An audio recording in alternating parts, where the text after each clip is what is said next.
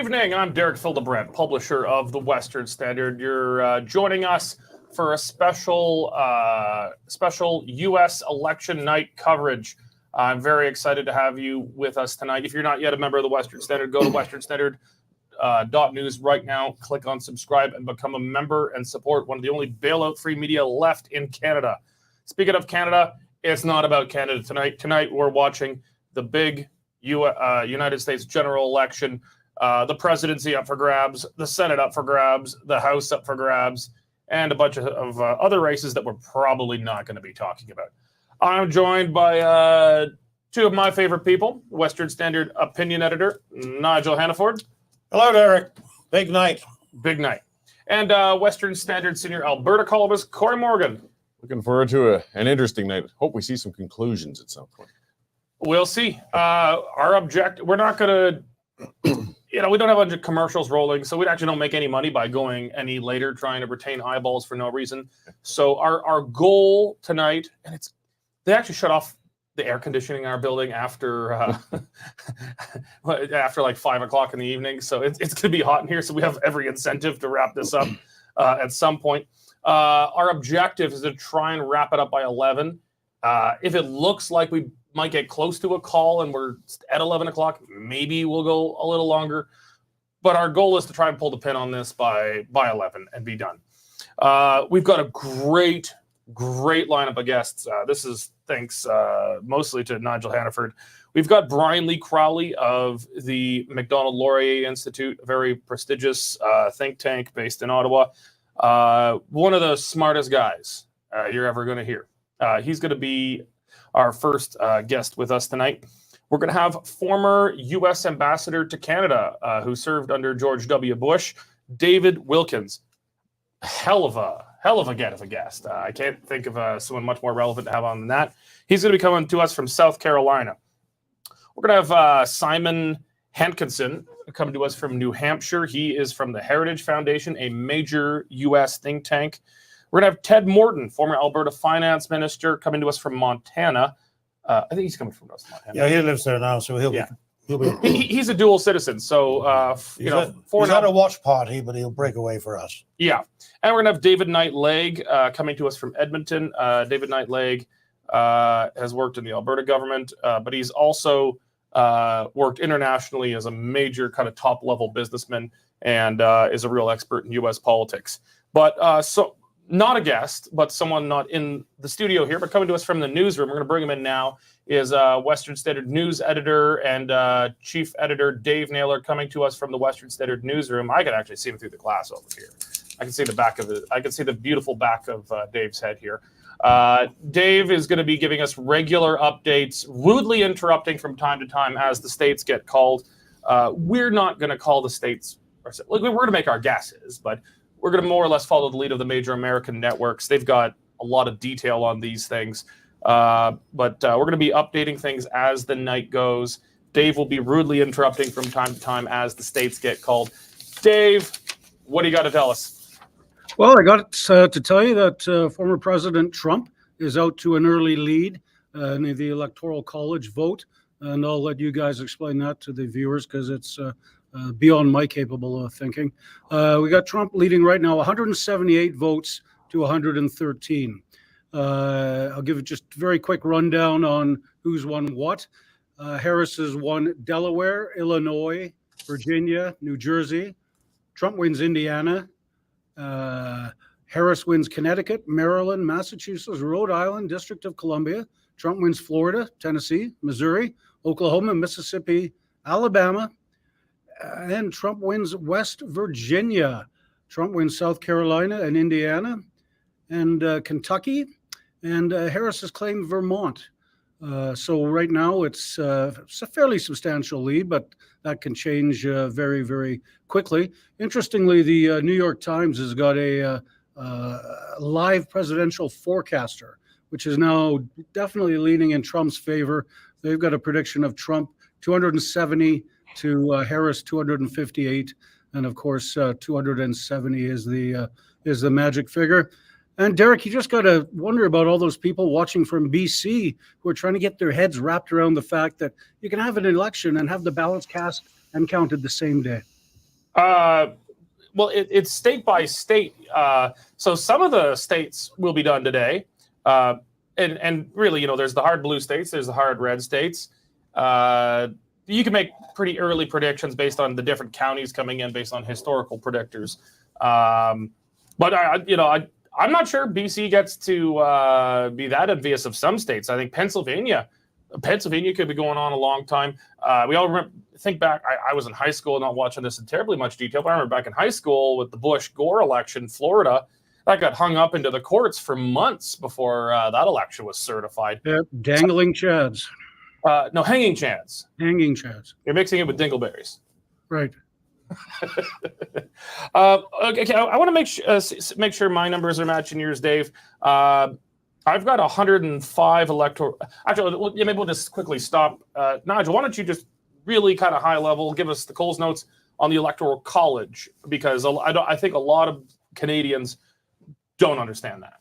Yeah, it's a unique system to the United States. So every state has a certain number of delegates who will vote for the president according to what the popular vote is. The Electoral College is not set in stone. As the population of a state increases, so will the number of votes in their Electoral College. But it just sort of smooths out the process from the popular vote, which some people think is a good thing. And obviously, if you're on the losing end, you think it's a terrible thing. But it's what we're looking when you see these numbers down the side, and it's 270 to win. That's not seats in Congress, not seats anywhere. It is Electoral College votes. Okay, well, let me explain it. Nico, let's pull up my screen here with the map. I'll flesh this out just a little bit more. The number of Electoral College votes that a given state gets is based on its number of delegates to Congress. So every state has 2 senators. So at a minimum, every state has 2 Electoral College votes, plus it's one House of Representative vote. So if you look in this little corner here, tiny Vermont, 3. That means they have 1 member of the House of Representatives, because they're a small population, and 2 senators. So that's really the minimum that a state can have. District of Columbia has 3, but it has no senators. It has only members in the House of Representatives. So that's its contribution. So you get a large state like California, they got 55. 54, yeah. Yep. So that means California has 52 members of Congress, members of the House of Representatives, and it has 2 senators, therefore 54 Electoral College votes. Sure. It's actually fairly simple, and it was part of the original bargain to create, when they went beyond the Articles of Confederation, creating the American Constitution that we know now post-revolution. That was kind of a part of the deal, balancing big states and small states. Okay, well, we've got a good and growing audience here. Before we go to our first guest, Brian Lee Crowley, I just want to make sure our numbers are on par here. Dave, let's bring Dave back in. Dave, I think you mentioned a number higher than I've got. I've got 105 on the map here. I've got 105 Electoral College votes for Trump and 87 for Kamala Harris. You're just way behind, Derek. Just way behind. Well, okay. So I've got West Virginia, Indiana, Missouri, Oklahoma, Tennessee, Mississippi, Alabama, Florida, South Carolina for Trump. Am I missing? Trump has also just won Ohio and Texas. Ohio and Texas. Ohio's a big one. Now that's been leaning a bit Republican, but so Ohio, the networks have called Ohio. Who's called it? Yes, NBC calls Trump to win Texas, and yeah, trying to find out who called it for Ohio. So there's 38 for Texas. The inside paper decision desk, Trump wins Ohio. A couple of people are reporting that now. Okay, so Ohio, are any of the major networks calling Ohio, or who's calling Ohio? Just a few of the lower level websites. They've been right all along tonight, though. Okay, well, I'm going to keep Ohio in the leaning Republican category then for now, not red, not called yet. Okay, thank you very much, Dave. Nico, let's just pull up the screen quick here. So we're just going to look at the map before we go to Mr. Crowley. So Trump has a strong early lead, but let's remember, so you look at the map here, there's some light blue, some dark blue, there's some dark red, there's some light red.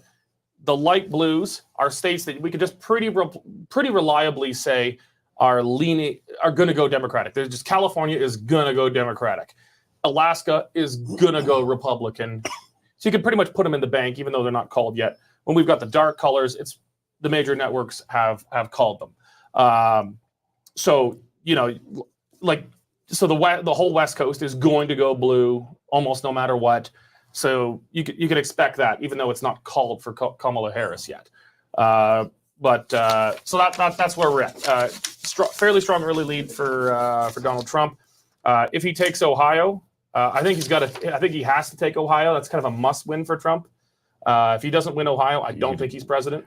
It really narrows his choices. I think then it comes to he has to win Pennsylvania or some of those major swings going on there. Yeah. There's so many different combinations, but they start getting narrower and narrower once you lose something. Yeah, like there's Ohio. different. Yeah, it's different paths, and they diminish quickly. My big predictor, maybe I'll have to eat crow. My big predictor is that whoever wins Pennsylvania is going to be president. Okay, let's bring in our first guest, Brian Lee Crowley. Brian, I haven't talked to you. I think we bumped into each other really briefly at conferences or whatnot, but we haven't had a proper chinwag in some time. Well, and what a great occasion to have one, because there's so much to talk about. Well, we're so eager to hear you talk about it. So Brian Lee Crowley is it executive director of the managing director? Managing director of the Macdonald-Laurier Institute. I first met you. You were on a book tour, and I was just some puke young guy at the Canadian Taxpayers Federation. We ended up speaking somewhere in, I don't know, Ajax or somewhere stupid. Sorry, Ajax. Brian Lee Crowley is one of the smartest public intellectuals in the country, runs a fantastic think tank, the Macdonald-Laurier Institute, and has got a lot of insight for us. Let's start kind of high level, Brian. Based on what we've got so far, what are your main takeaways?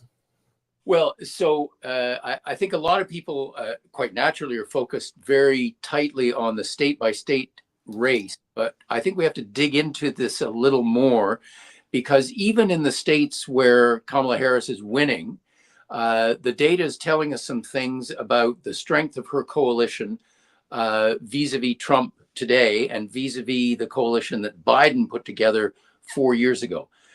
On every one of those measures, Kamala Harris is doing worse than Biden. She's doing worse than Biden on Black men. She's doing worse than Biden on Black women. She's doing worse than Biden on Hispanics. And those are must-win pieces of a Democratic winning coalition. I'm not saying that Trump is winning a majority in those, but for example, in Florida, big swing of about 8% apparently of Hispanics away from the Democrats to the Republicans. Swings like that, which don't necessarily show up in the state level results, but will have a big cumulative effect on the outcome of the election. So I know last time, especially in Miami, the numbers of Hispanics and in particular Black voters, there was a huge shift, because even though, so you're saying that based on the exit polls you're seeing right now, Trump is outperforming his performance last time, 2020, with Blacks and Hispanics. But Trump in 2020 outperformed every Republican with Black voters, at least. I'm not sure about Hispanics, but with Black voters, at least, going back to roughly 1960. Again, no Republican wins a majority among the Black votes. It's hasn't happened possibly since Reconstruction, but he's done stronger with them before. And you're saying he's outperforming last time, which was the high watermark for Republicans since the 60s. Yeah, you see, you're quite right. We're not talking about winning the absolute majority in these groups. We're talking about swing from Democrats to Republicans which is much stronger than I think anybody predicted. And so if this is borne out across the United States, what this will mean is quite likely in very tight states, especially the swing states that we are all familiar with, Pennsylvania, Michigan, Georgia, North Carolina, et cetera, that where tiny shifts may make the difference. The advantage right now is to Trump.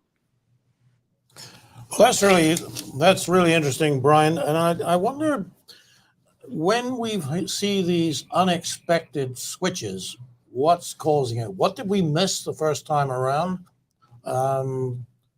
What do you think is going on? Well, you see, I think there's always a tremendously important subterranean dimension to politics. We put a lot of emphasis on what the pollsters are telling us, for example, because the pollsters are busy talking to voters, or at least potential voters.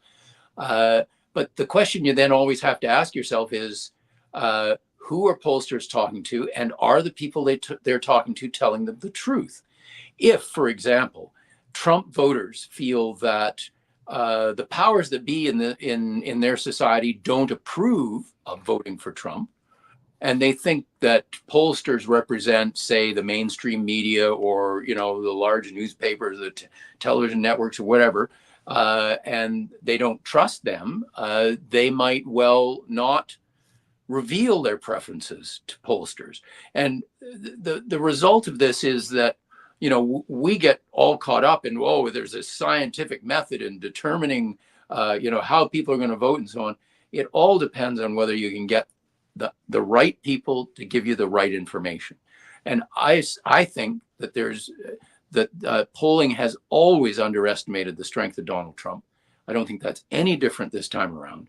And in fact, after all the court cases and attacks on Trump and his credibility and his character, some of which are justified, don't get me wrong, but the people who are committed to Trump, I think many of them have said, this is not something I'm going to share with anybody. I'm not going to tell pollsters. I'm just going to go into the polling booth and mark my ballot.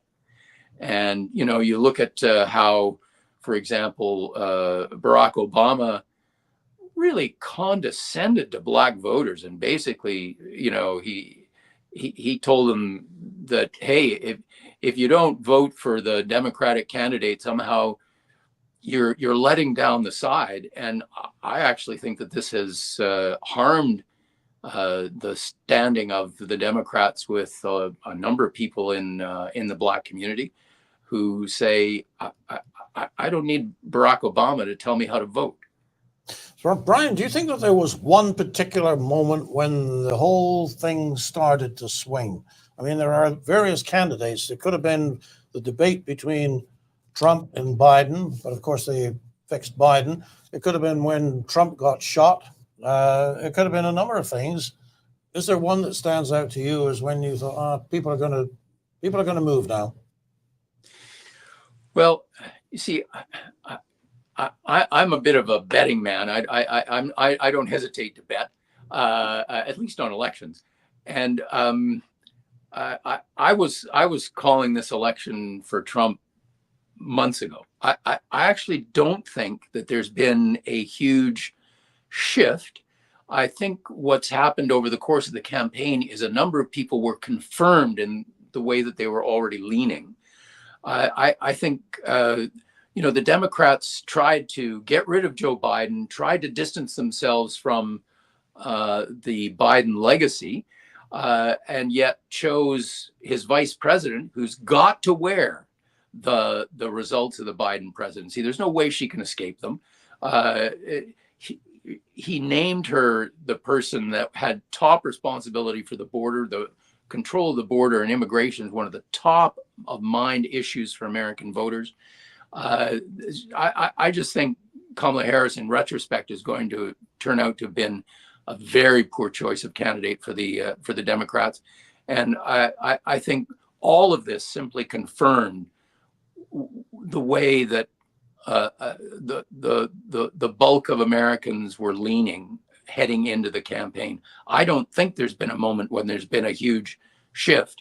I think everything over the course of the campaign has simply confirmed in people's minds what they were already thinking heading into the campaign.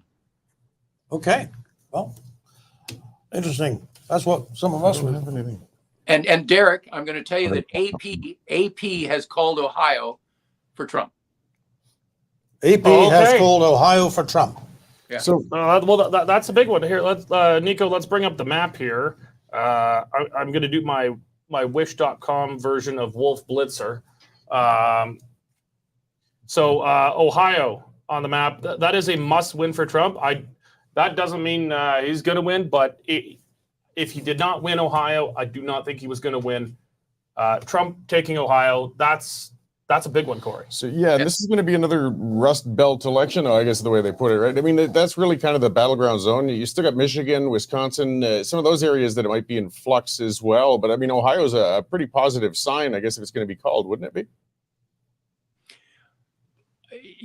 I completely agree with Derek. I just can't see Trump winning without Ohio. And remember that J.D. Vance is a senator from Ohio. Mm-hmm. I think he's come out of this election rather well. I think he's established himself as a national political figure now. He has a big following in that state. Ohio has been trending Republican. It used to be a very finely balanced state, very much a toss-up. It's leaning more and more Republican, a bit like Florida. Florida used to be such a toss-up state, not so anymore. I've always thought that Ohio was going to go for Trump. I think the real question marks remain Michigan and Pennsylvania principally. All right. Well, Brian, I'm very grateful for your time and your insights. I'm told you may be able to join us later. My plan is to be available if you need me. I love it. Now, I appreciate also you're on Eastern Standard Time, so it's going to be a bit past your bedtime. But I have a feeling you're going to be up a while anyway. But as I always like to remind people, Derek, I am a Westerner, born and raised, and I don't mind staying up on Western time. God bless you. Thank you very much, Brian Lee Crowley, managing director of the Macdonald-Laurier Institute. Thank you very much. Talk to you later. Okay, before we go to our next guest. 18 electoral college votes. 17. Boy, what chart did you? I'm using 270towin.com. Okay, that's what I got here. But anyway, that's 17 on this one, apparently. Yeah, 17 electoral college votes. all right. Okay, so before we go Big to deal our... anyway. Pardon? Big deal anyway. Very big deal. It's a very big deal. Ohio going for Trump. Before we bring in our next guest will be David Wilkins. He is the former U.S. ambassador to Canada, serving under the George W. Bush administration. Before we go to him, though, let's just check in with Dave Naylor in the newsroom, who is watching the big networks. Dave, so Associated Press reporting Ohio goes for Trump. Any other major calls since we chatted last? The big one seems to be Texas. That's got 40 electoral votes. Current standing now, Trump has passed the 200 electoral vote mark, and it's now sitting at 210 for Trump. Okay, and so I'm 6 short. I'm at 162. So let's go through it here. well, I'm looking at the your 270towin.com presidential race. 210 for Trump, 95 for Harris. Okay, well, I want to see the states. Nico, let's bring up the map. Dave can look at this map and see what we're missing here. We've got for Trump. We got Texas, Oklahoma, Missouri, Indiana, Ohio, West Virginia, Kentucky, Tennessee, Mississippi, Alabama, Florida, South Carolina. Who are we missing? Because that's 162. You're missing quite a few. No, I got to remember my grade 6 geography. You got these are all Trump: Wyoming, North Dakota, South Dakota, Kansas, Oklahoma, Louisiana, Arkansas. Sorry, Kansas, Louisiana, Arkansas. These are all called for Trump now? Yes, according to 270 to win. Well, that's at 191. So you got Missouri. What the heck is NE? New England or No, Nebraska? no, Nebraska. Right. Okay. Yeah. Right. Nebraska, Nebraska It is has one of one only odd two seats going on. There are two states, ME and NE, Nebraska and Maine. The winner of the first place, winner of the popular vote, gets one electoral college vote, and then they do the rest by congressional district. So it's possible to have 2 and 1. Yeah, it's possible to have 2-1 or even 2-2, and if you're Nebraska. Yeah. They've also got North Carolina going Trump, which is not on that map. Who called North Carolina? 270towin.com. Any of the major networks calling it yet that you see? No, but they've been pretty spot on, and I think Fox has the same numbers. Trump is getting beat quite clearly in Pennsylvania, though, at the moment, with 23% of the polls reporting Harris is 57.5, Trump with only 41.5. Ooh, that is. And what percentage of the polls reporting? 23%. Well, if Trump has got Ohio and North Carolina, that's pretty strong. North Carolina was another one that was pretty touch and go. I mean, Pennsylvania is a hard one to read early too, with that 23%, because that's a big odd state. You get, like I said, you get towards Pittsburgh, that way there's a lot of population that's very Republican. You get towards Philly, very Democrat. Very Democrat. So it depends on where they're counting those. It could certainly change quite a bit, but it's not a good sign. Yeah, the result out of North Carolina at the moment, with more than half of the ballots counted, Trump with 51.4%, Harris with 47.5%. So she's about 125,000 votes behind at the moment. So I've just got an update from one of our columnists, Josh Andrus. He says inner Pennsylvania has not been counted yet. So we're getting from the big urban centers, which are going to lean more Democratic. Yeah. So and there's dozens and dozens of cities in Pennsylvania. There are like 20,000 here, 80,000 there. It's a well-populated state. So yeah, it's a fairly big one. It's an upper mid-tier state, 19 electoral college votes. But I mean, if Trump has won Ohio and North Carolina, that's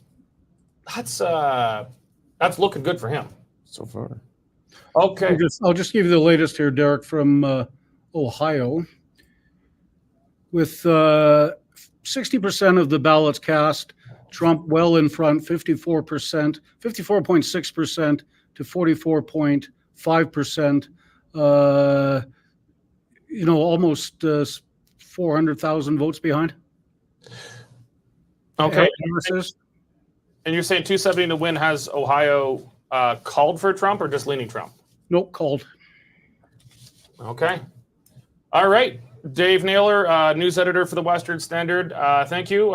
Feel free to butt in next time you got something big. I will. All right. Well, I think it's time we brought in our next guest. This is someone I think Nigel. Yes. Ambassador Wilkins, good evening. Are you? Ambassador, can you hear us? Can you hear us, Ambassador? I think Ambassador Wilkins is having might have some audio issues. Mr. Wilkins, just please make sure that your microphone is not on mute. No, mic's on. He's got no sound. Can you hear us, Mr. Wilkins? So I'll have to send him a note. Okay. I have to send him a note too. Yeah. Okay. All right. We'll be back to Ambassador Wilkins in just a moment. Stay tuned, Mr. Wilkins. Yeah, we'll be to you. Cory, I mean, it's looking Trump earlier than I expected. Yeah, I mean, I still figured I'm not calling it for Trump. No. I mean, it is a long night ahead of us yet, but it's for an early start in those Eastern votes, and a lot of them coming in. It is looking quite promising. I mean, we're not seeing things flipping back and forth where they're going his way. They're going definitively his way. Again, there's some big population centers that could come in late. Like I said, Georgia's an interesting one you watch. It looks great until Atlanta starts bringing their votes in. And then all of a sudden, the state starts leaning pretty strongly blue. So I mean, it's hard to read too much in early. But when you look at Ohio being called and again, some of those areas through there, it's It's looking promising earlier than I would have imagined. Ohio and North Carolina, those are two swing states, and Ohio called. North Carolina, I think Dave said that's 270 to win. I haven't seen it on a major network yet, but if he's got those two, then there's not a lot of big states then my to the feelings west are saying it's going that are in flux to change that. I mean, sure, you get some of the Nevada and Arizona and areas that might change out west, but there are not a lot of votes within those states, so it's not going to make much difference. Nico, let's pull up the map here.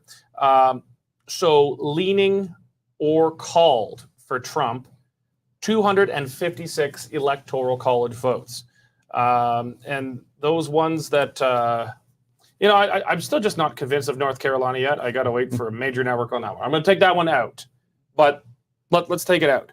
The ones that are leaning Republican, so the ones that are light red there, all of those ones are going Republican. They're definitely going, like Montana is going Republican. Idaho is going Republican.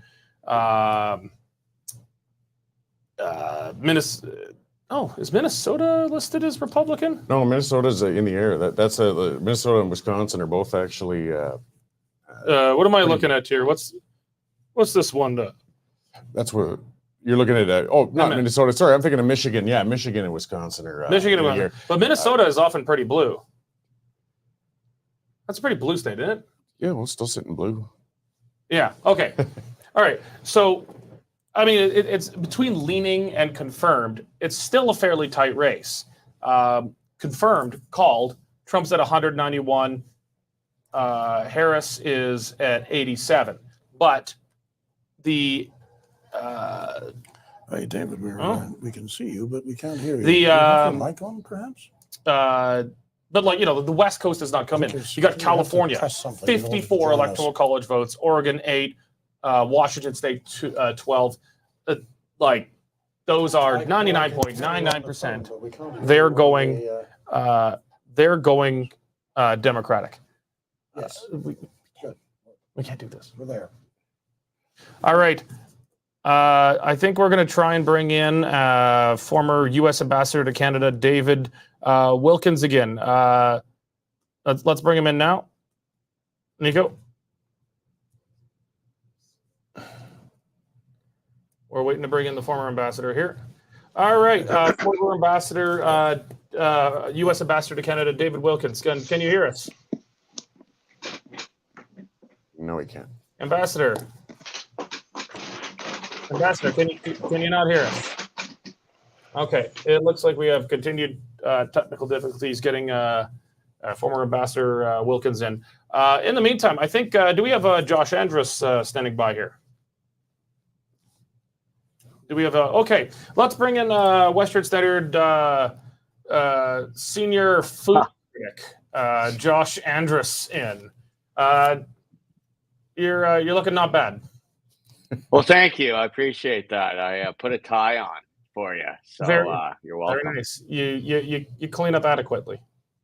Appreciate that. Thank you. I do my best. I was hoping I could put a hoodie on shortly after this, so we'll see how long this goes. We'll see. Josh, there's some early strong indications for Trump right now. Ohio going his way. Now, Ohio, I think, is a must-win for Trump. That's not the biggest bellwether. It's been kind of trending Republican the last number of cycles.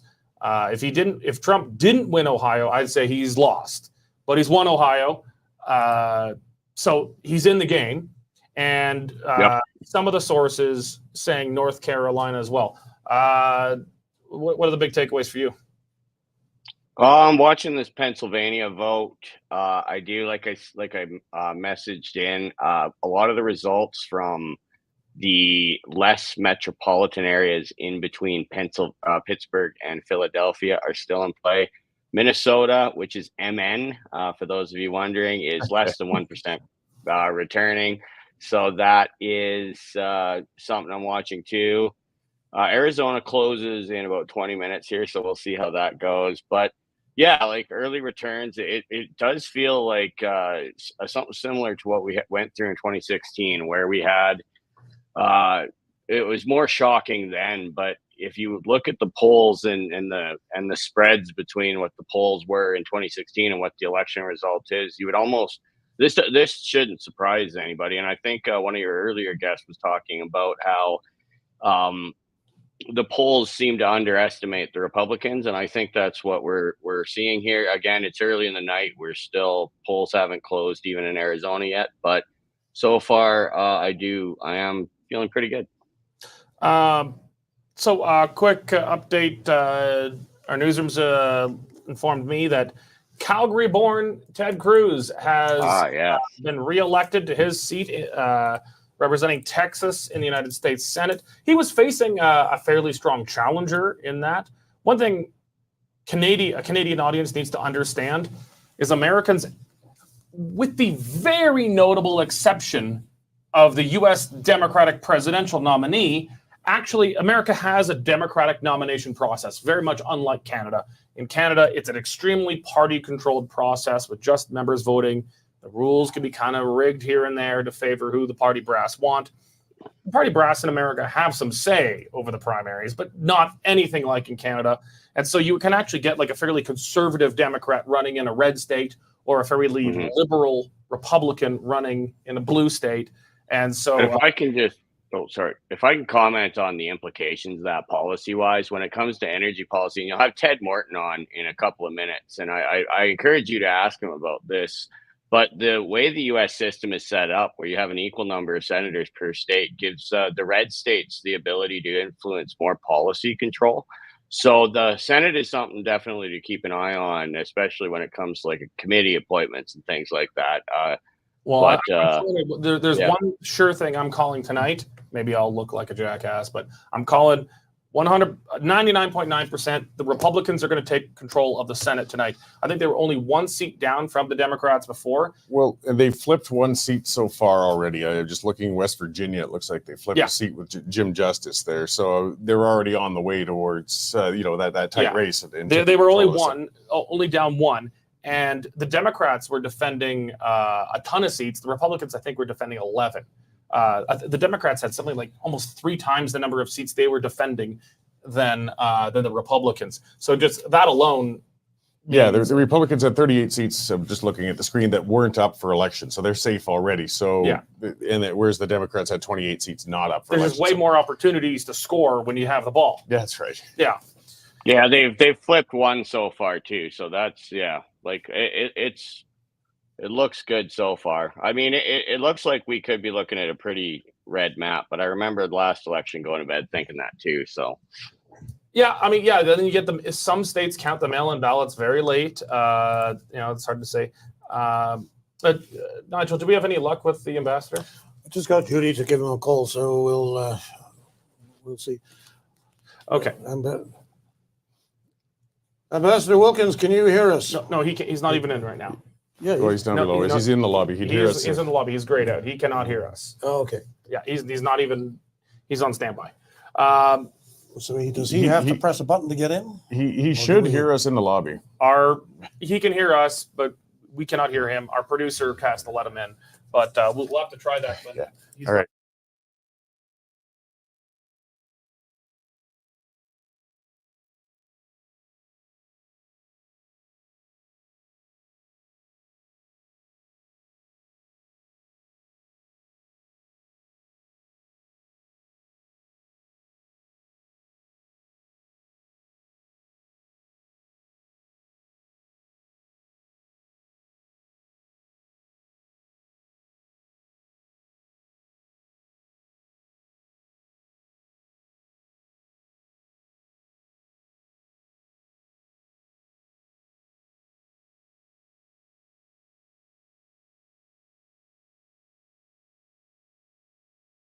He is someone we're very much going to want to hear from, someone I'm looking forward to hearing from. We just have to sort out some of the technical difficulties there. Well, what I wanted to talk about, I mean, as a conservative-leaning person, one thing I still have concerns with, conservative-leaning. Well, I am conservative, but just a little leaning. I mean, both candidates are protectionist, but Trump is a hell of a lot more protectionist. I mean, I'm just talking from the sake of Canada for immediate trade.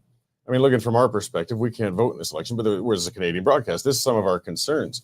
As well, I mean, Trump's relationship in the past with Justin Trudeau, well, I think a lot of people's relationships with Justin Trudeau, but it just hasn't been good, to say the least. So if we're looking at impacts that, a Trump win may have as far as Canada goes, I'm hoping we can talk to Mr. Wilcox about it, but I'd like to see how that might, he might temper some of that language once getting in. Trump tends to be a bit more protectionist on manufacturing issues, much less on raw goods. So from the perspective of Alberta and Saskatchewan, he's pro TMX. Yeah, pipeline where and the such, Democrats yes. have been obviously against it. So at least from our perspective, but from a Central Canadian perspective, it could be problematic. Yeah, I mean, they'll have to do something besides subsidize EV batteries to the end of time. That would be a nice change. That would be, especially if we don't have to pay for it anymore. Have we still got Josh with us? Seems to be on a breather. You'll have to text the producer. Yeah, I'm here. Okay. Actually, we're going to come back to you, Josh. Actually, I want to check in whether. Okay. Nice try. I just don't like you enough, Josh. Okay. Let's check in with Dave Naylor in the newsroom. If people would stop crowding around Dave's desk, I can see you in the newsroom over there. Let's bring in Dave Naylor from the newsroom, just checking in on where we stand with the Electoral College. Hey guys, sorry, I was just on the phone with Ambassador Wilkins. He would like you to try again. Okay. Is he? Let's see. Is he in the waiting room now? He's in the waiting room. Okay. We'll come back to Dave in a bit. Yeah. Yes, we do. Oh, it works. Yeah. Ambassador Wilkins, thank you very much for. No sound. He's not hearing us. He can't hear us now. Ambassador, can you not hear us? That's not Ambassador Wilkins. That's Mike Hankinson. Who is that? Oh. That's our next guest. Oh, Okay. Simon. But either way, he can't hear us either. So I see. Okay. Looks okay. All right. Let's go back to our newsroom now with Dave Naylor. It does not look like the ambassador's camera is quite settled yet. Let's go to Dave Naylor in the newsroom. Dave, we're still waiting on the ambassador's. Oh. Yeah, I think he's getting pretty frustrated. Well, I just wish I knew how to talk to you. Can you hear us, Ambassador? Can you hear us? that's not him. Is that not? Hard to tell with that picture. Yeah, I think, or maybe I don't. Yeah. I think it is him. Okay. Yes. He can't hear us. He Though. cannot hear us. I'm not sure how many times we're able to go through. Yeah, this. we're just going to frustrate the viewers. Yeah. Okay, Dave. Let's hear from the newsroom. Not a lot changed since the last update. Trump has won Iowa.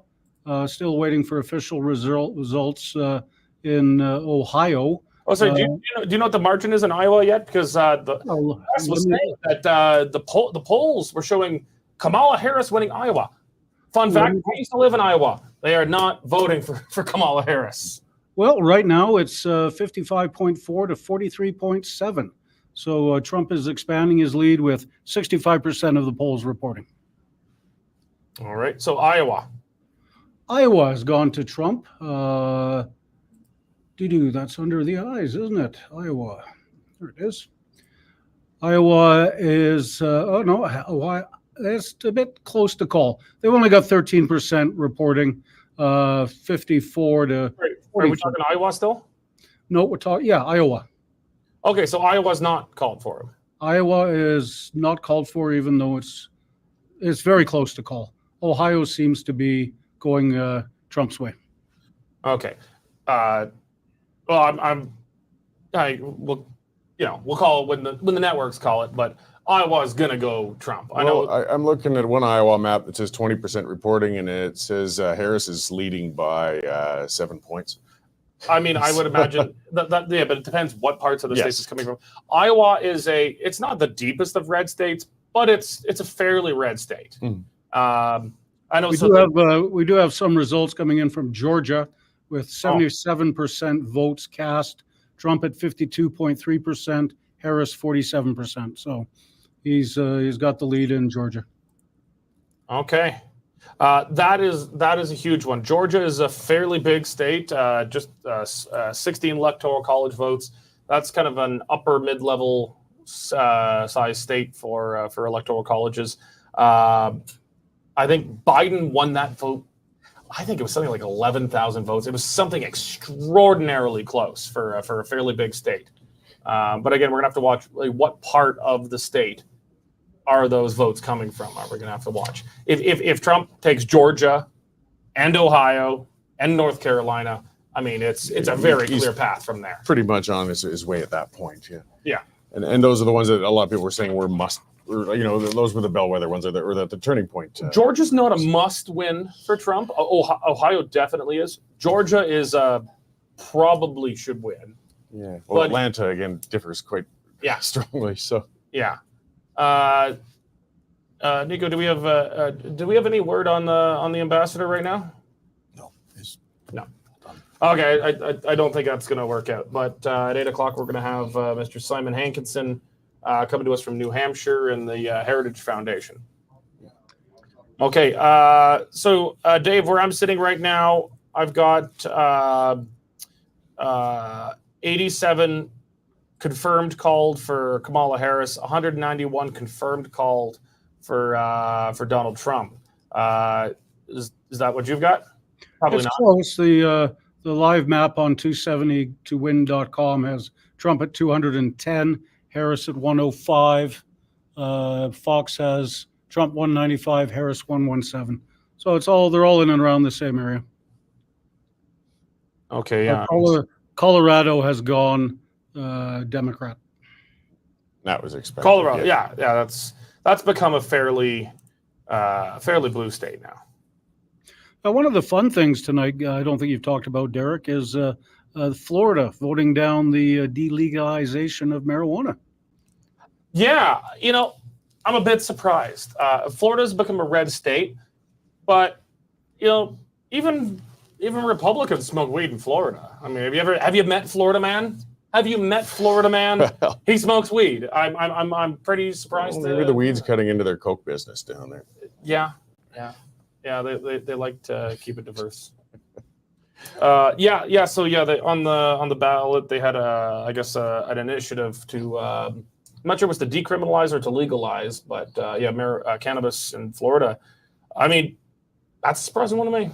Yeah, I mean the trends in general. I mean, it's just been kind of coming down. People have come off of going after the pot. I mean, I think most people are just kind of realizing as far as areas that you need interdiction with there's more, we got a fentanyl crisis going on. Who really worries about the pothead having a somewhere. Yeah. And the New York Post is called Trump for Ohio. Okay. Well, I mean, there's a pretty clear path to a win for him, but it's still not done yet. So with Ohio, where are we? 210? 191 right now. With Ohio. Okay. What we got here? Well, I mean, Harris is going to pick up California. There's 55 right there. Yeah, the whole West Coast is going to, as usual.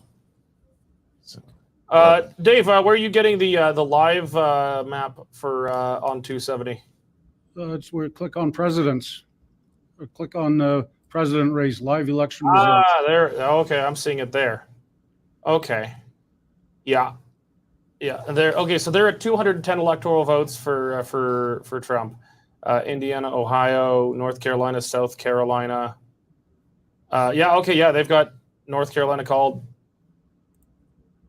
Now they also do an interesting forecast, Derek, where they fill in where they're leaning and all that sort of stuff, and where they're expected to go, like California. And they've got 246 for Trump, 226 for Harris, with 5 states in the battleground field that will decide him. Yeah, I'm seeing that here. I'm thinking that map is better than mine now that I'm looking at it. You know what? To hell with my map. Their map is better. Let's. At least now we're finally on the same page, Derek. Now we're there. Nico, let's pull up the map. We are now using the same map. Here we go. So there we go. There's another shade of red and another shade of blue. Like you'll see California, Oregon, Washington. They're not the dark blue, but they're going to be blue. You can very, very reliably bet that they're going to be called for Kamala Harris. But called for Trump. We're at 210, called for Harris, 105. Leaning Trump, right now we're at 246. Leaning Harris, 226. So that leaves 66 electoral college votes in the ballots. It's at 66. That now Trump is closer to that right now than Harris, but it's still very much a race. But I mean, Nigel, if we got Ohio, North Carolina, South Carolina, I'd say at this point, if Trump wins either Pennsylvania or Georgia, I think it gets really easy for him to win. It is, and that's what the campaigns have both been saying all through the last week. If you went looking for it, you'd find footage of Mr. Trump telling the people where he nearly got shot that this is the Pennsylvania, their state is the key. Mm-hmm. Kamala Harris said the same thing to a large crowd herself. So that's kind of the consensus. I mean, it really does come down to those seven swing states. So Arizona, Nevada, Georgia, Pennsylvania,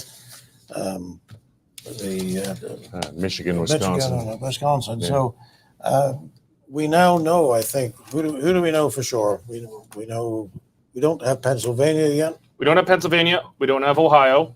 We don't have Michigan, Wisconsin, and Nevada. So those are the swing states that are still up. North Carolina is the first swing state to get like the big swings. Yes. So the swing states were Nevada, Wisconsin, Michigan, Pennsylvania, Georgia, North Carolina. North Carolina has been called for Trump. That's the first of any swing states called, mm-hmm. and it's gone him fairly strong. So for the benefit of people who may not be following American politics very closely, a swing state is one where the plurality was 3% or less, and that's not going to be the same states at every election.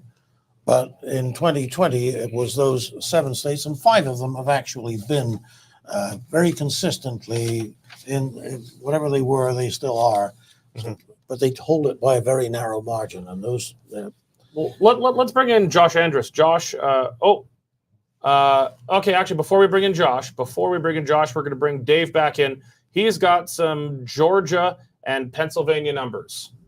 Yeah, and it's getting down to the nitty-gritty, Derek. 80% of votes cast in Georgia, 52% for Donald J. Trump, 47%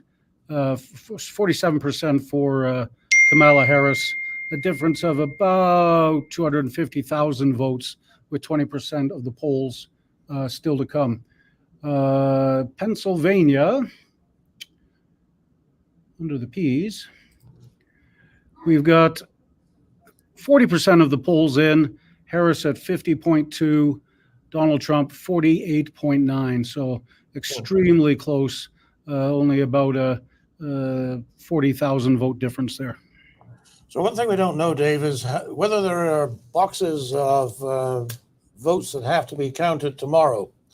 I'm thinking of the pre-votes, the mail-ins, those kinds of things. Is this just the stuff? Is this everything? That's a good question, because Derek doesn't give me a magic wall like they've got at CNN and Fox and stuff like that. So I honestly don't know the answer to that question. Okay, I do know Pennsylvania is one of the ones they will not rip open a single envelope until the polls close with all the mail-in ballots. Yeah. Some of the other ones did. I mean, the moment the polling started, they were allowed to sequester counters and start opening those. So the Pennsylvania results are going to be some of the latest when it comes to the mail-ins, because there's many thousands to go there. Yeah. Pennsylvania's going to be a long time, I've seen, yeah. But if he takes Georgia, then you're getting a pretty clear picture. And that's where you're talking about those windows, those opportunities. And it's already starting to, the doors are starting to close for the Harris campaign as to where they're going to have to pick up some ground as things start to change colors right now. It appears. Yeah. Let's see here. I want to, okay. Yeah, so if Trump, let's see where he's got. Wait, Dave, you'd have to turn off that dinger. Yeah. For God's sakes. Mom, stop texting. Why don't you just mute the dinger? Turn it off. Well, if I mute the dinger, I turn you off. Well, we can't have that. No. Okay. Well, thank you very much, Dave. Let's bring. What time are we here? We're time. Do we have Mr. Hankinson in the feed? Not yet. We do? No, I don't think we do. Maybe you should. Maybe I have. give up. Okay. Yeah. In the meantime, we're just gonna have to settle for our international food critic, Mr. Josh Andrus. Not bad results tonight, eh? Not bad. I'll take international food critic. That works. I mean, if you're funding my next vacation, that would work for me. Oh, okay. We're gonna call you Stampede food critic. All right, that works. Just so everyone knows, we made him eat testicles. That wasn't me. That was Jonathan. No, but you did eat them. No, I never did. You never ate the ball. You've never eaten the prairie oysters. Not in front of you. No. Well, but you have eaten prairie oysters. I'm not going to comment on Look that. the camera, That's an insensitive our viewers topic. right in the eye and tell them that you eat balls. I do not. All right. Well, it's not I will not admit that. Not a true Albertan if you haven't had your prairie oysters yet. I did not. I'm just refusing to answer. All right, Josh. You've been watching Pennsylvania closely. What's standing out there? Yeah, it's tightening. I'm on the Wall Street Journal page. I've been flipping back and forth between Fox News, but Pennsylvania appears to be tightening.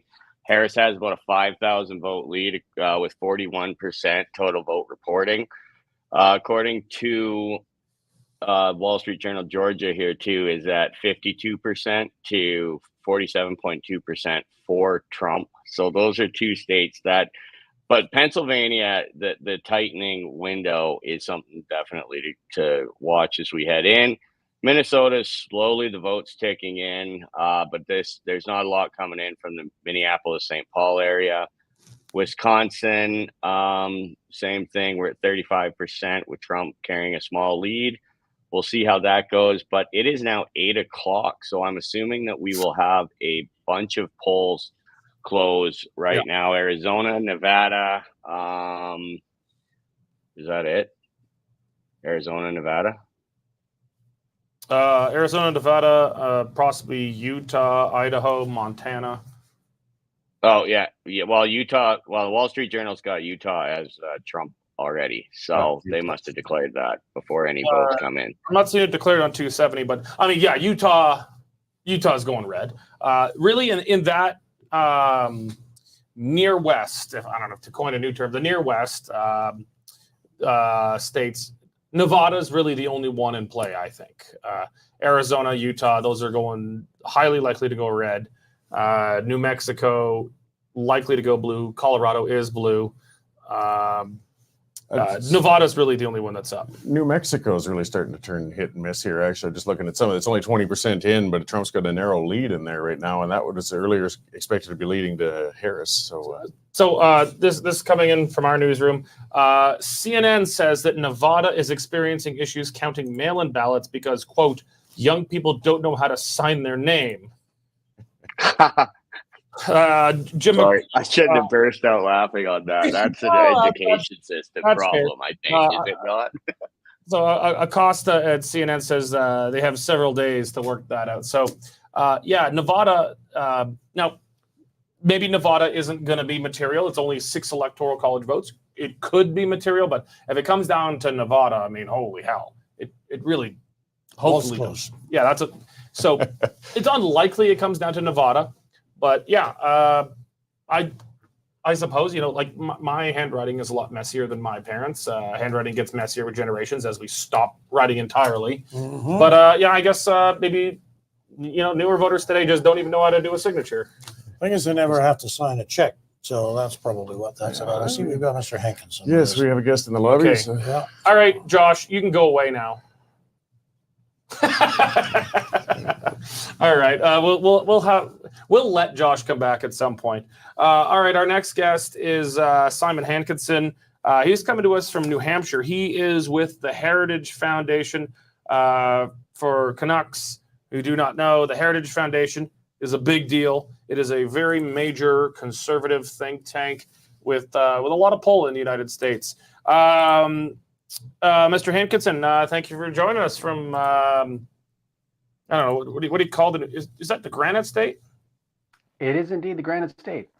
Called it. Okay, but your license plate's way cooler. Live free or die, right? It's an easy slogan to remember. Yeah, that's a pretty good one. Thank you for joining us. Great to be with you. So, Mr. Hankinson, yes, great to meet you online, so to speak. Look, I've got a couple of things here. The first one, we were talking earlier about the you write the immigration file for the Heritage Foundation. I've seen your articles online and on their website. Can you talk about what the implications of having so many illegal aliens in the United States now compared to 2020, found out all over the country? Are they going to make a difference in some of these very small margin elections? It's possible they will. I think the issue is one of just an inexorable tide of population, largely going to states that elect Democrats. It's not necessarily that they all vote for Democrats, but if they're all going to California, New York, Illinois, some do go to Florida and Texas, but overall, they tend to boost seats because, we have a limited number of seats in Congress and they get apportioned depending on the census about exactly every 10 years. So what we find, there was a recent report by the Center for Immigration Studies that broke it down in there have been somewhere around, transferred from states that typically vote Republican to states that typically vote Democrat as of the 2020 census. So I think we're going to see that, especially given the huge number of people that have come in the last 4 years who will be claiming asylum, many of them be getting it, and will be poured into the pipeline for eventual citizenship and voting. But strictly speaking, they shouldn't be voting now, and yet you hear reports that some are. I mean, can we take those reports seriously? Well, I think you can. The question is how many are voting illegally. What the left tends to say, and this really should be bipartisan, it shouldn't be a Republican versus Democrat issue. But what you find is that Republicans are very concerned about voter integrity, election integrity, and they want to make sure that, as the law says, only U.S. citizens can vote in federal elections. But you tend to have the left-leaning states saying, it's not a problem, they don't do it, and it's a crime even if they do. So if one state has strict requirements about showing ID, I just voted today in New Hampshire. It's a small town of under 1,000 people. I had to show my ID 3 times to be able to cast my ballot. And, I knew a couple of people in the room. And there have been reports out of California, out of Glendale, saw one yesterday, where people were able to vote without showing any ID whatsoever. Now, it is a felony, but we know that there was a Chinese non-citizen who voted a couple days ago in early voting. And I would doubt very much whether that was the only example of a non-citizen voting. So it doesn't necessarily mean they're illegal immigrants, but they are non-citizens, and either way, they shouldn't be allowed to vote. Okay, it surprises us in Canada that there's not much more rigor in some of the locations to control this. I don't know. We've got Chinese communist agents in Parliament. Well, that's a separate issue. But I mean, I'm looking just surprises us as well, Derek. Perhaps it shouldn't. At results in border states. Like I'm looking at Arizona right now, and with 34% reporting, Harris and Trump are 50 votes apart. Sorry, with how much reporting in Arizona? That's with 34%. Now that might spread and everything, but I mean, it's just the craziness of elections. I mean, we can count on sometimes being a couple states being decided by such a small number. When anything's questionable, even a few IDs, even if it didn't have an impact, it throws the mistrust into the system, and that's where you start getting a lot of the problems too, I imagine. Now, Mr. Hankinson, for the benefit of people who have not met you, you are actually a former U.S. Foreign Service officer. You've had a very extensive career, and you've seen elections in, I would think, a lot of places. You mentioned in your resume, India, Fiji, Ghana, Slovakia, Togo, Washington, Marseille, and Nairobi. In all your travels, who really knows how to run an election?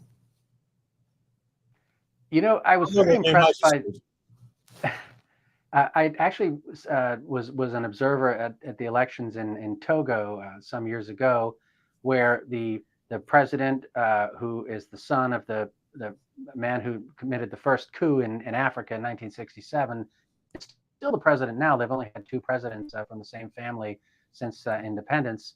But the people took that election incredibly seriously. I think it was the parliamentary elections, so not the presidential. And there were representatives from all the major parties in this little schoolroom that I was in. They were doing it all on a blackboard, but they had some computerized databases.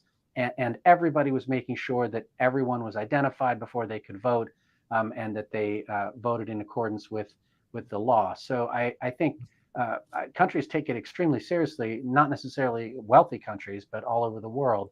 And I do think the system we have in the U.S. Does have some vulnerabilities, because it leaves it up to the states and localities to be in charge of the process. And there have been instances in our history of malfeasance, sometimes corruption, or just sheer incompetence on a local level that just doesn't add to the confidence that we really desperately need, because the margins are so tight. You're talking about a 50 vote split.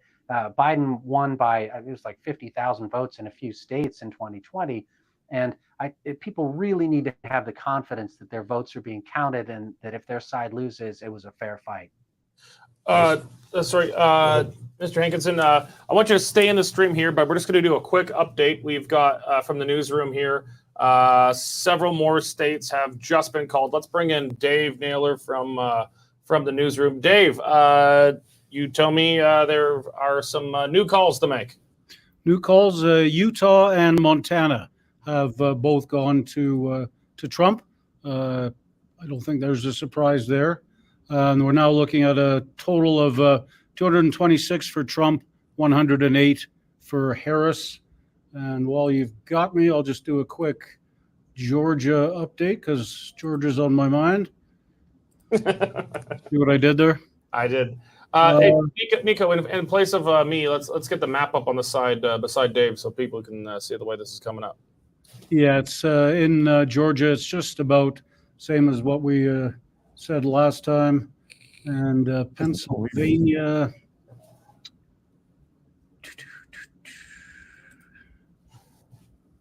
Pennsylvania is 46% reported, and Donald Trump now in the lead. First time he's been in the lead tonight. 50.4% of the vote to Kamala Harris's 48.8. In Pennsylvania? Yeah. Yes. So one voice. Pennsylvania. 52,000 votes ahead right now in Pennsylvania. And he's still ahead in Georgia. Still ahead in Georgia. Okay. 20% of the ballots left to be called in Georgia. I imagine there's not going to be a 20% margin. Okay, thank you, Dave. More importantly, Derek, the Flames have beat Montreal 3-2. Well, I don't follow hockey, but I do follow Alberta beating Quebec, so that works for me. Thank you very much. There you go. Okay, let's bring Simon back in. Simon, I think you could probably hear those results coming in. Very far, nowhere close to be able to call Pennsylvania and Georgia yet, but Trump with leads there. My thesis for the evening is that whoever wins Pennsylvania is going to be president. Is there a path for either forward that's realistic if either does not win Pennsylvania?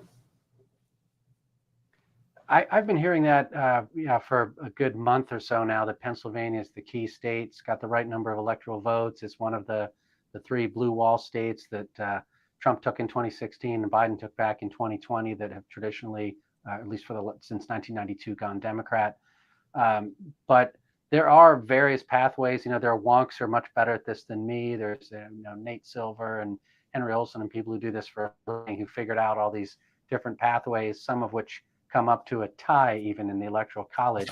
So I wouldn't say it's an absolute showstopper, but it does seem to be the grand prize in this election and why they've both been campaigning so hard in that state. Mm-hmm.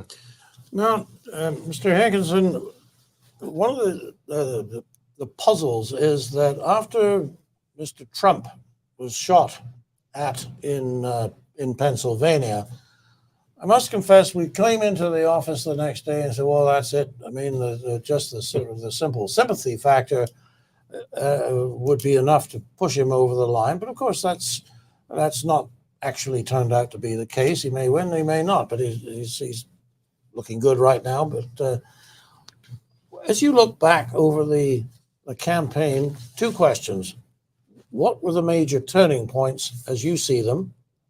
And secondly, why would an assassination attempt on a candidate not push the polls in that candidate's favor? So Well, I think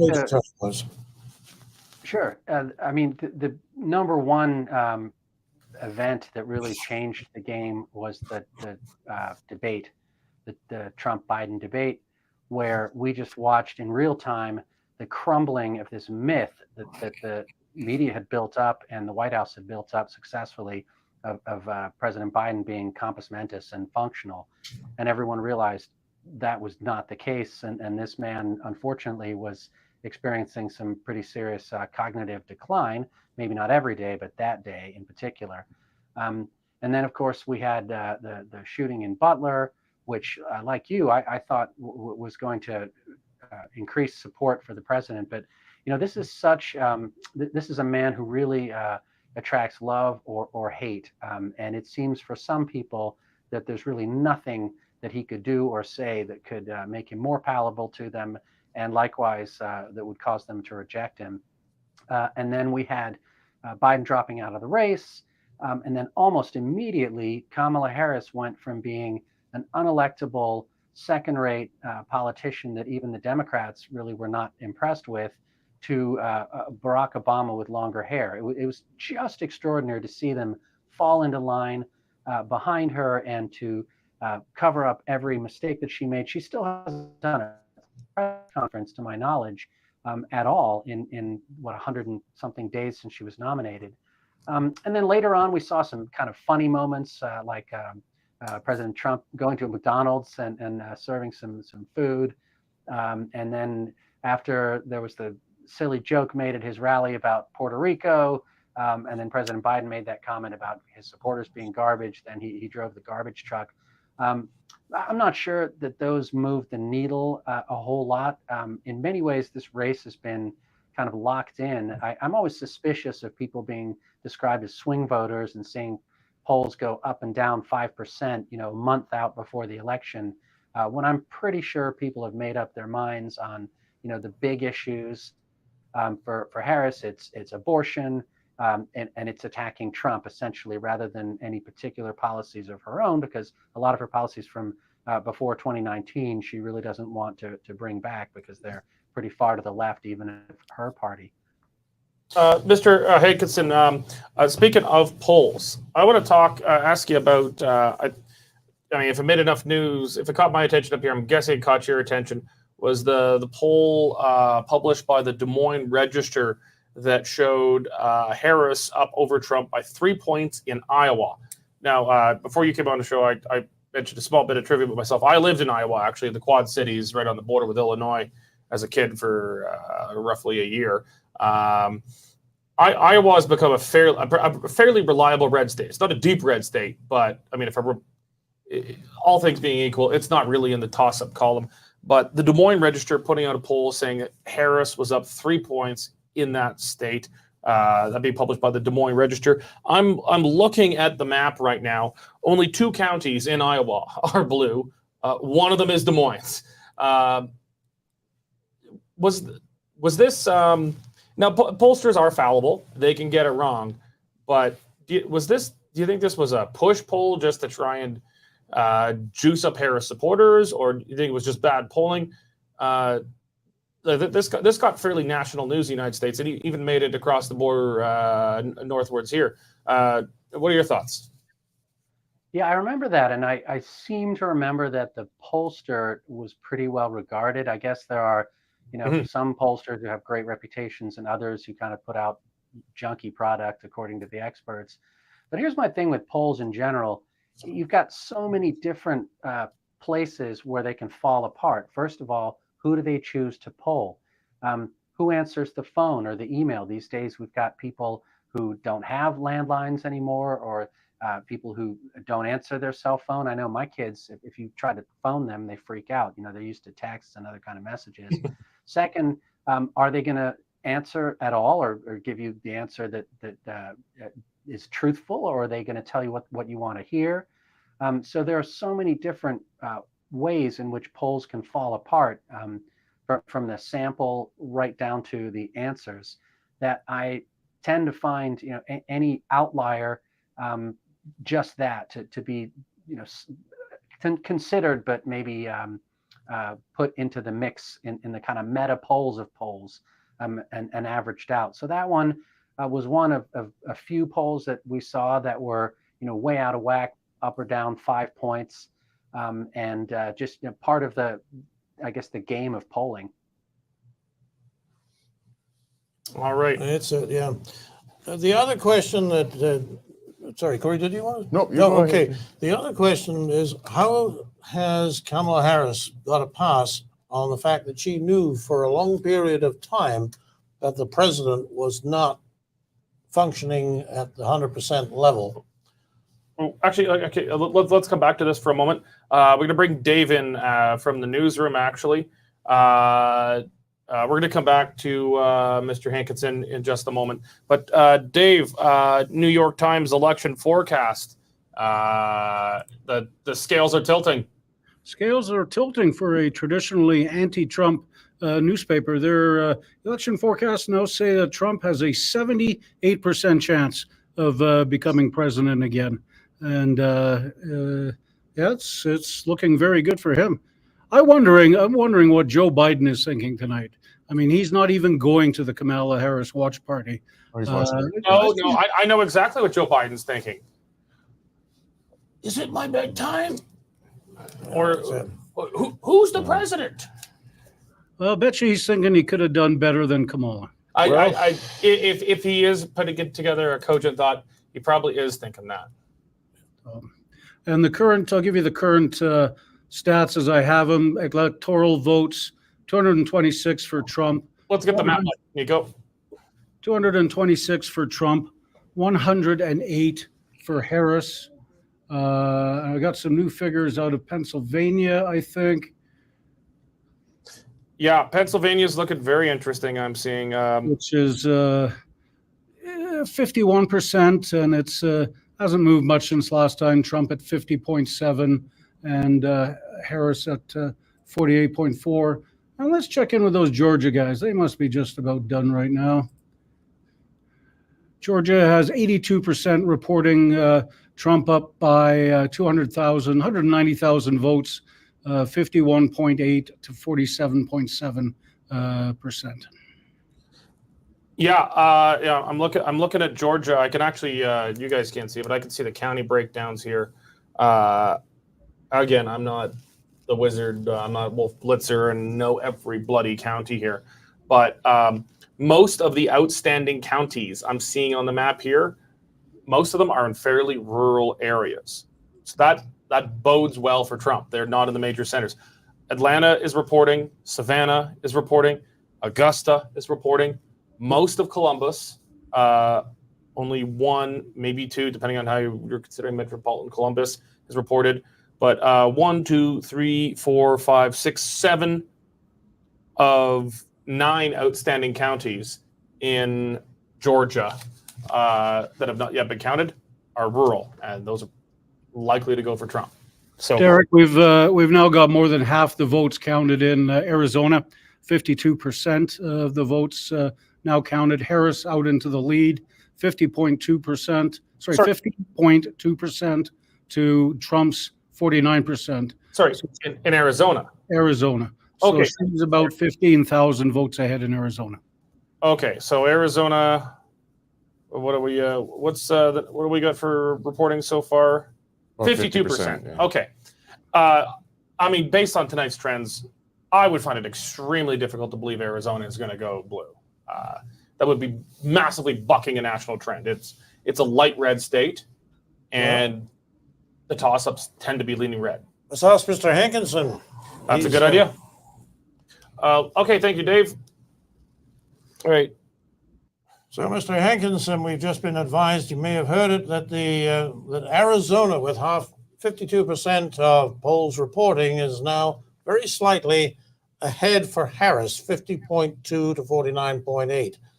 Does that surprise you? Well, with 52% counted, no. There's a lot of votes left to come in. I think Arizona, along with a bunch of other states, was just such a razor-thin margin that it was a coin flip, even for the experts on this one. And I don't count myself among those who know every county of Arizona backwards. Yeah. In 2020, there was Trump enjoyed a 2.2% plurality, according to the numbers that I was privy to. So that would represent quite a shift if that held. Yeah. But Also, I'm looking at the counties here. Flagstaff, Phoenix, Tucson, the blue areas of the state, the major centers, they have reported. There are 1, 2, 3, 4, 5, 6, 7, 8 counties not yet reporting that are mostly more rural. So I would be really shocked if Harris's early lead in Arizona was the holdup. okay, so if we may, Mr. Hankinson, can we come back to the issue of how there's actually two things which Kamala Harris is obviously forgiven by a lot of people. One is the fact that she was the so-called border czar, and yet a huge number, nobody really knows for sure, I don't think, how of illegal aliens were allowed to cross the border in that 3.5 years period.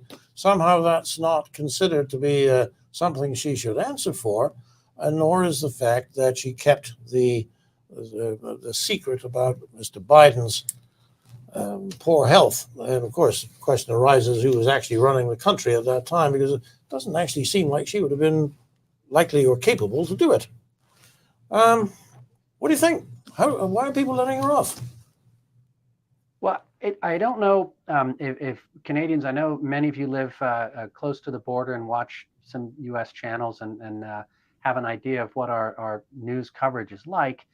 And newspapers sell fewer and fewer copies, but the bias in this country in favor of Democrats in the national media, in academia, is simply extraordinary. They've done surveys. NPR, recently, a guy who left there said out of 87 editors at National Public Radio in Washington, D.C., there were 87 Democrats and not one Republican.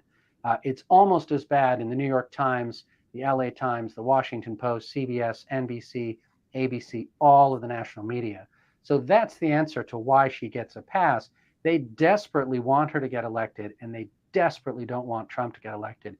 You look at the New York Times or the Post every day, and you take a snapshot of the articles on the front page, it will be without doubt, 10 articles, 9 attacking Trump, 1 supporting or applauding Harris or before her Biden. I mean, just to give 2 examples, recently there was the 60 Minutes program, which used to be a very respected news show, where they edited Harris's answer to a question. She has this reputation for word salads. She will just say a bunch of words in response to a question that don't make a whole lot of sense. And so in order to make the answer to this question about Netanyahu and Israel sound more cogent, they replaced answer A with answer B, and they never released the transcript, the full transcript of the show, which they almost always do. And another example is in the debate against Trump, where she did quite well. She stuck to her talking points. She was fact-checked about 0 times, and Trump was fact-checked often erroneously multiple times in the middle of the debate by David Muir from ABC in a way that was clearly designed or ended up giving her pronouncements more weight than his. So essentially, she has had a sort of Cinderella run, and it's not quite midnight during this entire campaign where she's not held accountable for her previous positions. She's never done. Trump was on Joe Rogan. It's like a 3-hour interview, or J.D. Vance did Joe Rogan. But Kamala Harris could never do a show of that length, because at some point she would be asked to defend a previous position or asked to explain some sort of dichotomy or controversy that she simply couldn't. Well, that's I I thought you might say something like that, but I wanted to hear it from somebody on your side of the border, because that certainly is the way that we tend to observe it up here. Unless you watch Fox News, you will not get a different point of view anywhere in the U.S. media, it seems to us. That said, do you have any theories on how the decision-making process within the White House during the last couple of years? Well, there were a few journalists who had the courage to point out that President Biden just simply wasn't the man he was in 2020, let alone 2016. I mean, if you watch a speech of Biden, he's had a 50-year career as a politician. He's never been the sharpest knife in the drawer. He's not a great intellectual heavyweight. He was caught lying about his being at the top of his class in law school and when he ran for president back in 1988, I think it was. But he was able to articulate his opinions. He was able to answer questions, to make a joke. He had a very folksy style. And as the years wore on, anyone watching him could see that he was sort of falling back on some very basic, jokes and talking points and responses and tics, like, come on, man, and I'm not kidding, and it's no joke. And a few journalists dared to point it out, but to the detriment of their careers. So I suspect that usually the vice president has no role in the White House. That's an old joke in the United States. And Biden and Harris weren't known to be particularly close. He chose her for cold, calculating political reasons and not because they had any kind of personal bond. So I think it was the younger, hardcore intellectual lefties around President Biden, his advisors, who were really running the policy. And I think that partly explains why a man who was elected on a promise of being sort of a moderate Democrat who just keep the ship of state sailing straight so we could have a real election 4 years later, just steered it sharply to the left on immigration, on race, on gender, on taxes, on spending, and just about everything else. Well, that's an incredible story. Okay. Well, thank you. I think we're going to have to go to the newsroom now for some more updates on Georgia. Simon, thank you very much for joining us tonight. I don't know if you're available for us to check in with you later. I know you're on the East Coast. It'll be a little further past beyond your bedtime, but we'd be grateful if you could join in later if you're available. Sure thing. Yeah. Thank you very much. Thank you. Okay. I'm looking at 270 and I see a very big call right now.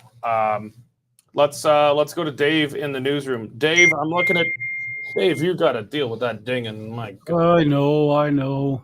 You're Nobby. You're not the dinger. You're going to become the dinger soon. Very true. Dave, let's pull up the map on the same side here. That's the wrong one actually, but here, actually, I'll take that in that map. I'll get the right map up here in a moment. Dave, I'm looking at Georgia. Yeah, and it looks like Georgia has elected Donald Trump. He's been declared the victor of the state. 88% of the votes casts.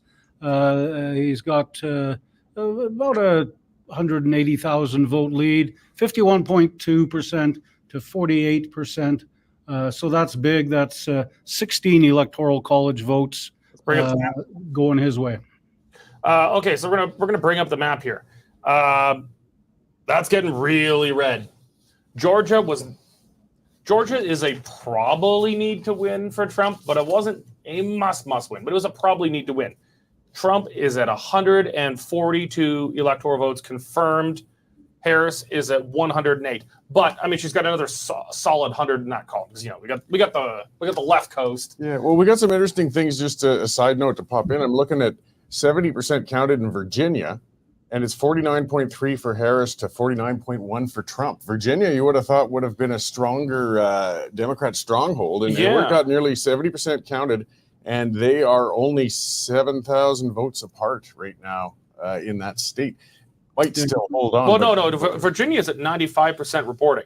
Okay, I'm looking at Fox. They've only got 70%. I'm looking here. Yeah, they're way behind, Cory. But it is still close. It's 49.5 for Harris, 48.8 for Trump. I'm looking here. There's a few more counties to come in. She's probably going to take it, but it should have been a blowout. Virginia is supposed to be a solid blue state nowadays, since kind of DC kind of grew out effectively into it. Virginia should not be in the toss-up column. No, which again is that close anyways at any point. It's surprising. Derek, I've actually got Trump at 242. So 242 confirmed, but Trump is at 262 confirmed or leaning. Harris is at 226 confirmed or leaning, because so we're just going to put the left coast in her column. If that's not a solid wall of hard blue, then it's it's a Hiroshima. Yeah, and that leaves Trump only eight votes short. Yeah, Trump is 262 either confirmed or leaning, 8 electoral votes short of a confirmed win. Harris 226 confirmed or leaning. Being reasonable here. This is Dave, check out the New York Post or New York Times predictor. Now that Georgia's been called, what's that? 81% New York Times. Trump become president again. Whew. Oh my God. Okay. They've got him estimated to win 296 seats to 242. You use the word seats. That's a very Canadian thing. Yeah, no, I'm They're not seats. You take away those votes, 50 votes from California, and it's really a crushing defeat for Harris today. Okay, guys. Now we're going to play the game. We're going to play the fun map game. Let's Nico, let's pull up the map. Just map on the screen. I want everybody to really see this. We're going to work out the scenarios. So based on what we got here, 262 leaning or confirmed for Trump, 226 leaning or confirmed for Harris. So now that Trump has taken Georgia, things get a lot easier at this point. So let's pay attention to this map. Let's try and zoom it in a little here. Okay. So at this point, you need 270 to win. Trump is at 242 confirmed, 20 leaning. I'm inclined to think the way this night's going, all those leaning are going to be Republican. It's all down to those 50 toss-ups right now. So Trump only needs 8 to win. He can win only one more state, any one more genuine battleground state other than Nevada, and he wins. Now, because look, Nevada gets him to 268, too short. So Nevada does not get him there. So Nevada, at this point, sorry, Nevada, you don't matter. But any other toss-up state, Pennsylvania, that gets him to 281, more than enough to win. Michigan, 277, 7 more than he needs to win. Wisconsin gets him to a bare 272, only 2 more than he needs to win. Trump can, based on where we're at right now, Trump needs to win only one more battleground state, just one, and other than Nevada, and he's president. And hold his current ones, Yeah. Based on his confirmed and leaning, I think based on the trends, I'd be very surprised if any of his leaning states didn't actually get confirmed for him. Certainly looking promising for him. There's no doubt about that.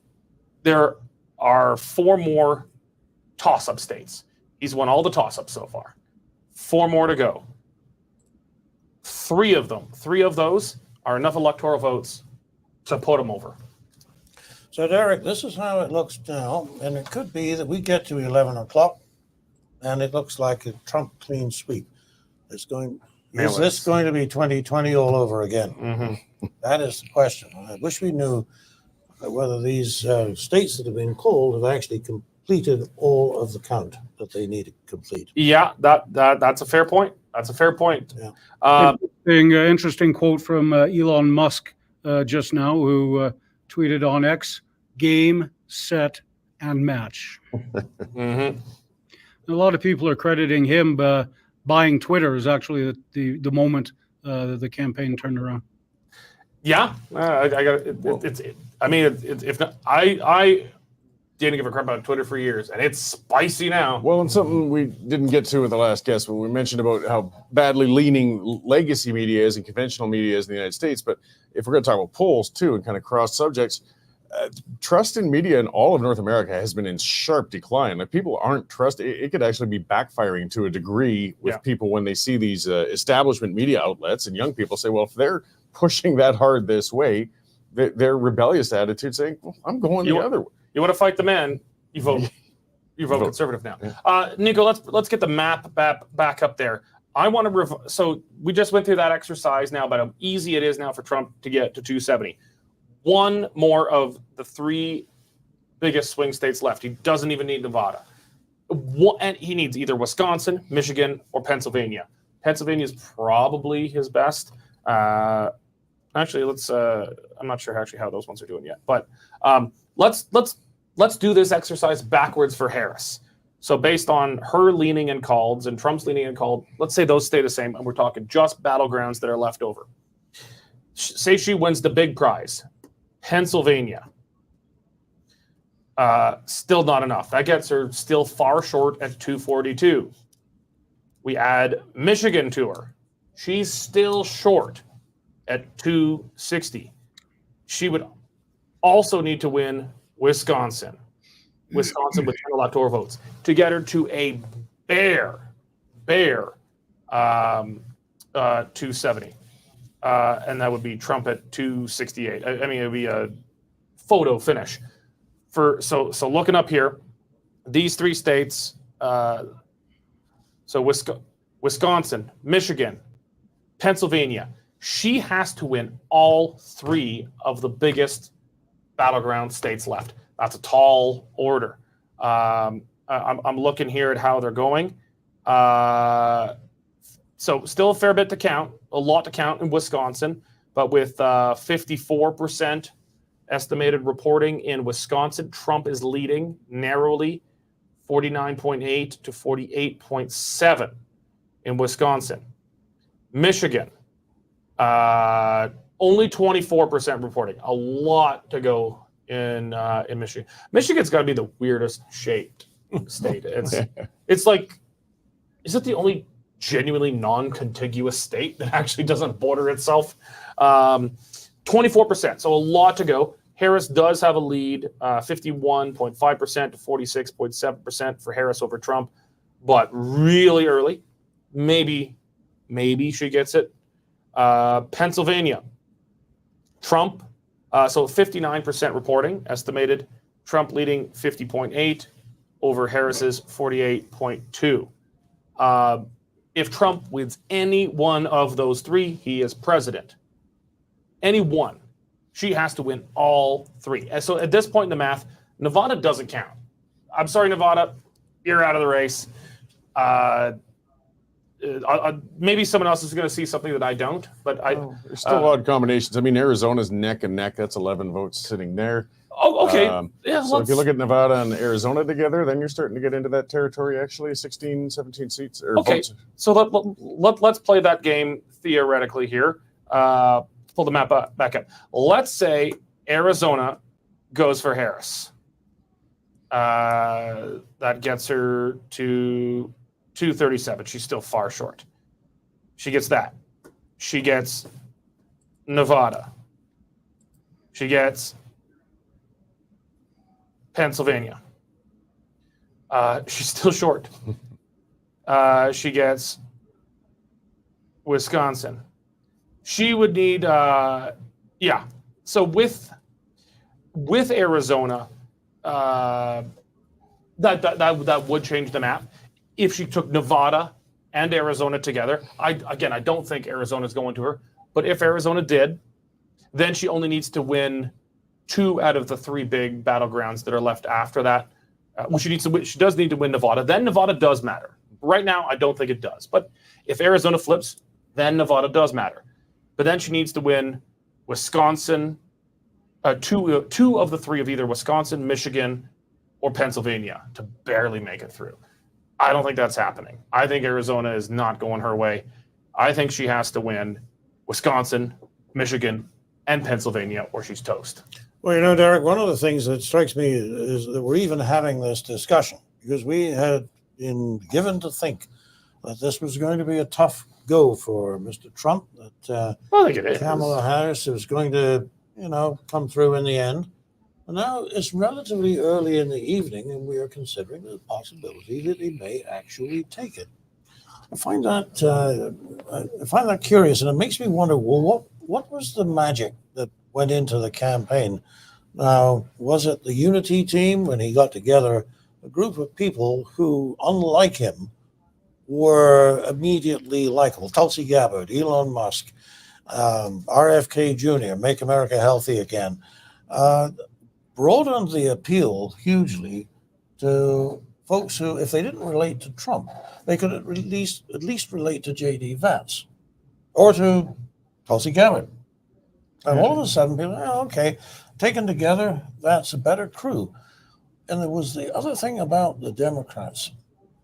What a sad, and I don't mean sad in the way we sometimes use it as an insult, but they were so downbeat and so serious and always talking about we have to save democracy. Trump went out there and he made people laugh. It was actually a fun thing to go to a Trump rally, whereas going to a Harris rally was something you did because you had to cover it. Guys, the New York Times prediction is now 84% Trump as president. Oof. Well, the Times isn't eager to have to say that. Or I remember, I don't remember the exact numbers. Maybe Simon. I see Simon sitting there. Simon says, let's bring Simon in. Simon, I don't know if you remember the exact numbers, but I remember the New York Times election predictor. It looked like a pressure gauge between Hillary and Trump, and I think going into election day, it was something like it was an almost certainty Hillary Clinton was going to smoke Trump in a landslide, and then you saw it, a little bit of life as it ticked up. And then, you'd watch CNN, MSNBC, and then, some of the independents like Young Turks, and you'd see heads explode in real time. I remember someone said it to a piece of music once. It was great. Do you remember going into, maybe, I don't know if you paid enough attention to know what it was before polls closed today, what the New York Times election predictor was, but do you also remember what it was during Trump-Hillary? I don't remember what the percentage was. But I remember the climate in 2016. I was here. 2020, I was actually in Kenya, so I was not able to follow it in real time. But if you've been watching or following the newspapers here in the U.S. in the last couple of weeks, there was a huge fuss because USA Today and the Washington Post and one or two others decided not to endorse Kamala Harris. The New York Times, meanwhile, had an editorial that was like a big, bold paragraph full of links about, Trump was a fascist and a liar and it was the most tabloid style editorial that I've seen out of the New York Times in a long time. So they have long ago hoisted their flag on the SS Harris, and I think this must be extraordinarily painful for them to have to revert to journalism if this goes the way it that was poetically put, Simon. Cory, actually, you've got the election predictor there. Can you send that to me? I took that off. That was from the New York Times, actually. Get it to me. I want to share that. I gotta find it again. I'm sorry. Give it back. It's great. It's looking. I don't have the numbers in front of me because Cory doesn't follow instructions well. But the New York Times election predictor has also got a predictor of popular vote, and it looks right now like the popular vote is even leaning for Trump. Now, if a Republican wins the way the Electoral College works, because that tends to give. Can you send? It's very tight on that. Send me the link, please. All right. Send me the link. It's an X link I got rid of. Send me the link. All right.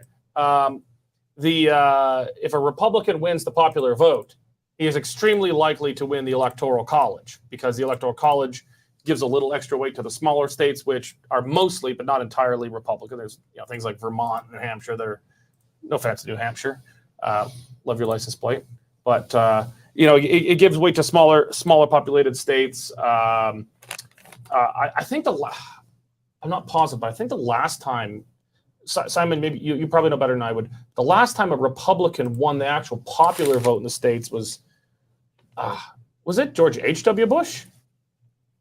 I think you might be right, but I do remember it's been a while, and it certainly wasn't Trump in 2016. Yeah. We're going to come back to you in a moment. But there's a mad echo on you, so I don't know if you want to check your systems a bit there. Okay, we're going to come back to Simon in a bit. Let's check back in with Dave in the newsroom. This is getting hot. How did you send me that link? I emailed it. Emailed it. I sent it also to Nico if he wants to put it up on the screen. No, I've got it. I can. I'm gonna get it here. I'm learning how to use my computer machine, and oh god. So it's the Times. Dave should have it though. He's looking at the same thing. Okay. Yeah. Maybe. Okay. Yeah. Maybe Dave. Dave. Send it over to Nico. But let's pull up the map. Let's pull up the big map. Right now. Okay. Let's get the map up there. Dave, any new insights? I got the latest from Pennsylvania, where they're at 61% of the polls reporting. It's almost 51% for Trump, 48.2 for Harris, and it's a 120,000 vote lead in Pennsylvania.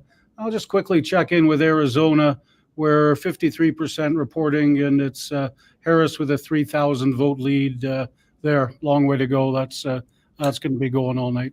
Yeah. So as folk, I've pulled up Arizona on the map here. See, I'm getting better at the internet. The counties that have not, so you'll see Flagstaff, Phoenix, Tucson, the counties that contain the three big population centers that will tend to lean Democrat and are blue, they have reported. But they're 1, 2, which ones are these? La Paz, Apache, Cochise, Santa Cruz, and Gila. Not that I know anything about those areas. Pretty sparsely populated They're sparsely areas. populated. You're getting Yuma and Quartzsite and a few all I can say Kingman. all I can say is they're rural, they're sparsely populated. Those are likely to come in red for Trump. And those are not yet reporting. Yeah. So it's the same in Pennsylvania, Derek. The cities, Pittsburgh, Philadelphia, Harrisburg, they're solidly Harris. The rural areas are solidly Trump. Yeah. Here, Nico, bring the map back up. I want to. Oh, did I? Oh, I think I killed them. Did I kill the map? I killed the map. Okay, here we go. Pennsylvania. Let's bring up the map here. 87% now, Derek, on the New York Times forecast. Woo. And they say he is likely to win the U.S. election. New York Times saying Trump likely to win the U.S. election. It's looking that way. It's funny how that changed, though. It always used to be you just wait until you call. I mean, I think that kind of all changed back with the Gore Bush election, because somebody called it and then all of a sudden, but now we'll start to say likely. We want to be almost the first out of the gate. Yeah. It probably has it. Yeah. I was watching, I just finished watching Succession, and the last season of Succession, they run it's supposed to be like a fictitious Fox News, and, they call it for Trump and whatnot. And it's all, I won't get it. It's fun. Okay. Yeah. I agree. We'll let Brian know here. Let's see. Am I able to get? Oh my God, that's not working. Okay. Let's. Have we got Pennsylvania? Yeah, we got Pennsylvania up there. Where's our Pennsylvania? Oh no. Pennsylvania. Okay, so again, I'm not going to pretend to know. Some place called Clearfield County and some place called Cameron County. Neither are reporting, but they appear to be in the middle of nowhere. The middle of nowhere. That's a bunch of Pennsylvania Dutch or something. You know, Clearfield, I think, has Puxatawny and State College, and State College might be an interesting State colleges community will go that'll left. pop in there. Yeah. Williamsport, it's a different county, but I get a little farther over. But it's an interesting state. I spent a lot of time bouncing around in there. Just so you guys know, Puxatawny, that's where the movie Groundhog Day is. Puxatawny Phil. Yeah. You seen those people? Those look like Republicans to me.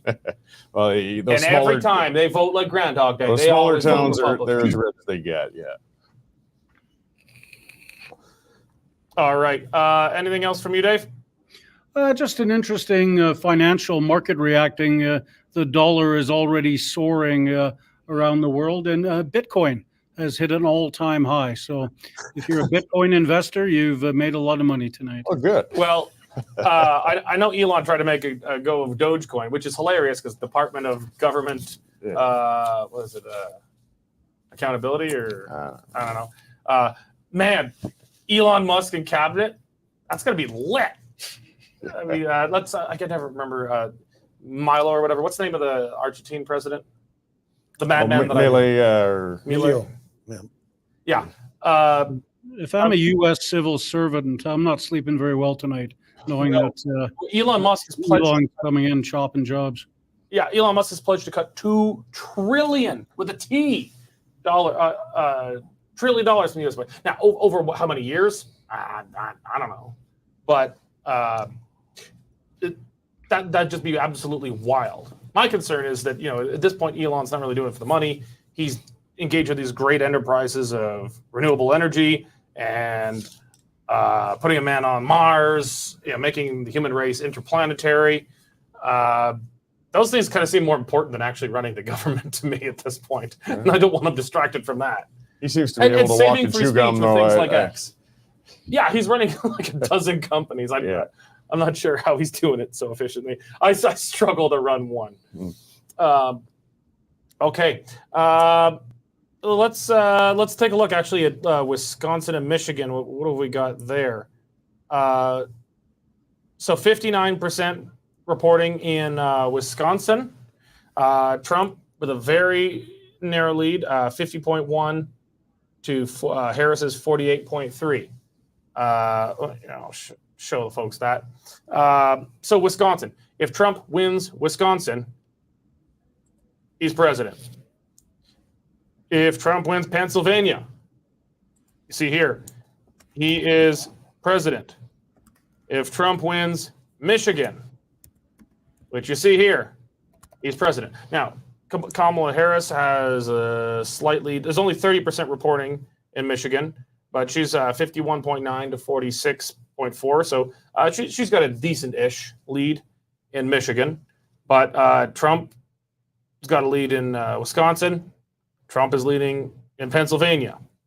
Any one of those three. So bring back to the big map here. Any one of those three battleground states that you see there in kind of an ugly, pukey beige, I'll call it. Pukey beige. If Trump wins any one of those three, he's president. Gentlemen, all right, let's take the map down. Gentlemen, he's going to win one of those three. I believe you're right. On probability. And looking at it, he's leading in two out of the three. The one he's not leading on is got not many reporting. I think he's going to win one of those three. I think we need to hope that he doesn't just win, but that he wins big, because it's going to be bad enough to get the Democrats to relinquish the White House anyway. I mean, you may depend there are going to be legal challenges to this vote and to that vote. They may well try to stall the thing off. I'm not suggesting that they would mount an insurrection or have their own January the 6th. I'm not saying that. But they will use Lucky for us, Democrats don't have guns. Well, they don't have legal guns. They could buy them. But at any rate, what I'm saying is that they will take every opportunity, and the closer the result is, the more tempting it will be to exercise that opportunity. So, in fact, I wonder if we might ask Simon to get Simon back on the program. Yes, here. actually, we've got Ted. Sorry, guys, quickly, I wonder what sway Peanut the Squirrel had, because we're all thinking of him tonight, aren't we? Well, Peanut's getting the last laugh, I think, from the other side there. Exactly. Cory, real quick, we got Ted Morton standing by here. Real quick, explain Peanut the squirrel. Peanut the squirrel was a fella who'd had a lot of videos done on it. It was a squirrel he adopted as a baby. It was a cute house pet. It did little tricks. It jumped around with him. He dressed it up. And somebody reported him to the New York authorities, and they burst into his house. He had a raccoon as well. And they seized Peanut and the raccoon, and they killed him. That's as simple as it gets. They claim it was because they had to test for rabies, but they actually burst into a person's house, took their pet, and killed it, which turned into a symbol of this is how far authoritarianism has gone, where you can't even safely keep a house pet without them coming in and potentially killing it. How many of them were there on the raiding party? Oh, it was something Like 10. It was nuts. It was just nuts. 5 hours For a squirrel. for a squirrel. Yeah. Yeah, and I mean, it's funny, but It's dark comedy. it is, and it has just become some of the greatest meme content of all time. Well, just to close off before we get to Mr. Morton, in a not too much of a big joking way, this is Nico, the world. bring up my screen here. This is the world run by memes and trends, and to have something like this break just before an election, this is the sort of thing that can change things by a point or two. And I think Peanut had a little bit of an impact on things, or the fate. And also don't forget the poor cats and dogs that were eating. We're getting eaten. Well, They were eating the carp. They were eating the dogs. They're eating the pets of the people that live there. It's like yeah. So like the at least with Peanut, it really happened. But well, it may have happened with the other stuff. It's hard to say. There's conflicting reports there. But Peanut, and do not forget what was the name of the raccoon they killed too. I don't remember. They murdered the raccoon. Yes, they murdered his little raccoon. But Peanut the squirrel had 1 million TikTok followers. This squirrel is more popular than almost any person in America. Well, it appears to be more popular than Harris right now. So yeah. So just take a quick before we bring in Mr. Ted Morton. Just a moment of silence for Peanut. And I just want to note that 60 years from now, high school students will be taught how the government execution of an innocent squirrel on TikTok led to the re-election, the return of President Donald J. Trump. At least a contributing factor, yes. I think you're going to have to live long enough to write the history books, Derek. We'll see. We all pray for that. Okay. Dave, you've got. I know you just sent me a message here. You've got an update. We're gonna do this quick update, and then we're gonna go to Dr. Ted Morton. Oh, we can't hear you, Dave. Sorry, guys. CNN has already started the morning, it appears. They are reporting that Kamala Harris's headquarters has fallen into a complete silence. No, I've lost the rest of the tweet. Here it is. Crowds of supporters visibly tense, with some pacing while others are beginning to lose hope as updates come in. So all together now, boo-hoo. All right. Thank you, Dave. You're welcome. All right. Let's drink some liberal tears here. All right. Well, I'm eager to bring in our next guest, Dr. Ted Morton, coming to us from what looks like, I can't get a good enough view. Are those deer or are those elk on your wall? I think deer. They're not squirrels. There's the giant jackalope, giant Montana jackalopes. Dr. Ted Morton is the former finance minister, or as we used to call it back then, the treasurer of Alberta. And he is a dual citizen of United States and Alberta. I like to say it like that. Dr. Ted Morton, thank you for joining us this evening. Happy to be with you guys. I've been chuckling over your last 10 minutes of comments. So really close race in Montana, right? Not in Montana at all. Montana's Trump territory. The big issue here is whether Tester, the two-term Democrat incumbent senator, could get reelected. Historically, he was, I think, what most of us small C Western conservatives would call a good Democrat, independent, didn't go with the liberal wing of the party. But in the last 6 years, he has, and he's been caught out on that. And it looks like he's going to go down. And so I think it's just as well. Obviously, the presidency election is the most important, but who controls the Senate and who controls the House is also important. And it looks to me like the Republicans at least won. They're going to win the Senate seat here. Tester's going to lose. They've won a Senate seat in West Virginia. I think they're going to win some more too. So I think the Senate's going to go Republican as well. Yeah, they already held the House. I'd be shocked if they lost the House.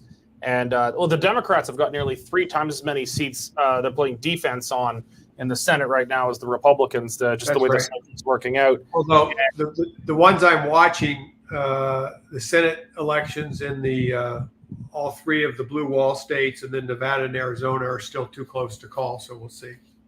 We should point out to some Canadian viewers who might not be familiar with it, though, not every Senate seat goes up every election. There's the midterms that'll change things. It's not the same as with us. Well, it's 1/3 of the Senate every 2 years. 33 every 2 years. Yeah. Yeah, and then I guess every once in a while there's an off year to get to the round 100. Yeah. But that's I think I shared this with Nigel earlier today. I was predicting, and it looks like I'm going to be wrong. I thought Harris was going to win. I thought there was going to be lots of what Americans call split ticket voting, where people voted Harris for president and then Republicans for Senate and House. That's not, in other words, they were going to hedge their bets. You preempted me. I was looking forward to trying to rub it in your face, but you just got right ahead of it. I saw that from you. Republican House, Republican Senate, but Kamala Harris is president. Are you feeling what we're feeling, that that's not the case tonight? Yeah, obviously, I thought there was going to be enough late breaking support for Harris that she was going to win a clear electoral college majority. That's obviously not going to happen. The so-called blue wall states, Wisconsin, Michigan, and Pennsylvania, still too close to call. You guys, I think, have it right that if she's in trouble, she needs to carry all 3 plus keep Nevada, or if she doesn't have Nevada, then get, Arizona. But it's going to be very close, which I think is a bit I think it would be better. I think Nigel was hinting at this earlier. It'd be better for the United States if one of the 2 had won a clear majority. If it's going to come down to 1 or 2 electoral college votes and a few tight races in the House, then could be in for another couple months of litigation and allegations and basically ugliness. Well, I don't know. I'm looking at the numbers here, and here, Nico, let's pull up the map.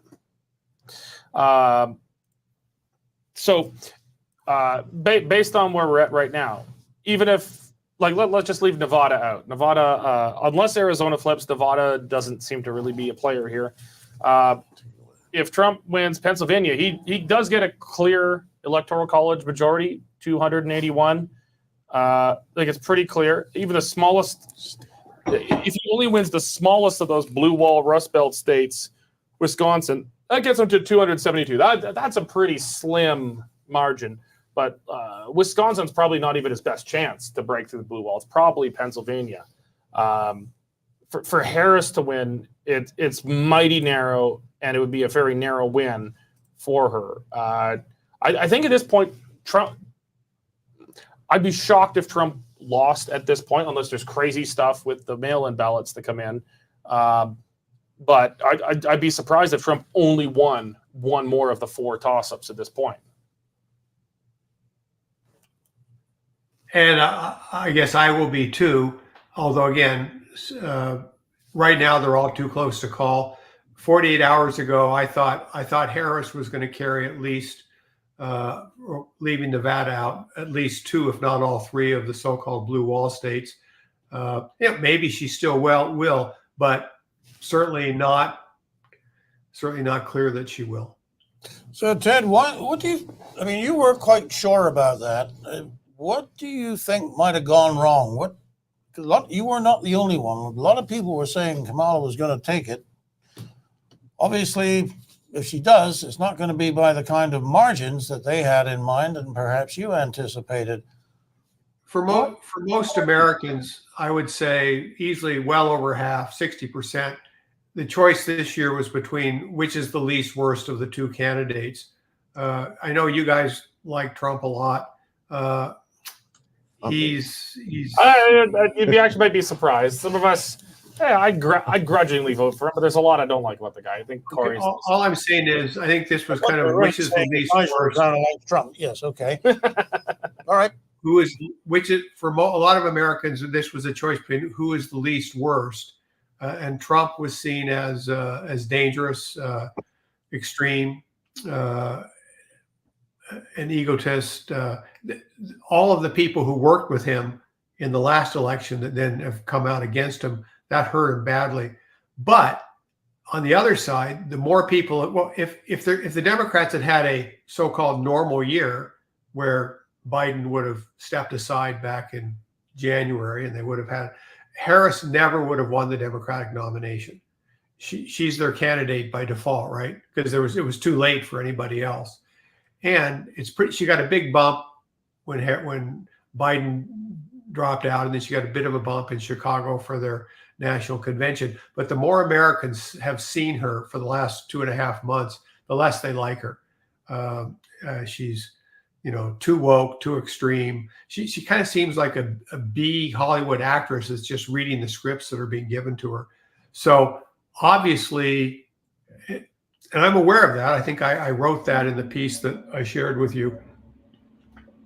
But I thought that would weigh less negatively on her than the negatives on Trump. And I think my impression is wrong that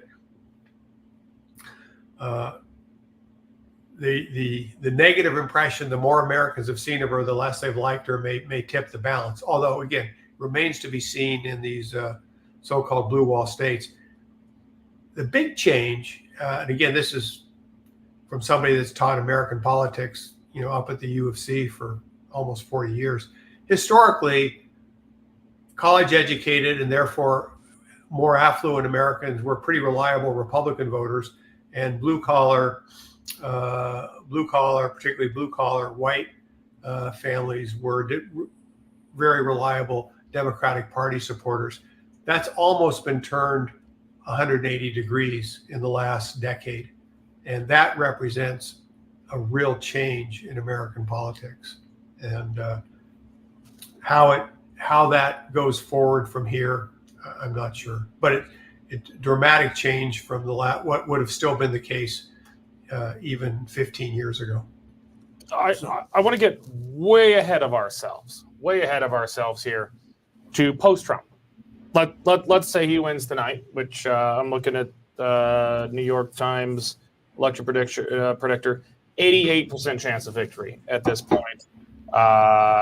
Estimating he's going to get 301 electoral votes, way more than he needs. And even so they're predicting he's going to get some of those blue wall states then. Yeah, absolutely. And predicting he actually wins the popular vote by 1.1%, which would be the first Republican. I could be wrong, but Republicans generally don't often win the popular vote.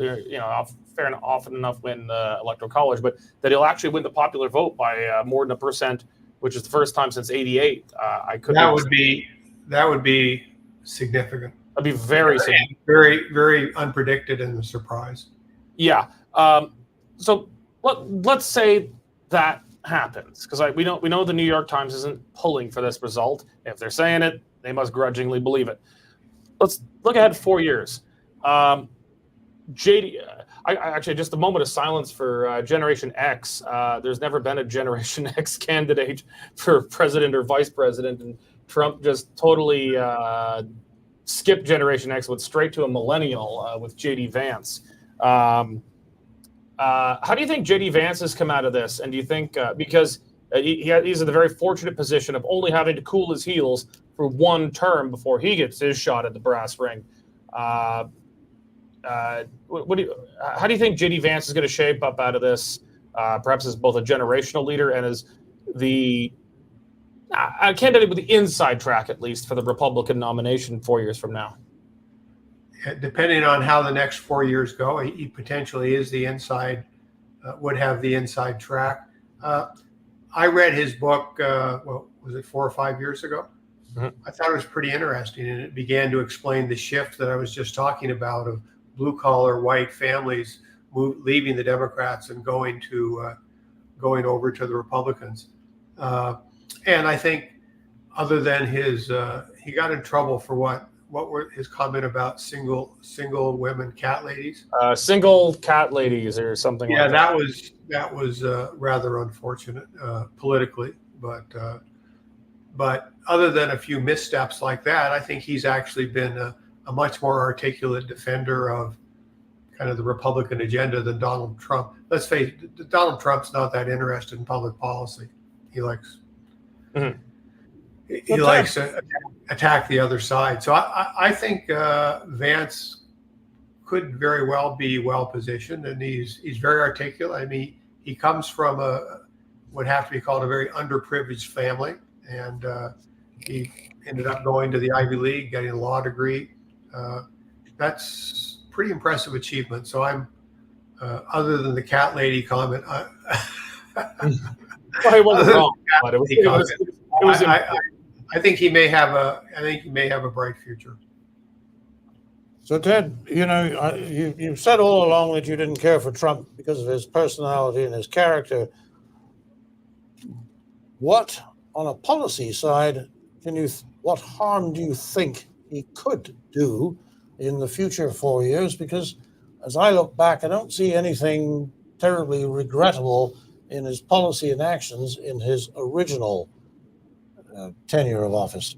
Yeah, fair enough, Nigel. I would say in his original 4 years, he had a lot of people stepped forward to help him. If you look at his first cabinet, very interesting group of people, all who had very successful careers and were willing to step forward and help Donald Trump. About half of them have now campaigned against him, right? Yeah. Because they found his judgment, his egotism, his impetuousness to be dangerous. And so that was certainly a very negative factor in my assessment.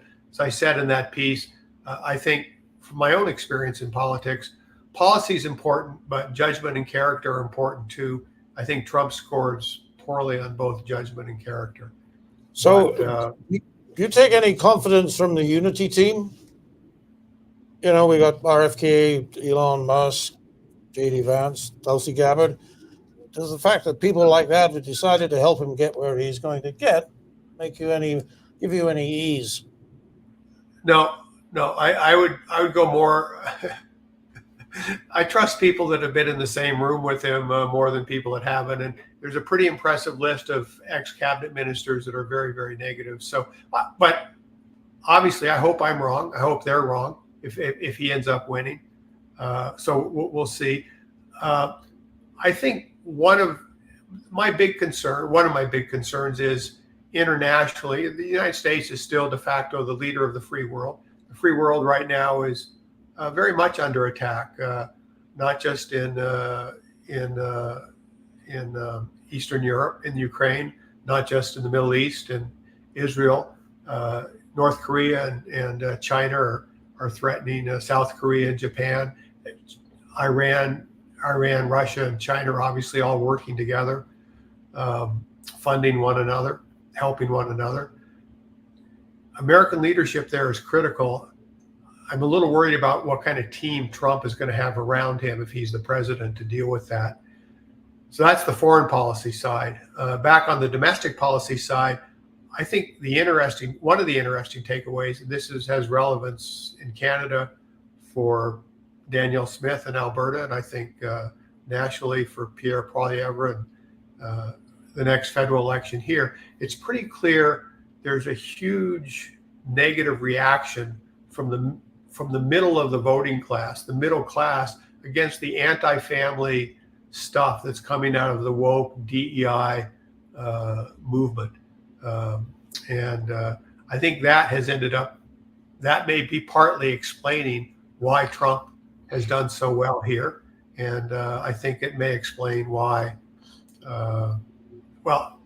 you saw the big positive vote that Danielle got on the weekend at the AGM. Partly that was, I think, for standing up for Alberta and challenging on the energy policy, climate trade-offs, and so forth. But partly, I think it's standing up for parents' rights, protecting kids against things that were being brought into the schools that were going to be harmful. So I think that's happened in the U.S. There's a reaction against that, and that could spill over into Canadian. I think it actually already has spilled over into Canadian politics. Look at the first index in my new book, and I talk about that. So I just wonder if another factor that might have happened, though, was I mean, Trump is a known quantity now, too. I mean, when you get a new candidate, no matter who it is, you can play the hidden agenda. You can talk about apocalyptic predictions, which there were before he ran the first time. And as opposed to his inner circle, as you said, who found him to be a man of poor judgment and poor character, but the public at large didn't see these shifts, or they weren't looking at nuanced foreign policy. So when looking against the almost unknown, woke opposition, they might feel like Trump isn't so bad. They might not like him. He might be bombastic and not even that personable, but they know who he is, and he isn't necessarily going to end the world, even if some people are acting as if it would. Again, I'd separate foreign policy from domestic policy, but on the domestic front, the kind of woke, DEI, racist, homophobic, sexist, colonialist, all that stuff, that was still it was there in 2020, but it was a little below the surface. Now it's out there big time, and I think the negative reaction against that is getting bigger and bigger from just normal families, normal people. The United States, there are a lot. The United States had slavery. There are Aboriginal issues in the U.S., but still, if you step back and look, Canada, the U.S., I'd go on and say Australia, compared to the rest of the world, the last 10,000 years, we're better off in terms of security, safety, prosperity, health, all equality, all of those things, much, much better off than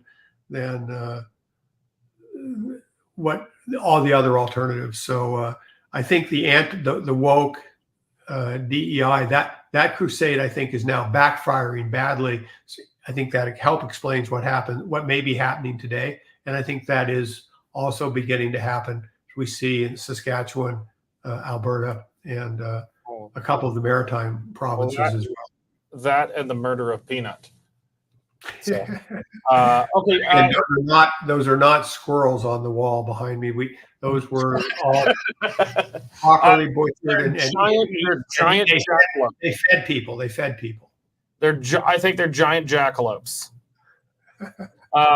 Ted, just stand by. I want to get just a quick update from Dave Naylor in our newsroom. We have some more calls. Nico, let's bring in Dave and get the map back up on the board here. Oh, Dave, we cannot hear you. Dave is muted. Keep expecting Nico to unmute me. As expected, Kamala Harris wins California, Oregon, and Washington. Trump wins Idaho. And I'll just give you some quick rundowns on the key ones that are still left in the night. Wisconsin, Trump is up by about 60,000 votes, 50.6% to 47.9%.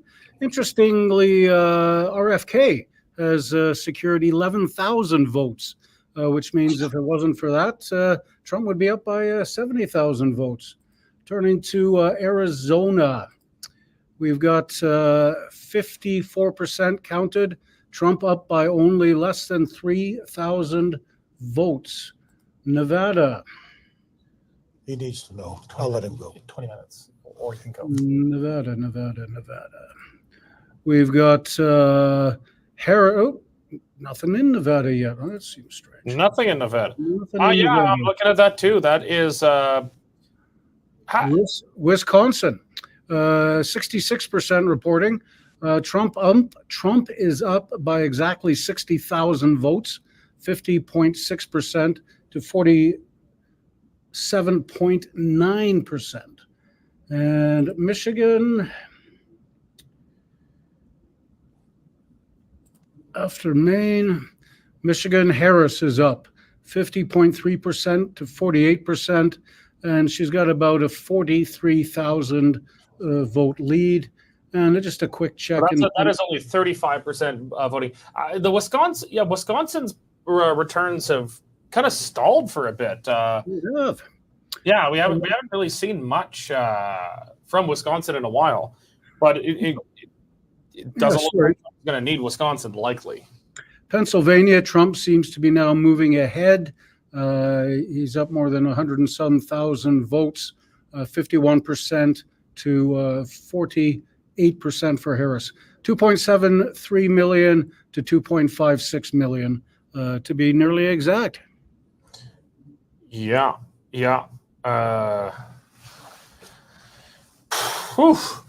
It's looking like 4 more years of the Orange Man. Bad Orange Man is back. Okay. I think that's I guess these get. One of the things that Nigel and I were talking about yesterday, guys, is I think one of the big New York City newspapers were saying we finally reached the end of the pendulum in terms of the woke society, and the pendulum is now starting to come back towards more normalcy. You got to think that a Trump presidency is going to increase the momentum of that pendulum. I don't know if that'd be normalcy though, but it would push the woke back anyways. Yeah. All right, Dave, thank you very much. Let's bring back in. You know what? Actually, do we still have Simon on? Yes, we do. You know what? Let's get Simon and Ted. How does that sound? Sounds good to me. Let's bring in Simon Hankinson from New Hampshire of the Heritage Foundation, leading American conservative think tank. Ted Morton, former Alberta finance minister / treasurer, and also dual citizen of the United States and Alberta. Maybe we'll just have a bit more of a maybe a broad, open discussion here. Let's get the map. Actually, let's get the map up there. Use this one here. So both gentlemen, there are still 4 toss-up states. Arizona could theoretically go blue, but I'm looking at it. It's highly improbable. Highly improbable. Trump's at 262 called or leaning. Harris is at 226 called or leaning. 50 toss-ups still there. As we were discussing earlier, Nevada probably doesn't matter unless Arizona does something crazy. Trump just needs one of the 3 blue wall states that are remaining. He either needs Wisconsin, and he wins on Wisconsin alone. Michigan, he can win on Michigan alone. Pennsylvania, he can win on Pennsylvania alone. Looking now, we finally got this working. We've got the New York Times live presidential forecast. It has Trump at an 89% chance of winning. He has a range of 255 to 329 electoral college votes as an estimate. And it is estimating him right now to be the first Republican since I was a toddler to win the popular vote, which would be an astounding feat if he actually pulls it off. Let's keep the map up, but maybe just kind of move it to the side for now. Do you guys, maybe we'll start with you, Simon, and then the same question to Ted. Do you see any realistic path to Kamala Harris winning right now as the map stands? How's the echo? Just checking. There's always a path. Sorry, Simon, you still got that nasty echo. Maybe, how's that? Is that better? Yes, that is. Go ahead. Yeah. I remember what happened in 2020. 2016 looked a little bit more like tonight in that it was a surprise to a lot of people, but it got called fairly early and it stayed that way.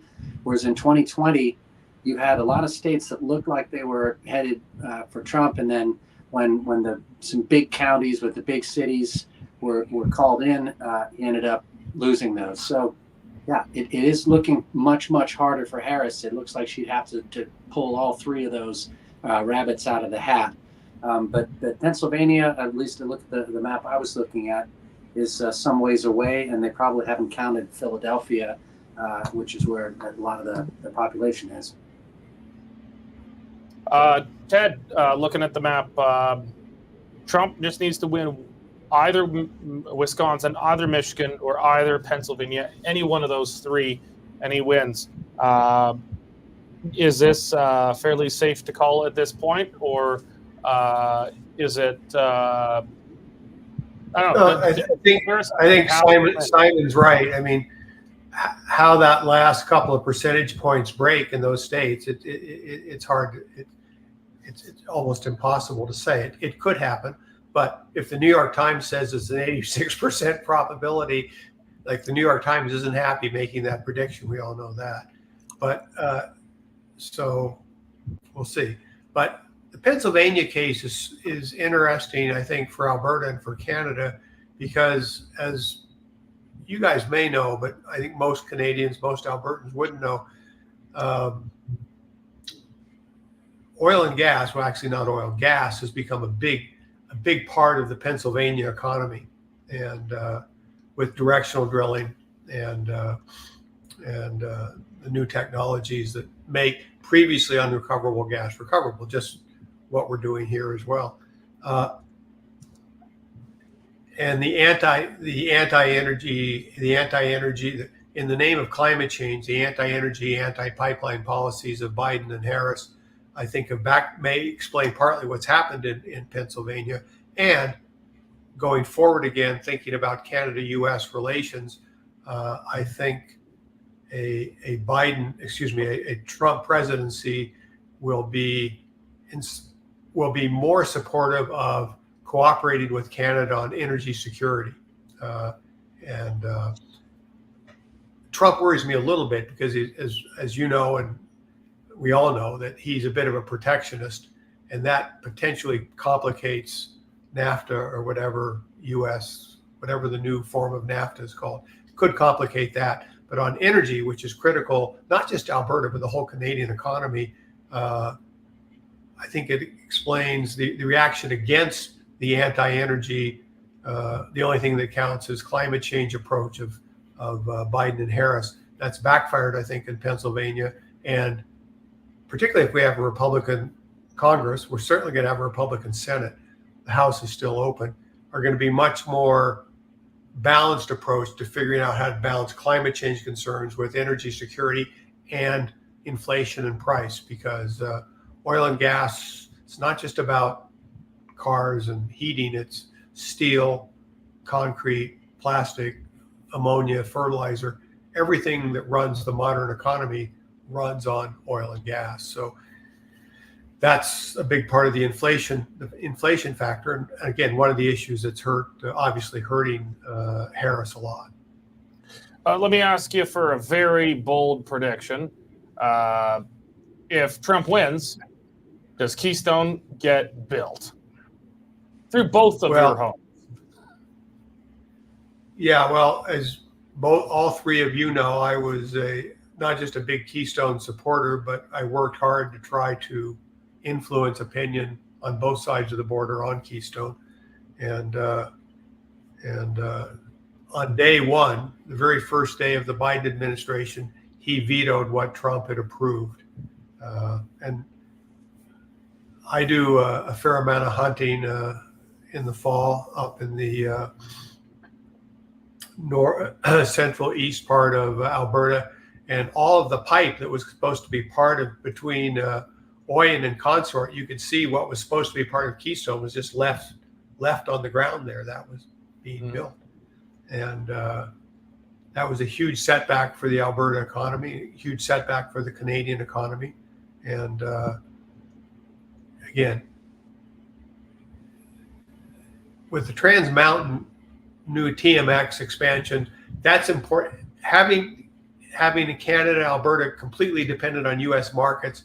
No industry is good being dependent just on one market, and we have been overly dependent on the U.S. market for oil and gas exports. Trans Mountain expansion addresses that and begins to solve that. But the fact remains, the United States is an ally both economically and strategically in global strategic affairs. Yes, I think, to get to your question, I think there's a very good chance that Keystone will and would come back. The quotation that you've all heard me use before, former governor of Montana said, "You don't have to send the National Guard to Alberta to get the oil and gas into the American economy." Indeed. Okay, let's. Well, Simon, here. Let's. Nico, bring up the side screen here. I want to see where you're at, Simon. Here. New York Times still saying there's an 89% chance. I'll actually have to correct the record here. While we were sitting here, a friend of the Western Standard sent me a message saying I was not a toddler in 2004. Bush versus Kerry.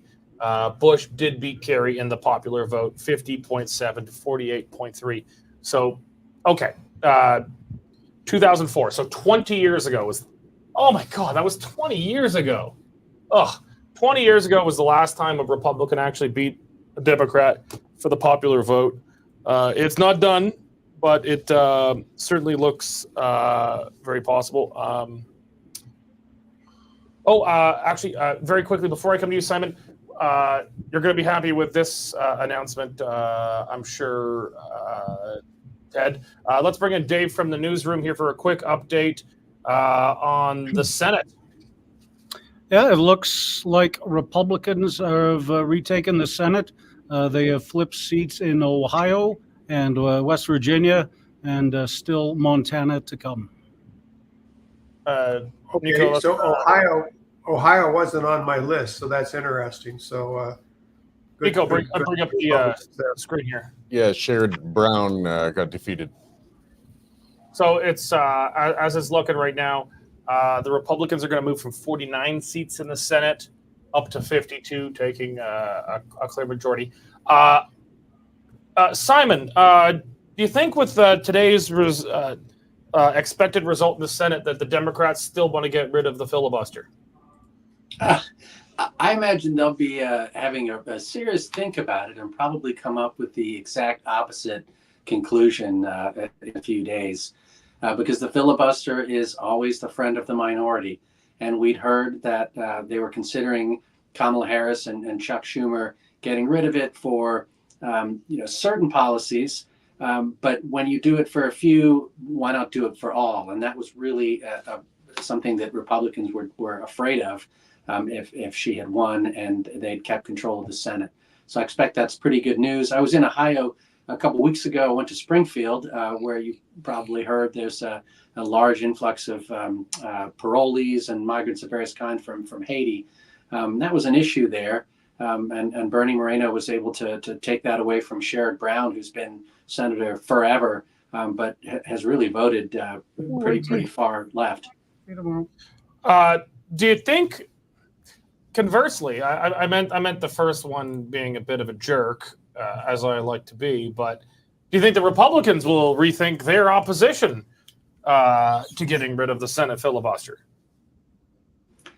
Well, I personally, just speaking for myself, I hope not. I think it's always a mistake to try to capitalize too much on a victory, because the other side always gets a turn in the end. Now, there was talk of, if the Democrats had a clean sweep, that they could introduce 2 new states, District of Columbia, Puerto Rico, which would give them four new senators. They could get rid of the filibuster. They could try to get rid of the electoral college and sort of lock in a Democratic majority forever.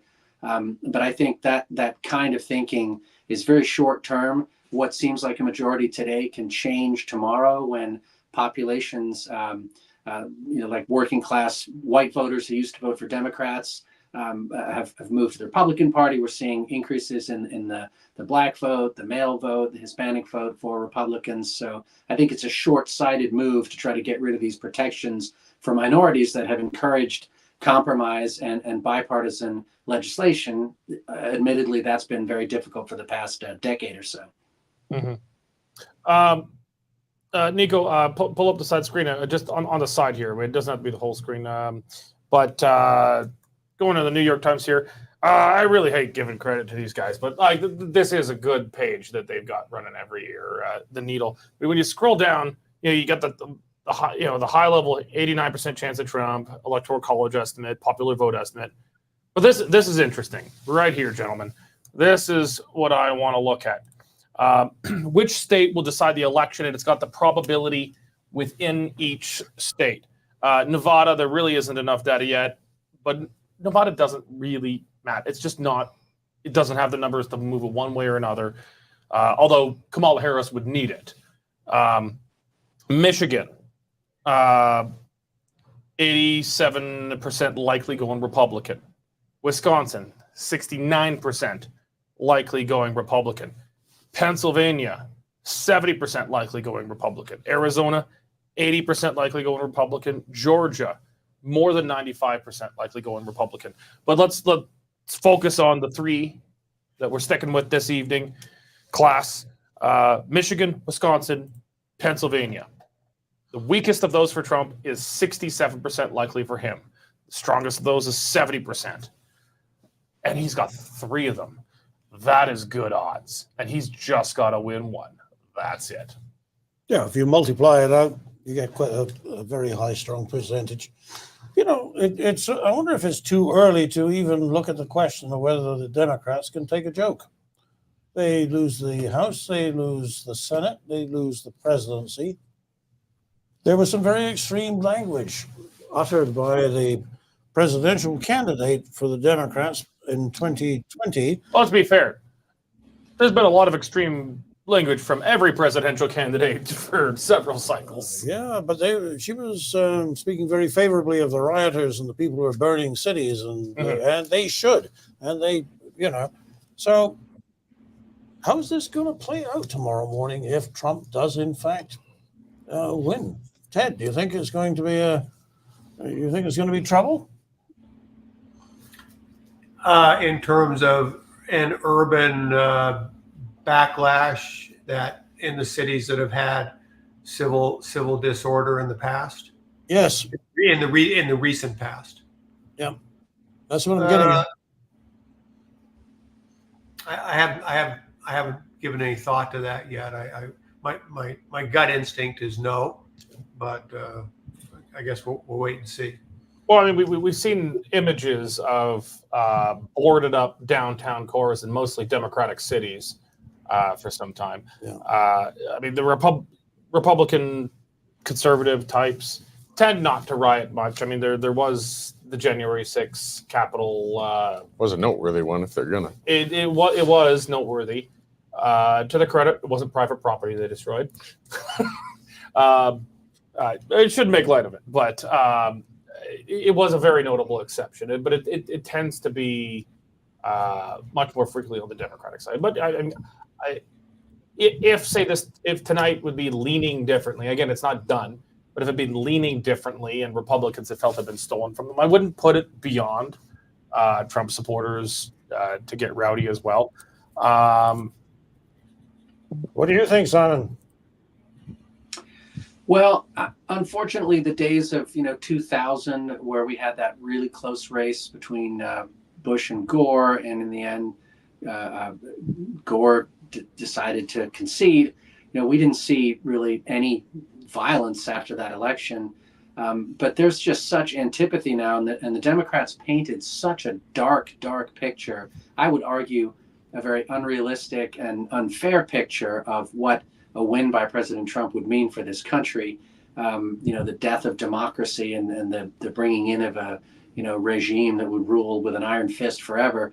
I think some people probably have been persuaded by that, and I wouldn't be surprised if we saw lawfare of an extraordinary degree, where we'll see lawsuits, probably being filed as we speak, And we may see an uptick in urban protests, and some of it may end up breaking windows and causing damage. But I really hope that we can be spared what we saw in the last election, and all the riots that happened in the aftermath of the George Floyd death, and some other instances in the past 4 years that have been really unfortunate for our country. Well, is there anything in the Constitution that prevents a convicted felon from being elected president, taking office?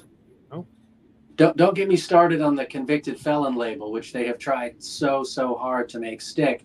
I really think most Americans understand that whether you like Trump or not, and whether or not you think he's done or said things that he shouldn't have, the cases that were brought against him, with perhaps half of one exception, were just simply lawfare, to put it bluntly.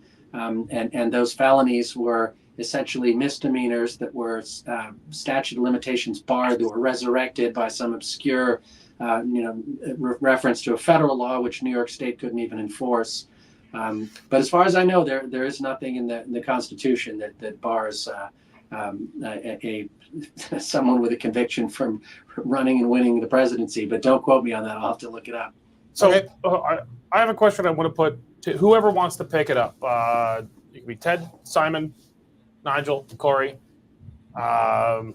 even Nico running the show tonight. Actually, we should just take a moment to thank our broadcast editor, Nico, who I think has done a fantastic job making this run smoothly. Cory, you were around 4 years ago when we did this. And, oh, God. We've come a long way. iPhone duct taped to a broomstick. But yeah, I just want to thank Nico for doing a fantastic job as our broadcast editor tonight. Okay, so I've got a question I would just put to everyone on the line here. And those of you, there's a lot of people chiming in the comments section. I am watching you. I'm not as good as Cory about acknowledging it because I don't do live shows often like Cory, but we want to hear from you too. Is Joe Biden secretly got a shit-eating grin on his face tonight? Is Joe Biden, is he kind of smirking, thinking like, you guys stole my second term, you stole my presidency? People within the Democratic Party, I'm not very conspiracy prone, but people in his inner circle clearly put him up to an extra early debate that they knew he would completely crap his pants in, and it would incinerate his candidacy, so they could switch the Democratic nominee without a Democratic nomination and primaries. They took it from him. Now, I think Joe Biden would have gone down to an even greater defeat than Harris is likely to go down to tonight. But in Biden's mind, maybe he thinks he could have still done it. So I want to get, hear from whoever wants to pick this one up. Is Biden grinning, thinking I could have done better? I'm happy that the guys who stole this from me are going down. Or is he thinking this is going to trash my legacy and this is the end of democracy in America? I don't think he has much to grin about. I think he's cognizant enough to know that he probably wouldn't have pulled it off either. And he's not going to take satisfaction in knowing that Harris didn't. I don't think he thinks the world's ending either, I guess. I don't know. I think perhaps we're reading a little much. I mean, the fact that he was yanked out and such, there was definitely some stuff going on. But I think he's still just as a dedicated, he's certainly been a partisan man for a long time. He would have preferred to see a Democrat win, even if it was Harris, in my view. I'd be interested to hear the view from the United States. Simon or Ted? I think the bigger paradox is Trump would have crushed Biden, just crushed him. And the irony of all this is, I guess I disagree that the debate was pushed on Biden by an inside Democratic conspiracy. I think Biden's, again, his own self sort of very delusional view of his own abilities. I think he got tired of being challenged by Trump, so he stepped up and did the debate. And ironically, that debate, of course, then destroyed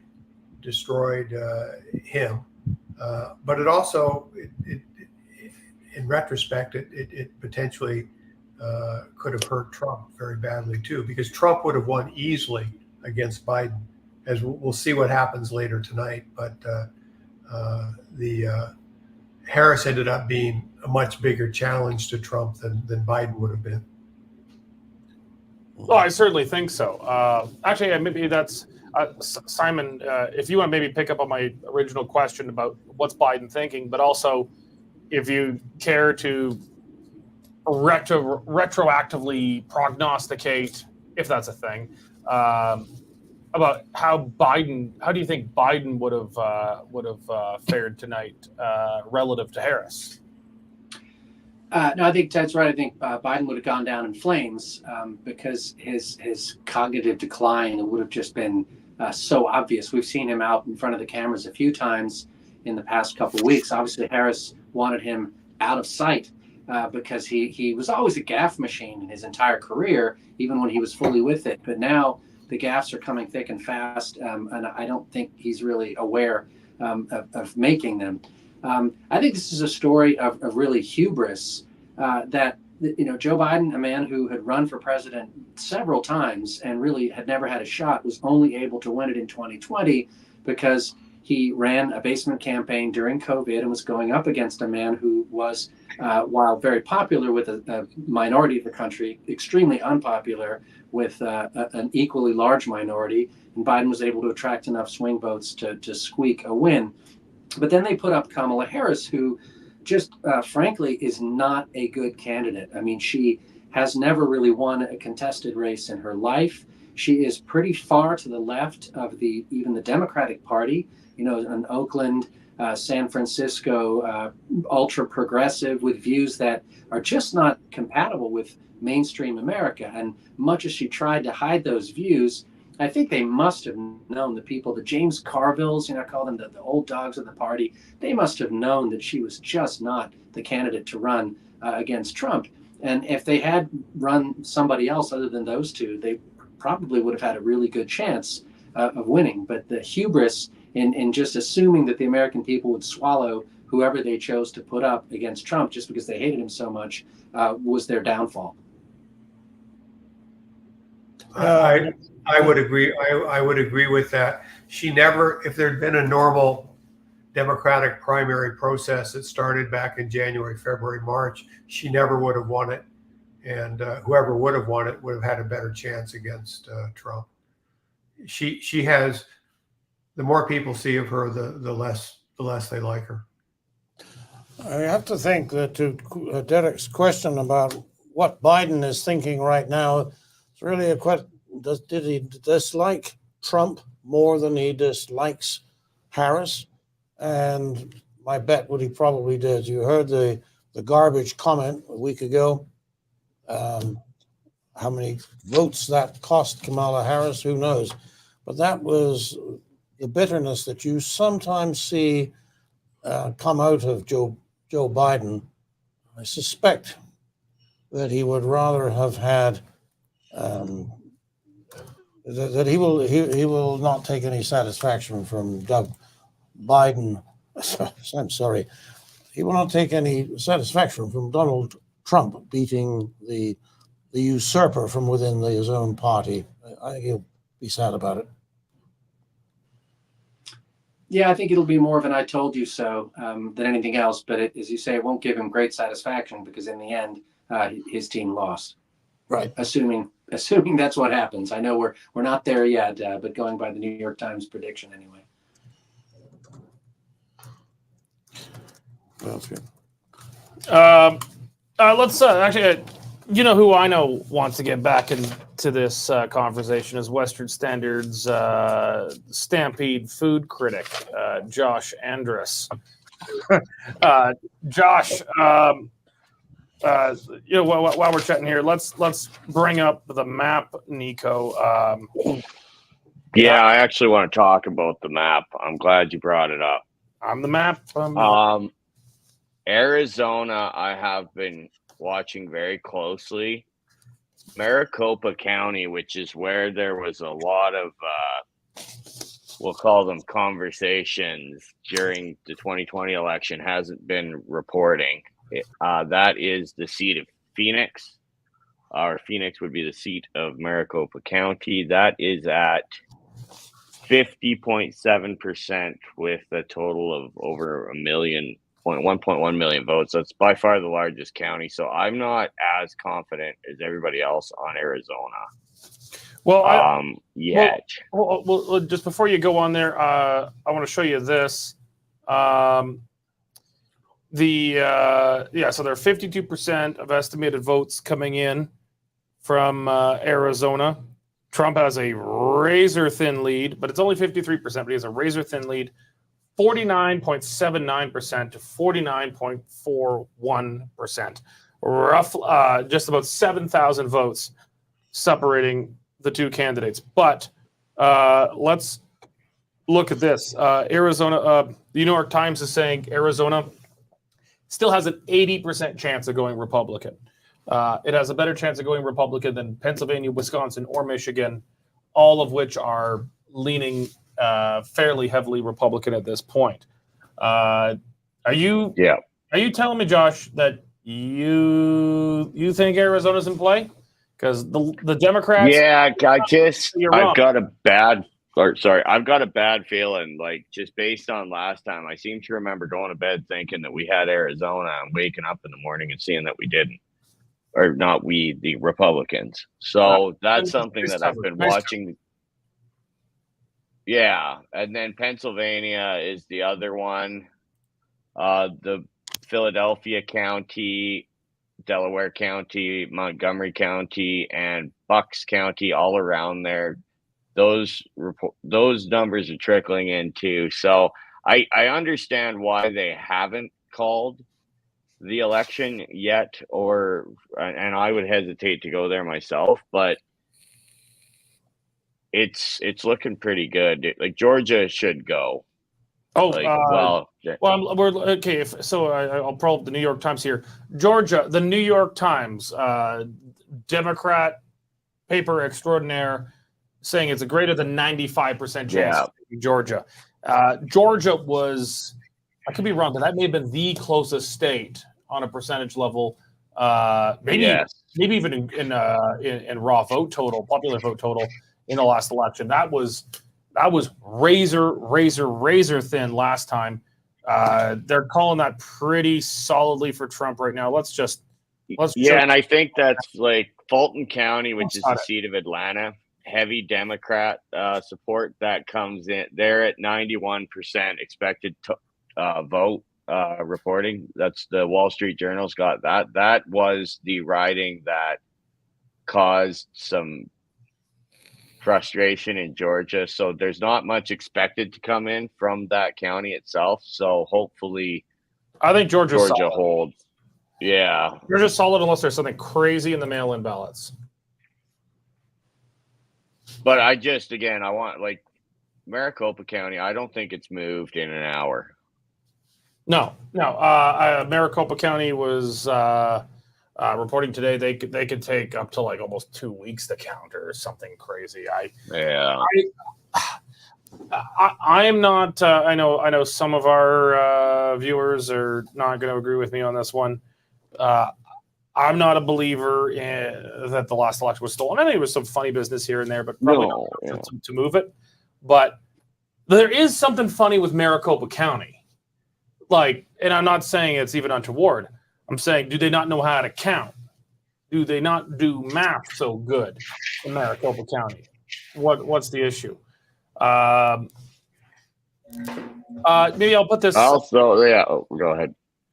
Maybe put this question to both Ted and Simon, if you want to chime in. I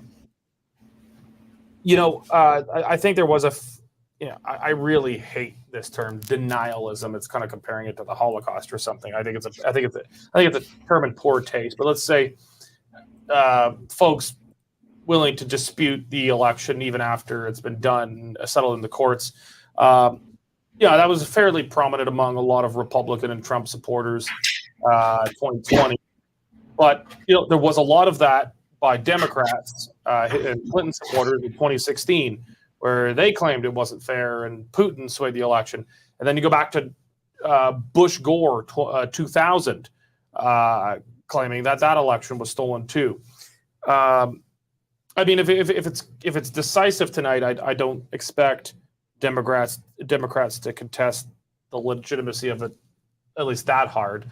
But I'll put it to either of our two U.S. Citizens on the panel. If tonight continues going the way it very much looks like it is, do you expect much in the way of, to use the Democrats' term, election denialism? I'll let Simon go first.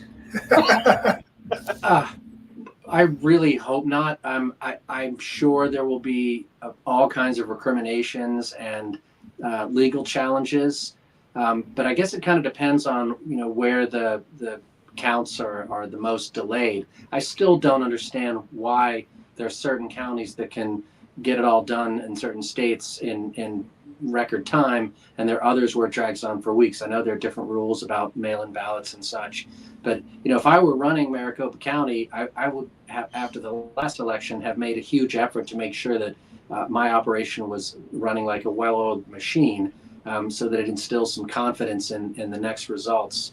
But I think it would be a terrible dynamic to get into, where after each election, we just started trying to undo it and pick apart the voting machines and the system itself. We have to have confidence in the system, and we saw what happened in Venezuela not so long ago when they had an election, and the probable losing party just said, yeah, it never happened. And I know that's a long way down the road, but I don't think we should go even an inch further down that path. Ted, you can't wiggle off this question anymore. Well, I certainly agree. I hope the Democrats wouldn't do it, but I think they'd have trouble doing it because the hypocrisy, that's been one of their biggest crusades against Trump, is his denialism. So for them to turn around and play the game that they've been criticizing, the hypocrisy of that would, I think, a little be hard to sustain. In public, I think they'd lack credibility. Nico, let's bring up the. Oh, geez, what did I do here? Does Nico have any updates on Senate elections? Yeah, I know. We'll go to the Senate in just a moment. I just want to give us an update from the New York Times. Let's get this up. The New York Times live presidential forecast has bumped Trump up to a 91% chance of victory. You like this when it's going your way. You don't like it when it's not. I remember watching U.S. presidential elections. My views have changed around some of this stuff. Like John McCain, there's a lot of policies I don't like about the man, but I really liked the man. I thought John McCain was just the classiest guy. And I know some people are not going to Mitt Romney. Mitt Romney is well to the left, I think, of a lot of my own views, but I think just a classy guy. And you hate to see it going. But when the night's going badly for you, when you don't have some friggin' thing, actually just tick back to 89%. Okay, so a little hope for the Democrats. They're down. Trump's only at 89% now. You're able to do some wild math in your head. If I win this and this and this and this, there's a path to victory. This is really just kind of math, and it's pretty solid. At least once the votes come in. The New York Times election predictor is a lot less reliable before the results come in, but it's a pretty useful tool. Okay, so Ted, you asked about the Senate, and the Senate you shall have. Just give me a moment here. Okay, so here's where we're at. Actually, it looked a little better for the Democrats. We were looking at 52 Republicans before. Let's look at the forecast here. Okay, yeah, 52 Republican to 48 Democrats. I've got in Arizona, Ruben Gallego is beating Kerry Lake. It looks like Kerry you is explain the parties for all the the Democrats who held the seat before through, that was Kristen Sinema's seat. They appear to be holding on to the lead as of right now. Again, early window against Republican Senate candidate Carrie Lake, who ran for governor in 2020. She is underperforming Trump by a few points. In Pennsylvania, the Senate race has Republican McCormick with a slim lead against the Democrat Casey. I believe that is a Democrat seat. It is. I That's could be right. wrong about- That's right. Yeah. McCormick's the Republican challenger. And that's another one where Trump appears to be outperforming the candidate by about 2% there. So again, the president coming in stronger there. Michigan, we've got Rogers Republican over Slotkin Democrat, 50.2% to 47% with 44% expected total reporting. Again, this is Wall Street Journal. Wisconsin, Hovde Republican, 50% to 47% over the Democrat Baldwin. So yeah, I'd have to double check, but it looks like in a few of those races, Trump is outperforming the ticket, which is somewhat interesting. Wisconsin, yeah, it looks like he's outperforming the Senate tickets in a few of these spots. So that's not something I was actually expecting to see, to be honest. I want to go to Ted and Simon in just a moment, but before I do that, I want to just show everyone this map of the House race for the House of Representatives. It's obviously a messier map, but just look at the top of it. So right now, Democrats are called or leading in or leaning in 210, Republicans in 207. I'd be surprised if the Republicans don't still edge out a majority here, considering they already had it. It'd be very odd for Ted and Simon. You know this stuff better than I would, but when the presidency switches parties, the House, and at least to some extent the Senate, but the Senate only turns off a third at a time, as we know. But at least the House gets selected all at once, comes with the president. They might lose it in the midterms, but it'd be very weird for the Republicans to hold the House going in, and then to lose the House as their, the leader at the top of their ticket comes in. So maybe you could speak to that, but also at the same time, I think Canadians need to know about the concept of the split ticket. It's not something we have. Your vote, no one actually vote. One in 338 roughly Canadians actually get to vote for the prime minister in their actual seat. No one actually votes. Technically, MPs vote for prime minister. Technically. But essentially, no one actually votes for prime minister. You vote for an MP, and you vote for that person, that party, and that's it. But you get some Americans.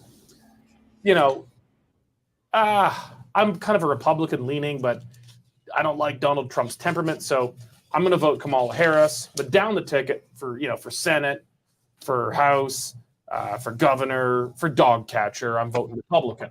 That's a concept. Is it possible that same impact may have been a drag on Kamala? That Kamala might be might be hurting them in the president's race, whereas the party, the general public views the rest of the party as more moderate. Maybe that is what we're seeing here. I don't know. I could be wrong. Yeah. So Simon or Ted, I'll put it to either of you. If you can comment on how you think the House race is going to shape up as we're looking like a likely Trump win tonight. But at the same time, just kind of both your explainer and your thoughts to Canadians about the idea of a split ticket, for whom that is a very, very foreign idea. Ted, go ahead. I'll pass on the House, but on the Senate, the three races that Wisconsin, Michigan, Pennsylvania, with the Republicans slightly doing worse than Trump, it could be the opposite of what I predicted was going to happen, is that there were going to be a lot of people in the middle voting Harris for presidency, and then but then using their Senate and their House votes to create a check on Harris by voting Republican. Maybe the opposite. I appear to have been wrong in thinking that Harris was going to enjoy some sort of last-minute surge, but that her supporters were then going to vote Republican on the Senate and House seats. Maybe the opposite is happening here. But as far as the split ticket voting goes, I did a little bit of research. By my account, 5 of the last 11 presidential elections, the party that won the presidency had lost both houses. So it's not uncommon for Americans to kind of split their ticket, hedge their votes, and say, well, we're going to go with this party for the presidency, but we don't really like him or her that much, so we're going to vote for the other party in this House and the Senate. That's true. Maybe that's happening here tonight. Well, that's true. But what I'm saying is, and I don't have a ton of I don't have the data at my fingertips because I'm in the middle of this. But what seems uncommon to me is that the Republicans already held the House and stand possibly to lose seats. Maybe they don't lose control of the House, but they stand to lose seats in the House. I mean, say the Democrats already had the House and Trump wins and the Democrats keep the House. That's not entirely uncommon that there's a split ticket there. But for a new party to come into the White House, but then to lose the House of Representatives, that would probably be a little less common. It's happened 5 of the last 11 elections. Wow. My theory is obviously not too good. That's why we have some. That's why we have some people living in America on the panel. Well, just my 2 cents on this, and I'm not as much of an expert as probably all of you on the mechanics of it, and there are people who make a living studying exactly how the House gets elected every year, and I know my friend John Holzman, who makes predictions and actually seems to be getting this one right. The House was the hardest one for him to call, but I would just say a little local perspective is that sometimes these are well-known names, and they're people who are well-liked, even if maybe their party isn't as well-liked. So it can really come down to all politics is local rather than some kind of strategic decision to split the ticket, to balance the power. And it can really, therefore, be pretty random year to year or election to election every 2 years as to what characters, what people you have running. And we see that in the Senate with these people like Manchin and Tester and Sherrod Brown, who had survived forever, largely on name recognition rather than voting record. And maybe that's true in the House, although I don't know the personalities, obviously. Well, just where Ted's sitting in Montana. Montana is a pretty deep red state looking right now. Trump is leading 63.4 to Harris 33.7. It's a deep red state. RFK is at 2% there, and he's well out of the race. It's a deep red state, but it has one of its 2 senators is Democrat. And now that Democrat has gone down to defeat tonight. But he's not defeated yet, but he looks like he's going to be defeated. Yeah. Very, very likely going down to defeat. But this is the equivalent of someone, let's say, under the Liberal Party of Canada banner getting elected in Brooks or Drumheller or Rocky Mountain House. We don't do that in Canada. But I think that might be largely a product, at least to some extent, of the U.S. primary system, where local people actually pick their candidate. It's a lot less hand-selected by the national. I know there is, the RNC and the DNC have got their dirty hands in these things. But, there's a lot more independence to actually select your own candidate. They can be a rogue on the right, like Ron Paul. They can be a rogue on the left, like Bernie Sanders. But also the ability to select moderates who can actually win in areas where that party is otherwise weak. It's just something that wouldn't happen in Canada. That a liberal, you get like a fairly conservative. It doesn't happen. It doesn't happen in part though, because if you want whoever you want to be the prime minister or the premier, you have to vote the party line to get that result. In the U.S., with the division between the executive vote and the legislative vote, you can hedge your bets. You can do one of each. Yeah. Okay, well, let's check in with our newsroom news editor, Dave Naylor. I see him scrolling away furiously in the newsroom. I haven't seen too much here, but I think we'll check in with Dave right now. Not a lot new tonight at the moment, Derek. I can give you a quick run through. Interestingly, I've just seen a report that the United States Secret Service is going to be mobilizing a lot more agents heading down to Florida overnight. So I think they're obviously putting their bets in on it. Arizona, we currently have still 55%. What is wrong with those people? Nevada hasn't even started counting. They obviously went to the BC School of election voting, counting. Wisconsin, we're now up to 79%. It's 51.1 for Trump, 47.4 for Harris, and it's about just under 100,000 vote lead for Trump at the moment. Pennsylvania. Nico, let's bring up the map. Pennsylvania, we got 50.9% for Trump, 48.2% for Harris, and that's with 84 polls reporting. So that's about 100 and I can't do math. Call it 130,000 lead, something like that. Don't quote me on that. Yeah, and to Pennsylvania, looking here, New York Times says there's a 75% chance Trump takes Pennsylvania. Yeah, Michigan now.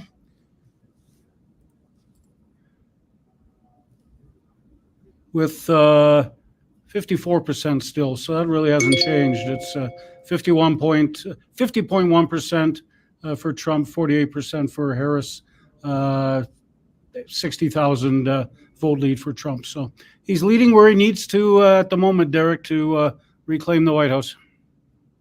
All right. Thank you very much. Nigel, you say we've got Brian Lee Crowley back here? We can. Just takes a quick a message.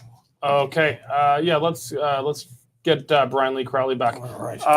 Simon and Ted, we've had you both for a long time. Which of you wants to go to bed first? I'm happy to sign off and talk to you tomorrow. Actually, yeah, no, I think that'd be a great idea for one of us. Cory, who have you got on your show tomorrow? I've got Elise Mills About what? to talk about the American election results. Okay, yeah. I saw it coming. Well, yeah, Ted, we very much appreciate your time and your insights. It's fantastic. You have to take me jackalope hunting sometime. Those are quite the trophies you got. I'll introduce you to my friends. Yes, they're fellow Albertans. Amen. Sounds good. All right, thank you very much. That's Ted Morton, former finance minister of Alberta and a dual U.S. Alberta citizen. And we're going to be bringing Brian Lee Crowley back into the mix. Those of you who were not with us at the beginning of the show, we had Brian at the top of the show. Brian is a very, very smart guy. No, we don't have him yet. Nigel will let me know when we've got Brian Lee Crowley. You'll probably see him before I got that camera in my way. Oh, but anyway. okay. Yeah.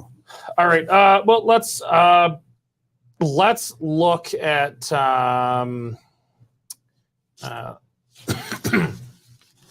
let's here. Nico, bring up the map here. Have we got the map, or did I kill the map? Did I screw up the map?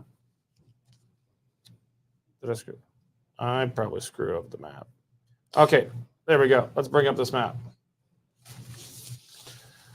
All right, I want to run through the math here. Nevada is as likely out of play.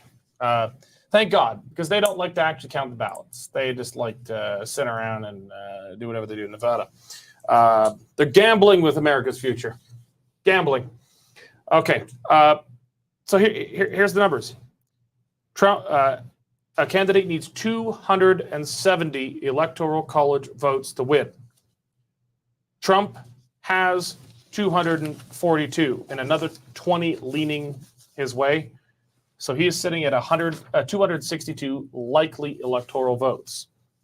Kamala Harris has 192 confirmed electoral college votes and has another 34 leading her way for 226. So 226 for Harris versus 262 for Trump. Trump needs 8 more. Not a lot. That's why Nevada doesn't matter. Sorry, Nevada. Nevada is 6. That's not enough for Trump. But for Harris to win, there's a good chance she would probably need to carry it. Probably. Not guaranteed, but probably. That means you see that beige kind of pukey number, the top, a color at the top with 50. That is the toss-up states that's left. And Trump is damn close to getting there. He just needs 8 more. So that's why I want you to look at these Rust Belt states at the top. Wisconsin, Michigan, Pennsylvania, formerly known as the Blue Wall. Maybe still called the Blue Wall, but you smash that wall, you beat the Blues, essentially. Yeah. I'm not sure where the Red Wall is, but I say it was right down across the middle. Maybe. Diagonal. There you are. Oh, jeez. Oh, God. All right. So we've got Wisconsin, Michigan, Pennsylvania. Trump just needs 1 of those 3 states. Let's start with the smallest of the Blue Wall, Wisconsin. Oh, that's not what I meant to do. Wisconsin. So Wisconsin right now, Trump is leading 51.2% over Harris, 47.4%, 80% of estimated polls reporting. Now, according to the New York Times, Wisconsin has a 74% chance of going Trump Republican. So, Wisconsin's probably going Republican. Let's put it this way: if you were Harris, you would be pretty. You don't like this. Pretty forlorn about this that. It's not good. 80% of the polls in, 47% to 53. Yeah. That's not. That's the smallest of the Blue Wall states. Much time to make up. Yeah, that's the smallest of the Blue Wall states, and it's got 2 more electoral votes on its own than Trump even needs to win. The next, the middle size of the Blue Wall states, Michigan. Michigan. Let's look at Michigan. Michigan is leading Trump again. 55% of estimated polls reporting. 50.3% for Trump. 47.8% for Kamala Harris. Well more than enough votes on its own for Trump to win the presidency. According to the New York Times, Michigan has a 67% chance of going Trump Republican. It's probably going to go. It's not for sure. It's probably going.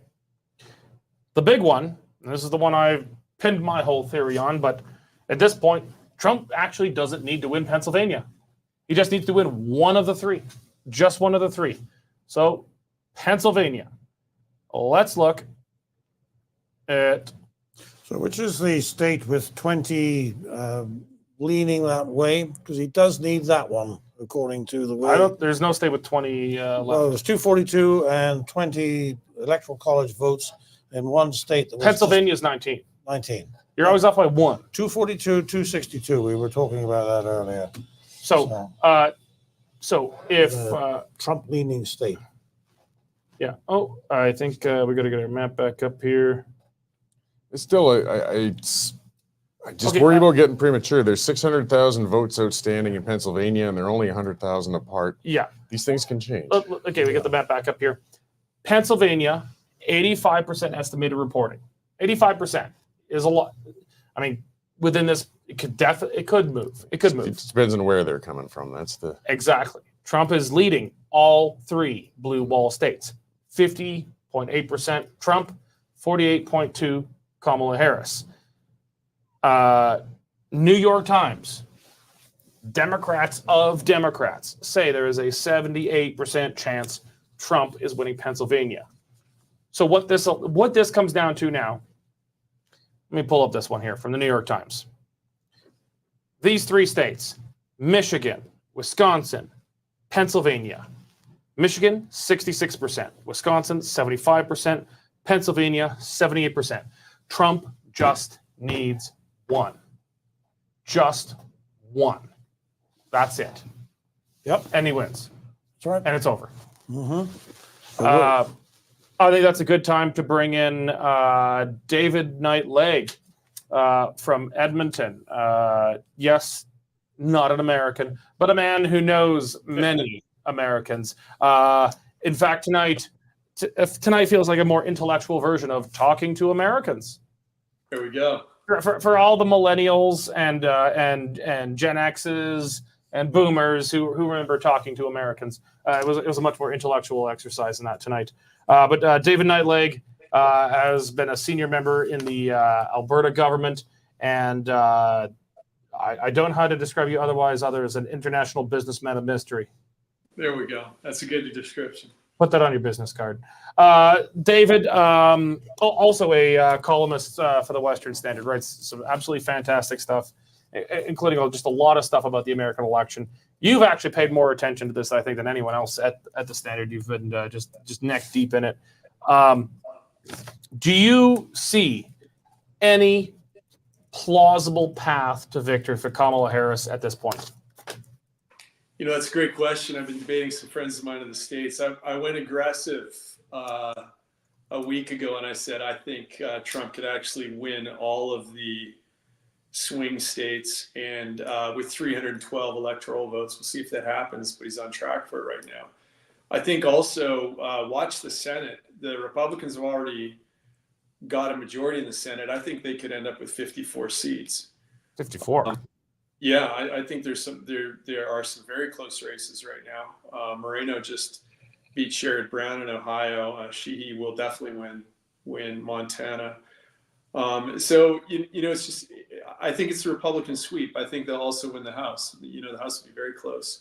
But I think that, you know, I said, you know, being aggressive, 312 electoral seats for the White House, 54 up to between 52 and 54 seats in the Senate, but definitely a Senate majority, and 220 to 224 seats in the House. So I think the next president will be Donald Trump, and I think he's going to go in with a complete sweep, and you're going to have 2 years of a very strong agenda. And the most interesting thing is I've sort of written about for the Standard about this election was early on in the election, the Democrats decided when they appointed Harris that they would try and do everything they could. They were hugely funded, 3 times the treasury of the Trump campaign, to make it a litigation on Donald Trump. And they were prosecuting that pretty successfully until he made this very unusual strategic turn and made it a unity ticket. And suddenly they found themselves needing to litigate RFK Jr., who's very appealing to suburban women. They were litigating Nicole Shanahan, his running mate, who's very appealing to women in tech. And they were very focused on the health agenda, which appeals to independents.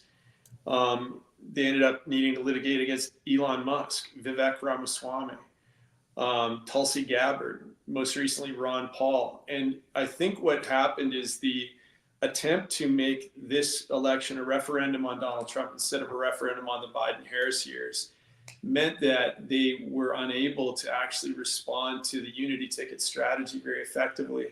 And you saw this especially with the dominance of podcasts. And the most unbelievable example of that was the movement in the polling, Harris being up 6 points with young men under the age of 30 at the very beginning of September to being down by 5 points, an 11 points shift in that young male cohort by the end of October. And you can attribute, I believe, almost all of that to the effectiveness of podcasts, but also the attractiveness in that cohort of some of the members of this unity team. Very similar thing happened with women. So I think what you're seeing in some of these swing states that get decided, you know, keep in mind, Biden only won last, in 2020 by less than 45,000 votes across 3 swing states, finding ballots, counting them through the night for a couple of days, right? This is extremely close. Trump won because he won Michigan by 11,000 votes back in 2016. So I think that what happened was the Trump campaign completely outplayed the Harris campaign in spite of their advantages on money, and in spite of, prosecuting Trump's an easy thing to do, especially when you have the mainstream media. But if you can't control the podcast, which is the new media, which we're on right now, you don't have the independent attention. And I think that's what we're seeing tonight. So a couple of things to follow up on there, David. One of them, you were explaining recently to me how every presidential campaign seems to have gone to the president who managed to get the new medium first from television. Maybe could you lay that out for the viewers? Sure. Well, the most famous example of that, it started with FDR's dominance in radio back in the 40s, but the most famous example of the way that a new medium can shift voter perceptions, and with voter perceptions, especially in these very marginal, tight elections, one of the tightest elections in U.S. history, was JFK versus Nixon. And this is the dawn of the television age, and JFK and Nixon had the first televised debate. And JFK's team very wisely had him prepared for this debate. He'd shaved, he put on makeup for the television medium, which Richard Nixon thought was hilarious. Richard Nixon showed up off the campaign trail, sweaty, 5 o'clock shadow, did the TV debate. And what makes this so interesting was at the time they polled people that had listened to that debate on radio, and Nixon won it hands down if you're a radio listener. But if you saw the debate on TV, you thought that JFK had won it. And JFK went on to win that election, very close election, but many people attribute the shift in perception of him as a candidate to his dominance of the TV medium. You flip forward to Ronald Reagan dominated a new ability to target voters with very specific, issue-specific arguments using direct mail. Completely changed the game in the election in the 80s and brought out voters that they could appeal to by zip code with very specific issues. You saw Obama, Clinton with email, Obama with social media, Trump with Twitter. This year, it's been podcasts. And the most unbelievable example of that is Donald Trump did the podcast with Joe Rogan. Kamala Harris did a podcast with another podcaster. And Trump polled over 40 million viewers in 3 days on the Joe Rogan podcast. Vance picked up the podcast afterwards. If you look at Kamala Harris's very best showing on any media at all, you were talking about maybe a couple million people. She appeared on SNL just 2 nights. It violated an FCC regulation by doing that. But, they just didn't understand the medium. It didn't fit the Harris campaign strategy, which was a moderated, very, very scripted strategy of staying in the basement as Joe Biden had. And as a result, she wasn't putting herself in places that podcasts take people, which is if you're an independent, you like to see a politician held up like Rogan does for 3 hours and asked absolutely everything. And you get a sense of who this person was.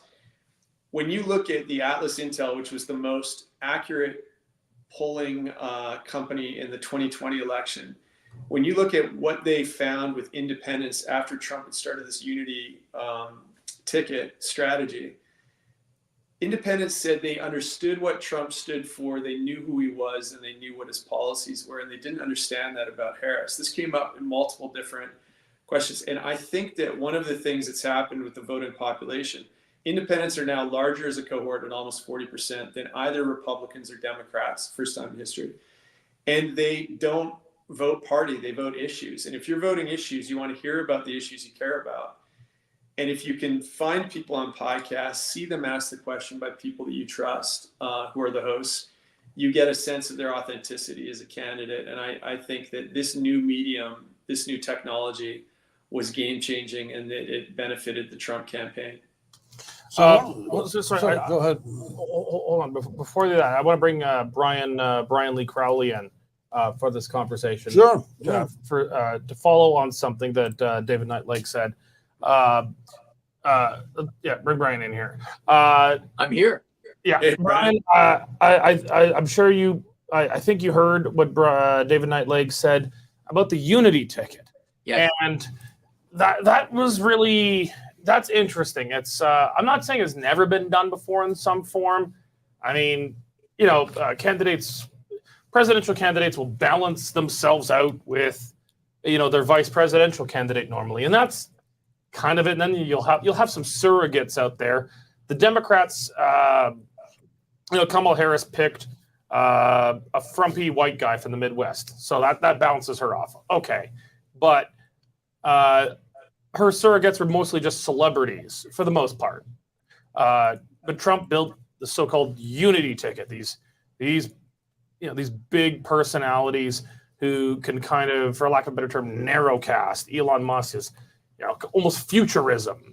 It's technology, it's free speech.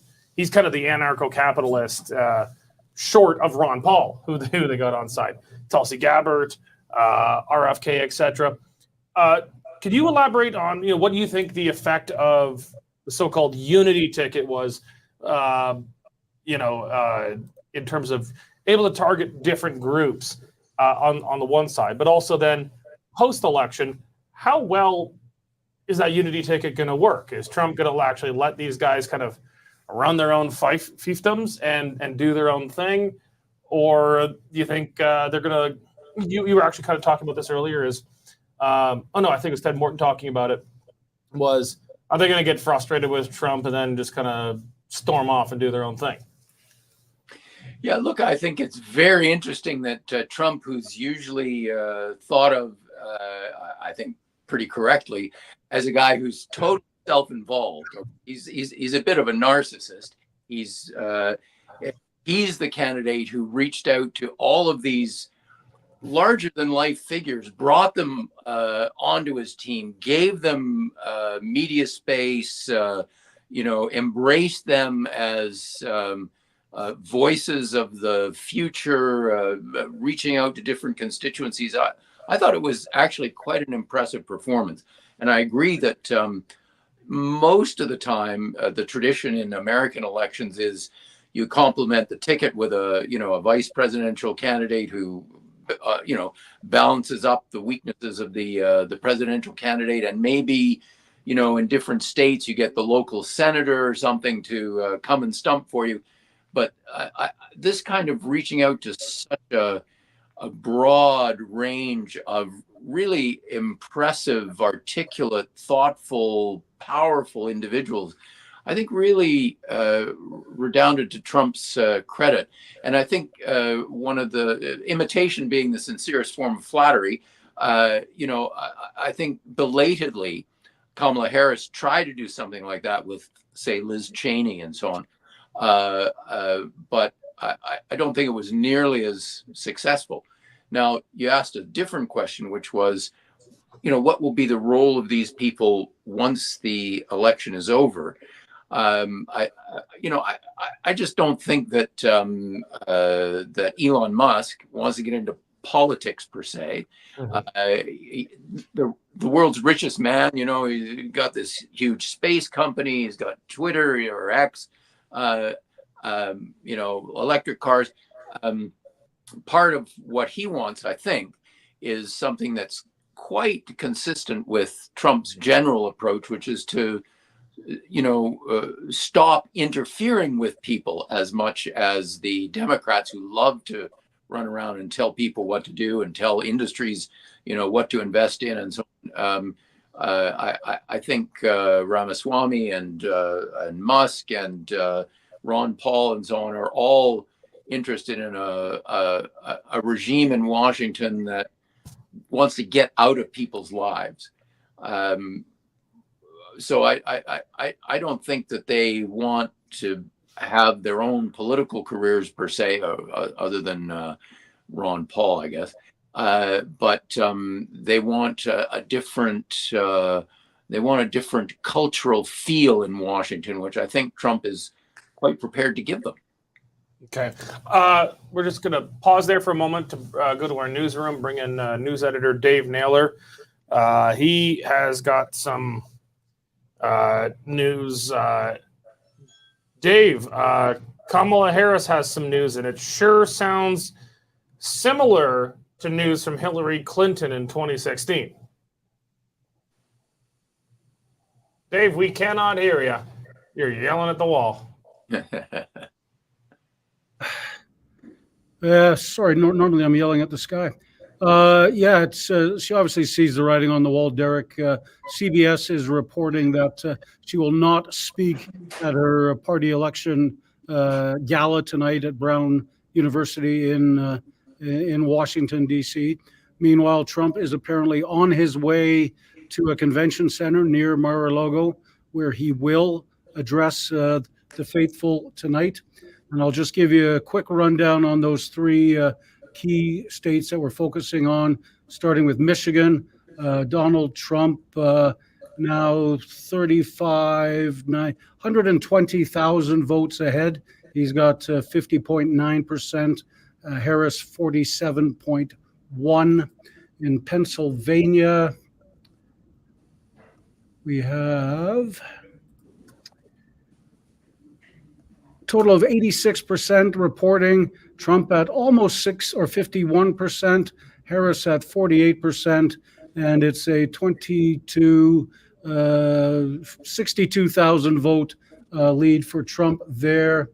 And Michigan, last but not least, we have 62%, 51% for Trump, and 47% for Harris.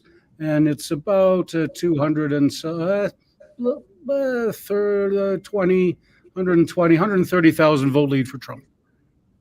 Wow. Yeah. Yeah, it's looking hard. All right, well, we're going to carry former / probably president-elect Trump's speech from Mar-a-Lago when he takes the stage. We're going to be carrying that live. I want to bring, I don't know, Josh Andrus. We're going to let Josh Andrus go soon, but maybe we want to just bring him in for his last comments from the Western Standard Stampede food critic. Josh, before we let you go, do you want to give us your final thoughts? Yeah, I'm once again 4 years later going to bed confident. I think that the Republicans are going to win the White House, and it looks well. We already know they're going to hold the Senate and they're going to win the House. So picking the Senate up. Yeah. So yeah, exactly. So I mean, even if they lose the White House, there's a certain check that they have built into their system that helps to prevent against what we have going on up here with it, which is effectively tyranny of the majority. So yeah, no, I'm going to bed confident. I'm looking forward to hopefully waking up this morning and not having to deal with what we had to deal with 4 years ago. But we'll see. So that's all I got.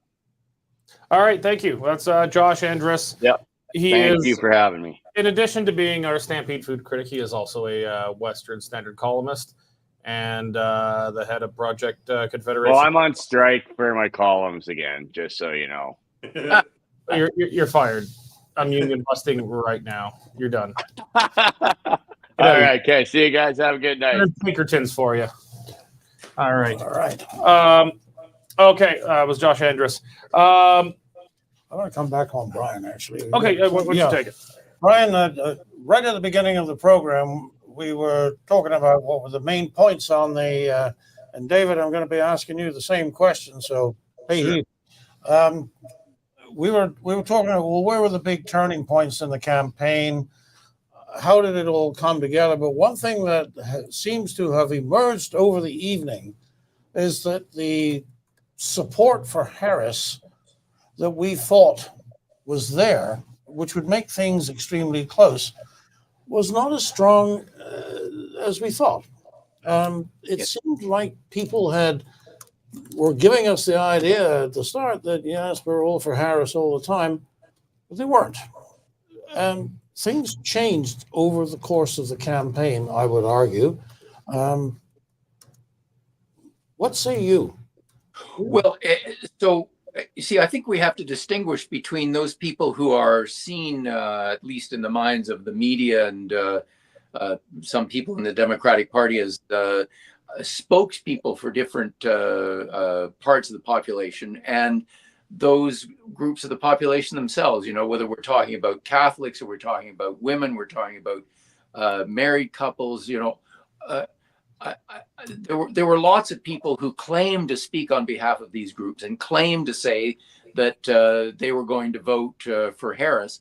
But in the event, it turned out that they were not speaking for these people, that in fact, you know, just the margin for Harris, for example, amongst women turns out to be roughly 11% in her favor. But nobody was talking about the fact that married people broke 11% in favor of Trump and completely canceled out the advantage that Harris had amongst women. And for example, Catholic, the advantage she had amongst single cat ladies. Well, yes, I noticed that J.D. Vance has regretted about that, and rightly so.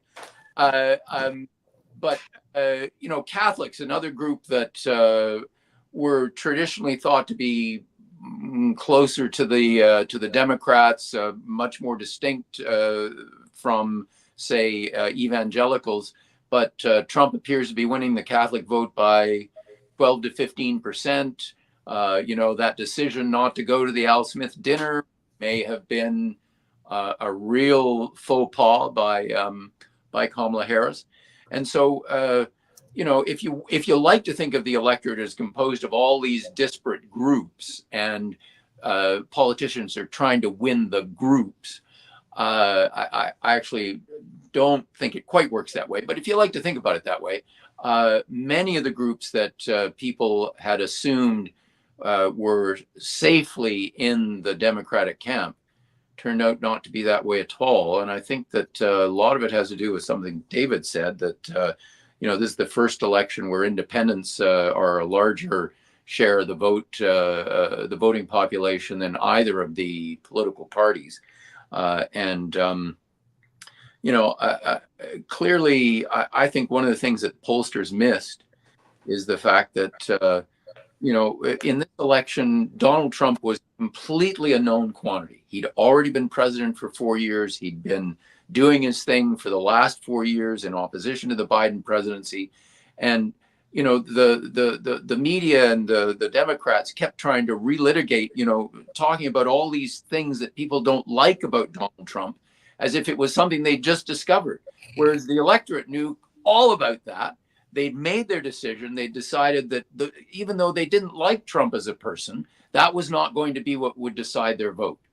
As a result, I think the Democrats ran, you know, a ham-fisted campaign that didn't understand what was going on in the minds of voters, that thought that Trump's personality was going to be the winning issue for them, when in fact, Trump's personality clearly was completely discounted. You know, people said, okay, yeah, okay, I don't like the guy, but that's not how I'm going to vote. I'm going to vote on issues. I know something about Trump. He's a known quantity to me. Kamala Harris, who's Kamala Harris? Yeah. She had responsibility for the border. What'd she do? Nothing that anybody can discover. And so actually, Trump's negatives turned out not to be as powerful as the Democrats hoped they were.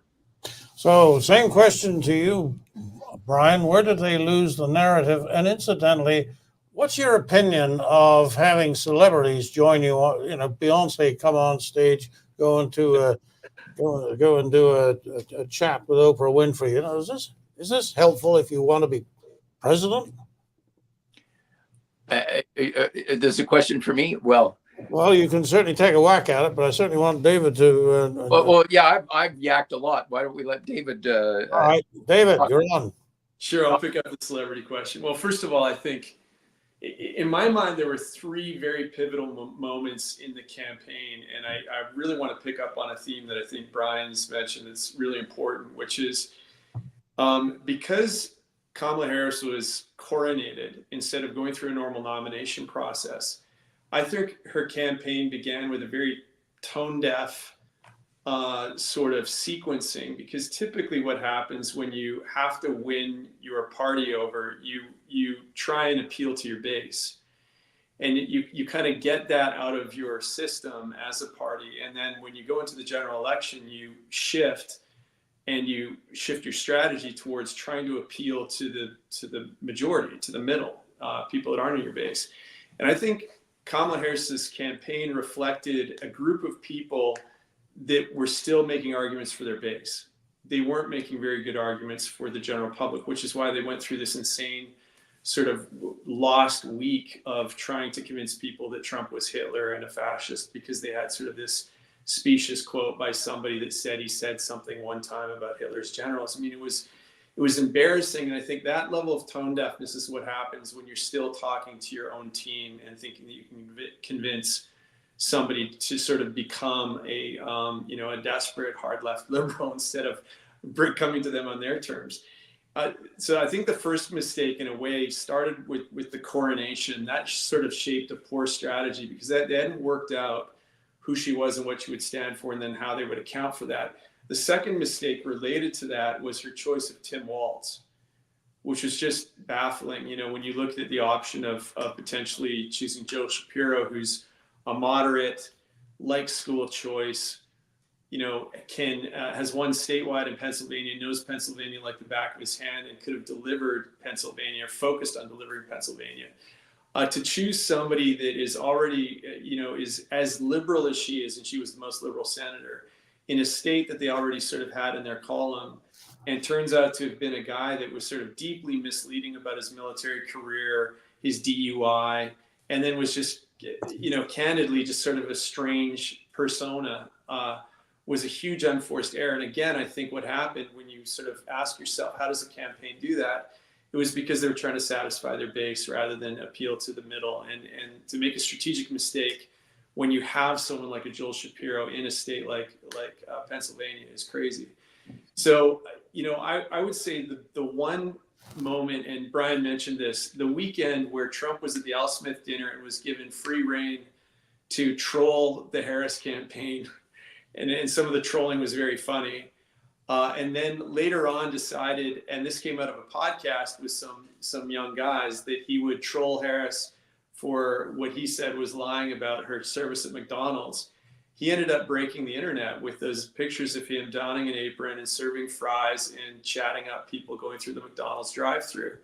And when you do the numbers, here's the interesting thing about that and how savvy this campaign is. 1 in 8 Americans has worked at a McDonald's at some point in their life.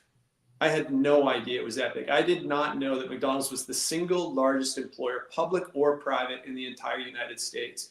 I had none of those details until I dug in. I wanted to write a note about, and I wrote a note post on Twitter about it. When I actually did the math, you can look this up. I was absolutely floored. So here's a guy who's trolling his opponent by appearing in McDonald's, but by doing that, he's also making himself relatable, again, to these independents, 1 in 8 of whom have a deep personal relationship to having worked there. And he's well known for loving it and serving it on his plane and serving it in the White House. And you can't make up those images. You can't deal with that level of instinct. And I think that moment, that weekend, the combination of the Al Smith dinner and the moment at McDonald's was sort of this 1-2 retail punch, where you've got a guy who knew how to appeal to the middle. He was no longer trying to appeal to the Republican base. And he'd appealed to the middle by adopting RFK Jr., who's a well-known Democrat and doesn't agree with policy. Or we're going to make America healthy again as Trump serves McDonald's. Exactly. And what was funny about that is, and this is where I think that campaign, the Harris campaign was a bit hapless, although they had 3 times the money of the Trump campaign. They were doing all this paid media. They were doing all this radio targeting. Their data targeting was exceptional. They were a disciplined campaign, hugely well financed, but they lacked the common sense elements that Trump brought to the table. It costed nothing for him to work in a McDonald's for a half hour, but it broke the internet and it dominated the cycle. And during the day he was working at the McDonald's, her team had planned this exceptional day of celebrity to return to your question, Nigel, about the celebrities, she was at a celebrity birthday party. She was at another celebrity event, Stevie Wonder's birthday parties, and yet you could have, if a tree fell in a forest. I mean, nobody even knew she had done it because everyone's still laughing about seeing Donald Trump work the drive-through window. So I think that my favorite celebrity endorsement was either J-Lo, who's in the middle of being questioned about why she dated P. Diddy for so long, but somehow didn't know what was going on, or you've got Leonardo DiCaprio, who's caught up in this P. Diddy issue that has kind of captured middle America in terms of who went to these parties and what they were doing there. And, Leonardo DiCaprio made this point about how you had to vote for Harris if you cared about the environment. And all I saw on X were just meme after meme of DiCaprio on a yacht that burns more fuel in 3 hours than most households use in 6 months, and flies private on 2 of his jets. And so I think the celebrity endorsement thing can work, but it's a very different thing from saying to somebody who's a political opponent who represents a strong cohort of people that mostly moms that care a lot about child health, and bring them into your campaign and saying, you will be a member of the transition team. You will run your own campaign within my campaign, and I will put you in charge of HHS. Yeah. That's a very different thing than an endorsement that crosses the aisle. And that's why the endorsement from Liz Cheney meant nothing to anybody. Adam Kinzinger and Liz Cheney are meaningless to Republicans, but they also don't carry any known cohort. They don't represent any specific group of potential voters. And so I think that was the difference in the endorsement game. All right, I just want to note here from our newsroom, Donald Trump has departed Mar-a-Lago and is on his way to a Palm Beach County Convention Center where his supporters have gathered. We're going to be carrying that speech live. I just want to note, I haven't been looking at the comments, but Nico, just put that headline up for the last time. We're going to switch it back to something a bit more professional, but I just want to note that my favorite headline of the year, Florida man is on the cusp of becoming president. Always beware. Florida man always makes the best headlines. All right, we'll bring it back to something a bit more professional now. So I also want to note, Nico, let's pull up the side screen here. Let's pull up, not the map, but my needle screen here. Yeah. Okay, so we have the New York Times live presidential forecast is up to a 93% chance that Donald Trump will win. That's becoming statistically highly unlikely that Kamala Harris will be president. Although I have a crazy, I wouldn't call it theory, but I would say guess that just for the sake of making the history books, small chance Joe Biden actually resigns before Donald Trump gets sworn in so that she gets to be president for a month or two, gets her portrait on the wall, and she gets to be the first U.S. female president, denying that title likely from some future Republican woman. So why do you think he would do that for her after the way he was eased out? Well, they can ease him out some more. It was a 23rd Amendment or whatever it's called for mental incapacity. They could do that to him. He clearly meets that. He clearly meets the level of mental incapacity to actually be president of the United States. I'm not saying it's likely, but I'm saying it's a plausible scenario. So Harris is got a 7% chance of being president as of 10:56 p.m. Mountain Standard Time from the election. But I'd say she's got a 25, maybe not even 25. I don't know. She's got an outside chance that the Democrats are going to do something, because you got to remember, wokeism, social progressivism is about symbolism. And this would be symbolic. It gets her on the board as the first president. Hillary Clinton didn't have that option because she wasn't the vice president running. So let's look at the Electoral College estimates.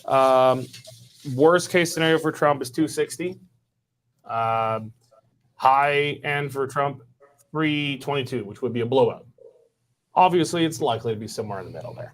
Popular vote estimate has actually gone up to 1.2%. If he does that, he would be the first Republican since 2004, Bush versus Kerry, to win. Looking here, North Carolina and Georgia are just 100% Trump at this point. They're done. Pennsylvania is up to 85% likely Trump. Arizona, 83.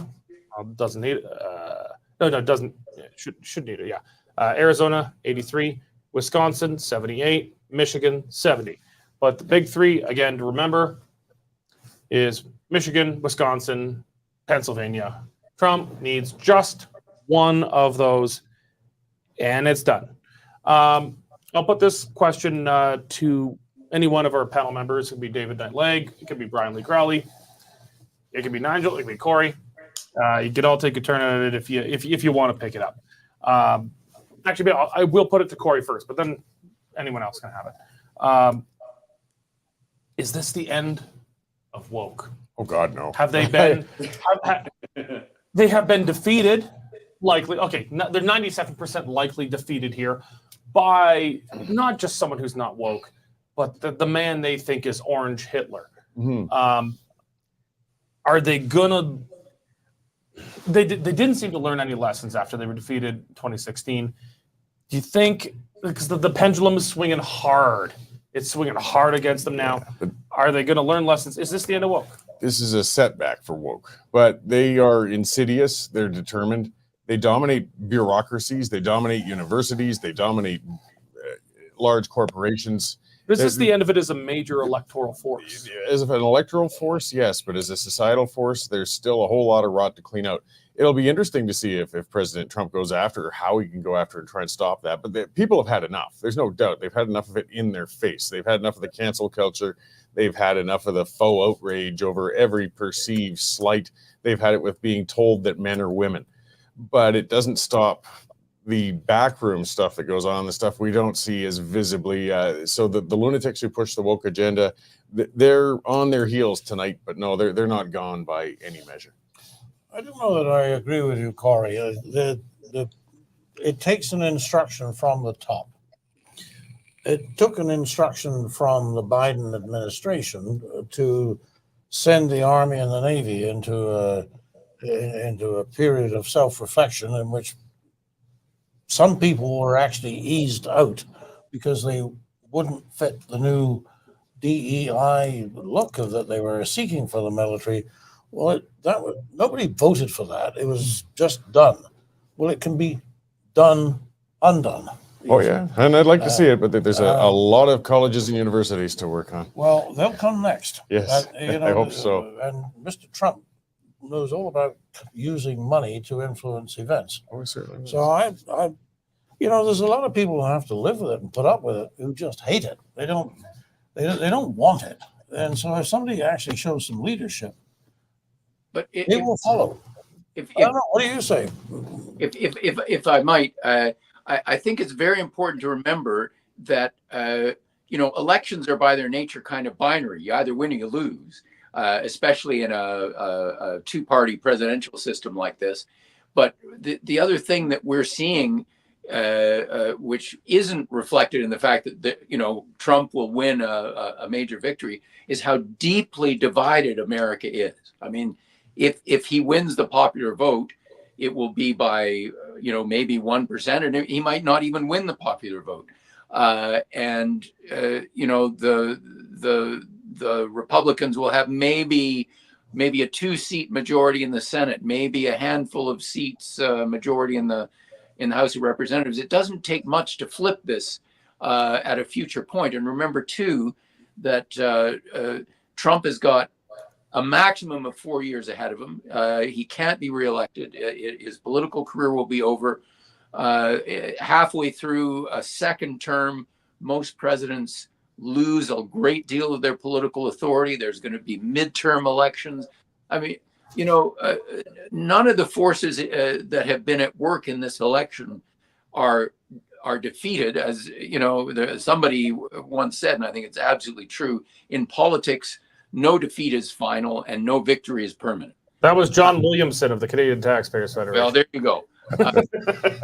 I don't know if he was the first to say it, but he was one of the early ones to repeat it. And so, you know, I wouldn't read the kind of finality into it that the question suggested, because these forces are not spent. You know, at this moment there are some winners and losers, but there are many more decision points yet to be gone through, and Americans are deeply divided. That's the message I take away from this election.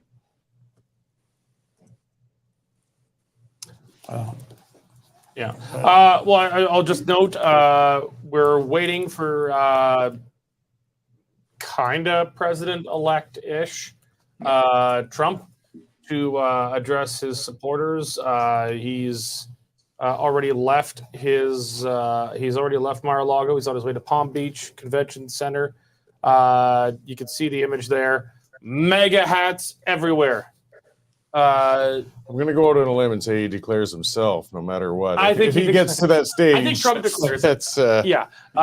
Was it Juicy Sommelier is going to be very scared of this crowd. Smaller dude. So many mega hats. Okay, so I want to come back to an earlier question I had. I think some of you may have been here, some of you were not. You two obviously were here. But about what happens after Trump? Because, he's got 4 years.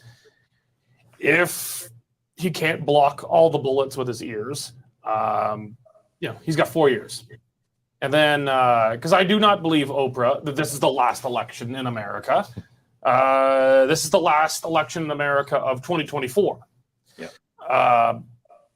Whatever else you think about him, and I do think he's, he has some things to answer for, but he's not ending elections. He's not ending democracy in America. The Republic will be okay.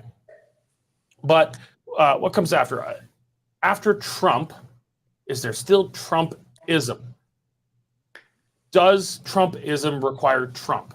Like Ron DeSantis ran for the Republican nomination.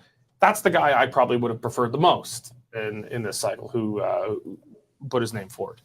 And he was offering Trumpism without Trump. The same kind of policies, the same kind of irreverence, but, not as many of the personal insults, a bit more decorum, someone would be a bit more presidential as president. Is there Trumpism after Trump, or is Trumpism unique to Trump, the man? And I'll put that to anyone. Well, I think Trumpism, if that's what you're going to call it, is unique to Trump. But the strings that he has plucked in order to be able to attain what he has attained, which could be the presidency for a second time, are going to outlast him. You don't cease to be a person who has a certain set of values and a certain set of expectations just because the one person in the world who was able to clearly articulate them to your satisfaction has moved on. They will look for somebody else. And it's too early to say whether it'll be J.D. Vance or not. But I think we were talking about this earlier, and he would be very capable, as given his background, how he thinks about life and his intelligence, to carry on. And maybe you don't need another Trump. You need somebody who knows how to work with Trumpism and lead it forward. That it could be, Vance is the only one I can think of, but who knows? There could be others. And you say? Look, I think there's been a shift in the Republican Party in the last 8 years that started with Trump.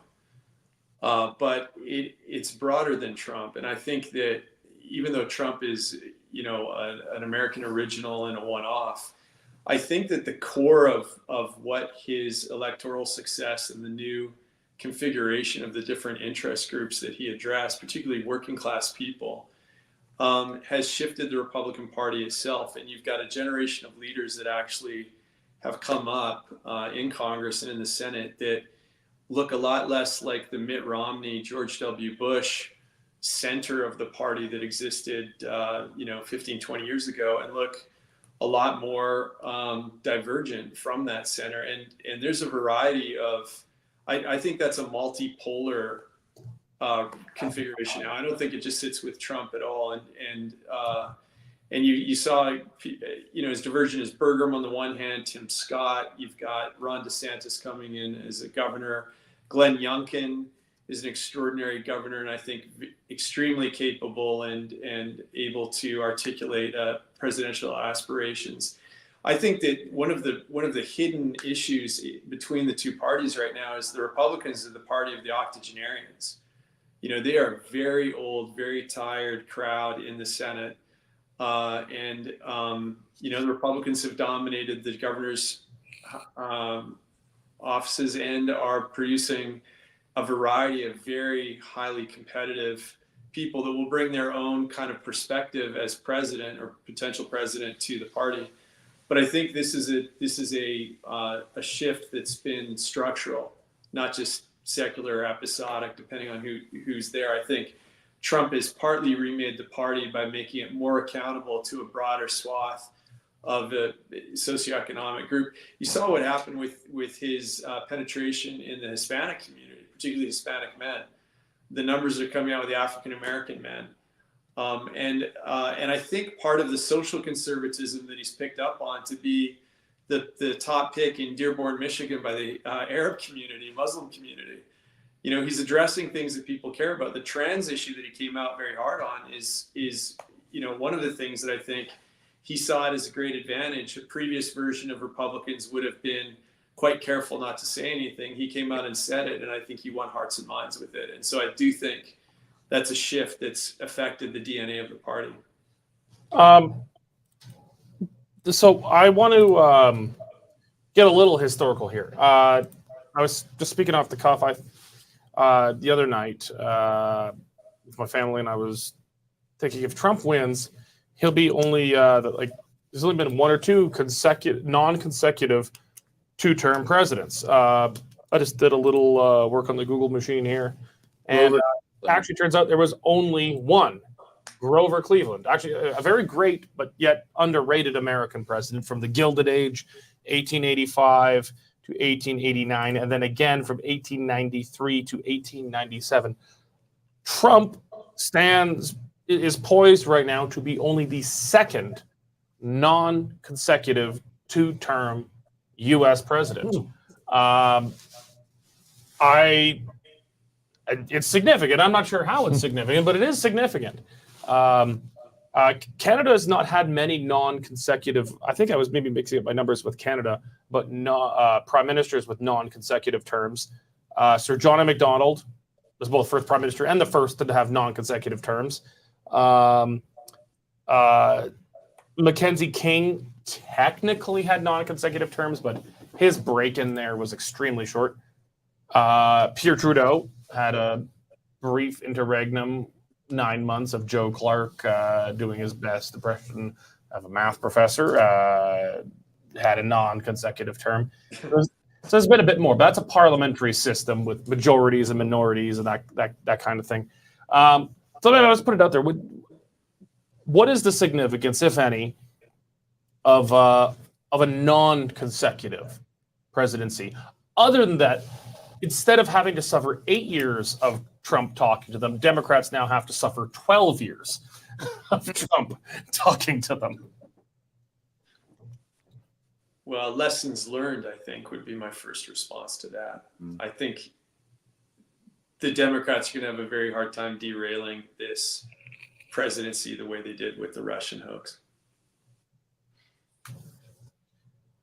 Yeah, and I also think that Trump learned some things about self-control in the first Trump president. I think he realized that he got himself unnecessarily into trouble in ways that are entirely avoidable. And I certainly sensed a softening of over the course of this campaign. And I think we're actually going to see a different kind of Trump. I think he's been a little, even though he's got tremendous energy for a man his age, he is older, and I think he just doesn't have quite the energy to be the disruptive force that he was in his first term. And I think that the atmosphere in Washington is going to be quite different. I certainly think he's going to be more strategic in his attempt to take on, what the British call the blob, the deep state, or however you like to think about it.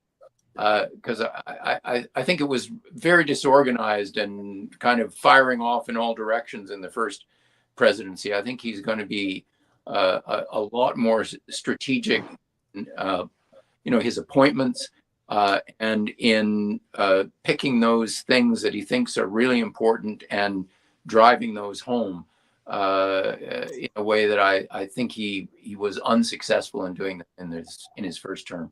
Do you think it changed when he was almost assassinated? I really think that deepened all those other trends that I talked about. I think it made him realize just how vulnerable he is. I mean, a near-death experience does that to people. Back to this question of Trump's inheritance. You see, I think that Trump has created a wholly new Republican Party, which I think David described quite well. This party of people who are disaffected from the elites that have been running Washington and indeed most American institutions for decades. And there's going to be a competition amongst the rising generation of Republicans to gain control of that very powerful electoral coalition. So I don't think there will be any shortage of candidates. And one of the brilliant things about the American political system is all the openings that it provides through the governorships and the primary system and so on. There will be a lot of contenders for the control of that coalition. And it's fortunately, I think there's a lot of talent in the Republican Party, and I think it's quite unpredictable which one of them will. J.D. Vance, because of his, how will he perform as vice president? Will Ron DeSantis be able to overcome some of the weaknesses that were revealed by his attempt to displace Trump through the primary process? I think one of the things I admire most about the American system is its ability to be open to so many people who can challenge the system, who can make a bid for control of different parts of the system. And the Republican Party is blessed, I think, with a rising generation of leaders, several of whom I could see being the one to inherit what Trump has created. All right. So we're going to go to an update from our newsroom in just a moment. We have some new calls to make or announce. But I just want to let everyone know when Donald Trump takes the stage, we're gonna show his speech when that happens. But that'll be the end of the show. That'll be the end. We'll have more thoughts tomorrow about that speech, about as we learn more of the returns coming in. But we'll leave you the last word tonight will go to Donald Trump. So I would just want to pre-thank Nigel and Cory joining me tonight, Nico running broadcast, Dave in the newsroom, Michelle and James running operations here, and all of our guest panelists. We've had Brian Lee Crowley, David Knightleg, attempted to have David Wilkins from a U.S. ambassador to Canada, but the tech didn't work out. Simon Hankinson, Ted Morton. So because I'm imagining Trump is going to come to the stage, and we're going to have a fairly rude exit. So I just want to thank everyone up front now and know that I'm not intending to be a jerk. I'm just going to be one. But I'm cutting myself off at that point too. So we're going to resume the discussion, but first we're going to bring in Dave Naylor from the newsroom. Let's put Dave and the map up on the screen. Dave, what do you got for us? Dave, can you hear us? Nope. David Naylor in the newsroom. All right. Maybe, while we're trying to get his attention, Hey, Derek. Only thing to tell you at the moment is, yes, I can hear you. I can't hear you. Can you guys hear me? Yes, we can hear you. Yeah. Yes. Can you guys? Well, not once. I can hear you. You can't hear me. We can hear you. Yes, you are good. Talk. If James or anyone in the operations room is listening, go over and slap Dave in the back of the head and tell him we can hear him. And Dave is just gone. I have Derek, I have a thought for you. The most interesting dynamic in terms of a close call will be Michigan, because Michigan is where the Democrats first sued to keep RFK Jr. off the ballot. Then when he ended up on the ballot, sued to keep him on the ballot instead of allowing him to leave. So if we win, if the Republicans win Michigan with bring up the map. RFK, it'll be interesting. Yeah. Okay. Well, let's take a look at Michigan right now. 72% of estimated returns in. Trump opening up, not a giant lead, but for a swing state, getting to be a decent lead there. 50.3% over Harris's 47.9%. I mean, that is funny. Originally, Democrats thinking he was going to peel more support off of them, and suing to keep him off the ballot, and then suing to keep him on the ballot. Go ahead, David. Yeah, it's got half a point. It's not nothing. Okay. So I'm not sure I'll actually be able to bring Dave in. His internet connection is a bit getting a bit rusty. While we're at it, let's go through some of these key swing states. Okay, so we just went through Michigan here. So remember, we're looking. Let's just bring my magic map back in. Let's bring the magic map back on the screen here. Derek, they've called Georgia now. Well, they called Georgia hours ago. Well, I had it still hanging there for a long time, but it's now settled. With all due respect, the major networks called Georgia, I think probably, I'm going to guess that 2 hours ago. Georgia's been in a pretty solid win column for Trump for some time. I know let's bring up the state by state likeliness. Yeah, we got so New York Times saying Georgia is like 100%. It's Republican. This is interesting. So we are now at a 95% very likely chance, according to the New York Times, that Donald Trump will be president. She's done. Trump's popular vote is up to a lead of 1.3%. I could be wrong, but that might even beat Bush's popular vote lead over John Kerry. Their electoral college estimate on the New York Times, his minimum is 276. You need 270 to win. 270 to win. 270 to win. 276 is his minimum at this point. His ceiling is 322. Well, Nevada finally started coming in a bit. 75% of the votes are in, and Trump's leading by 50.9% to 47.5%. Thanks for coming out, Nevada. Finally, Nevada. Thanks for coming out. Arizona's still locked. For all those casinos you got, you'd think to be able to count quickly, right? Mm-hmm. You'd think so. So look at the screen here. So actually, bring it back to this map here for a moment. These three here. Let's remember, Nevada, you don't count. You're done. The math is just, it only works in a crazy Kamala. Kamala would need to win virtually everything else at this point. So then Nevada maybe comes into play, but it pretty much doesn't matter at this point. Trump needs to win one of the three blue wall states, those three uncolored kind of, or puke colored states at the top there: Wisconsin, Michigan, Pennsylvania. He needs one of those three. Kamala needs all of them, pretty much. Yeah. Trump needs all three. So let's look at all three and the chances. Wisconsin, the smallest, but still enough to put Trump back in the president's chair. 90% reporting. Trump is leading 51.2 to 47.4. And according to the needle machine at the New York Times, Wisconsin is 82% likely going Trump. Let's look at Michigan.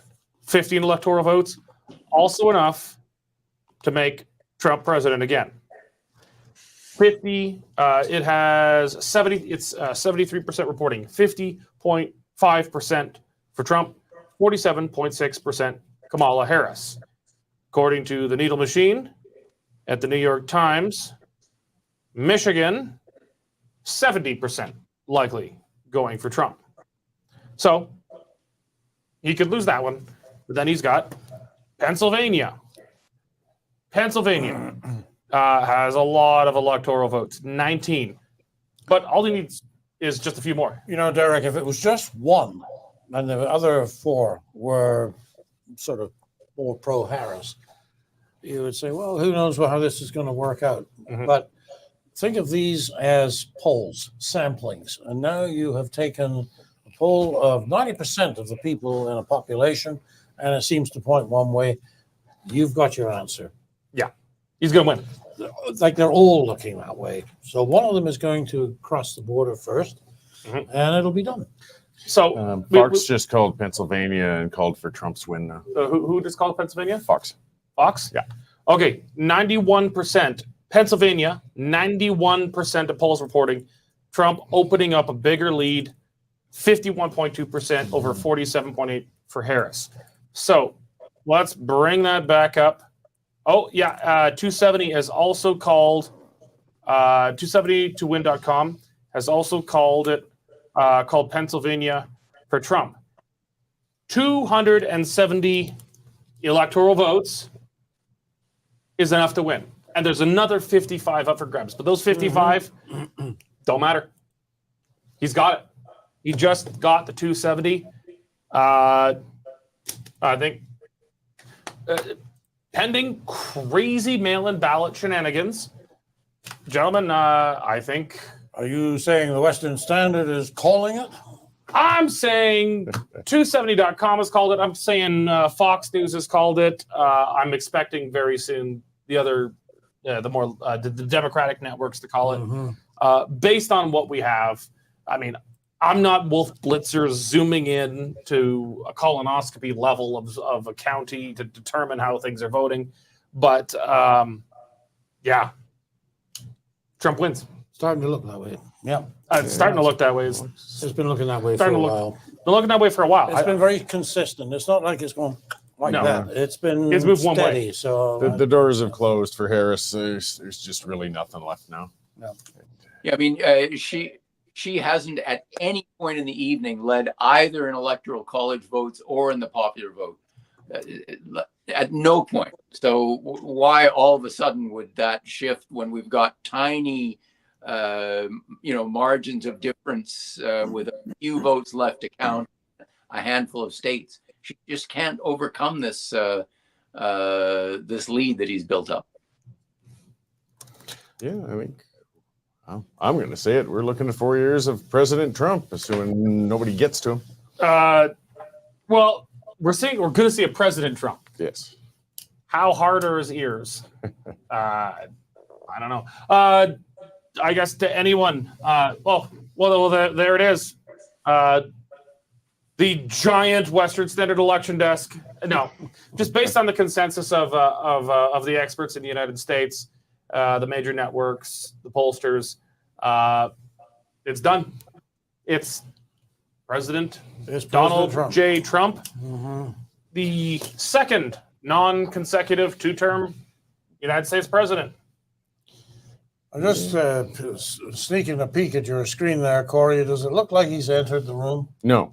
Okay. They're not. There's a packed, heads are still excited attached to their room, necks. but yeah, they're pretty pumped up, but no indication that he's entering the room quite yet. Sure, there'll be a lot of spinning lights and fireworks. Yeah, they're all looking pretty tired. But that's getting out east as well. Those faces we're seeing, they've been up a long time. This is getting pretty late for them. But they'll wait until 5 in the morning if they have to. I won't. Brian. By the way, Brian and David, you can politely message us privately if you like. If you decide it's past your bedtime and you want to pack it in, you've been extremely generous with your time. I'm going to continue to milk every ounce of viewership out of your brains as long as you are willing. And we'll quit when President-elect Trump enters and takes the stage.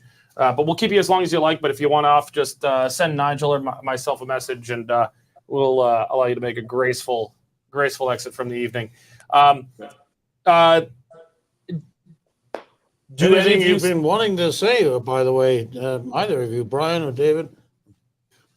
I think what's going to be interesting now is how big the Senate win is and how big the House win is.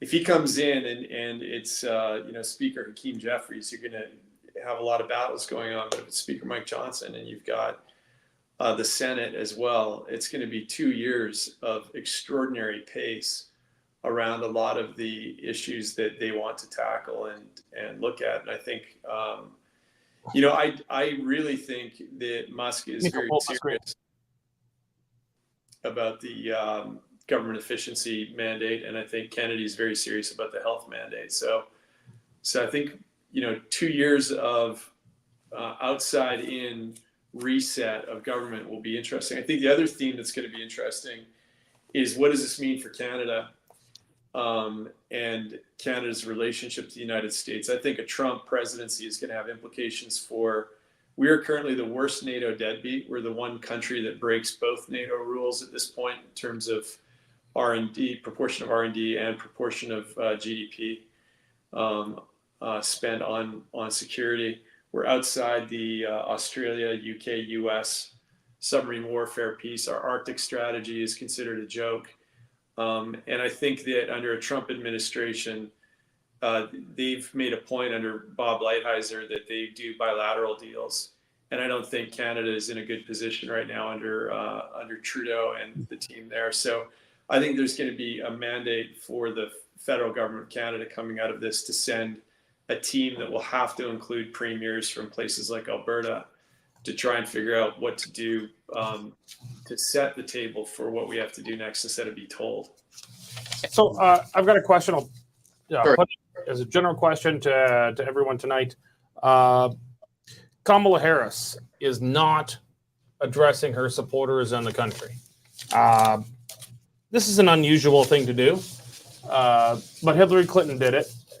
I figured it's because she was in tears. She was absolutely convinced of both the righteousness of her cause and her destiny to victory.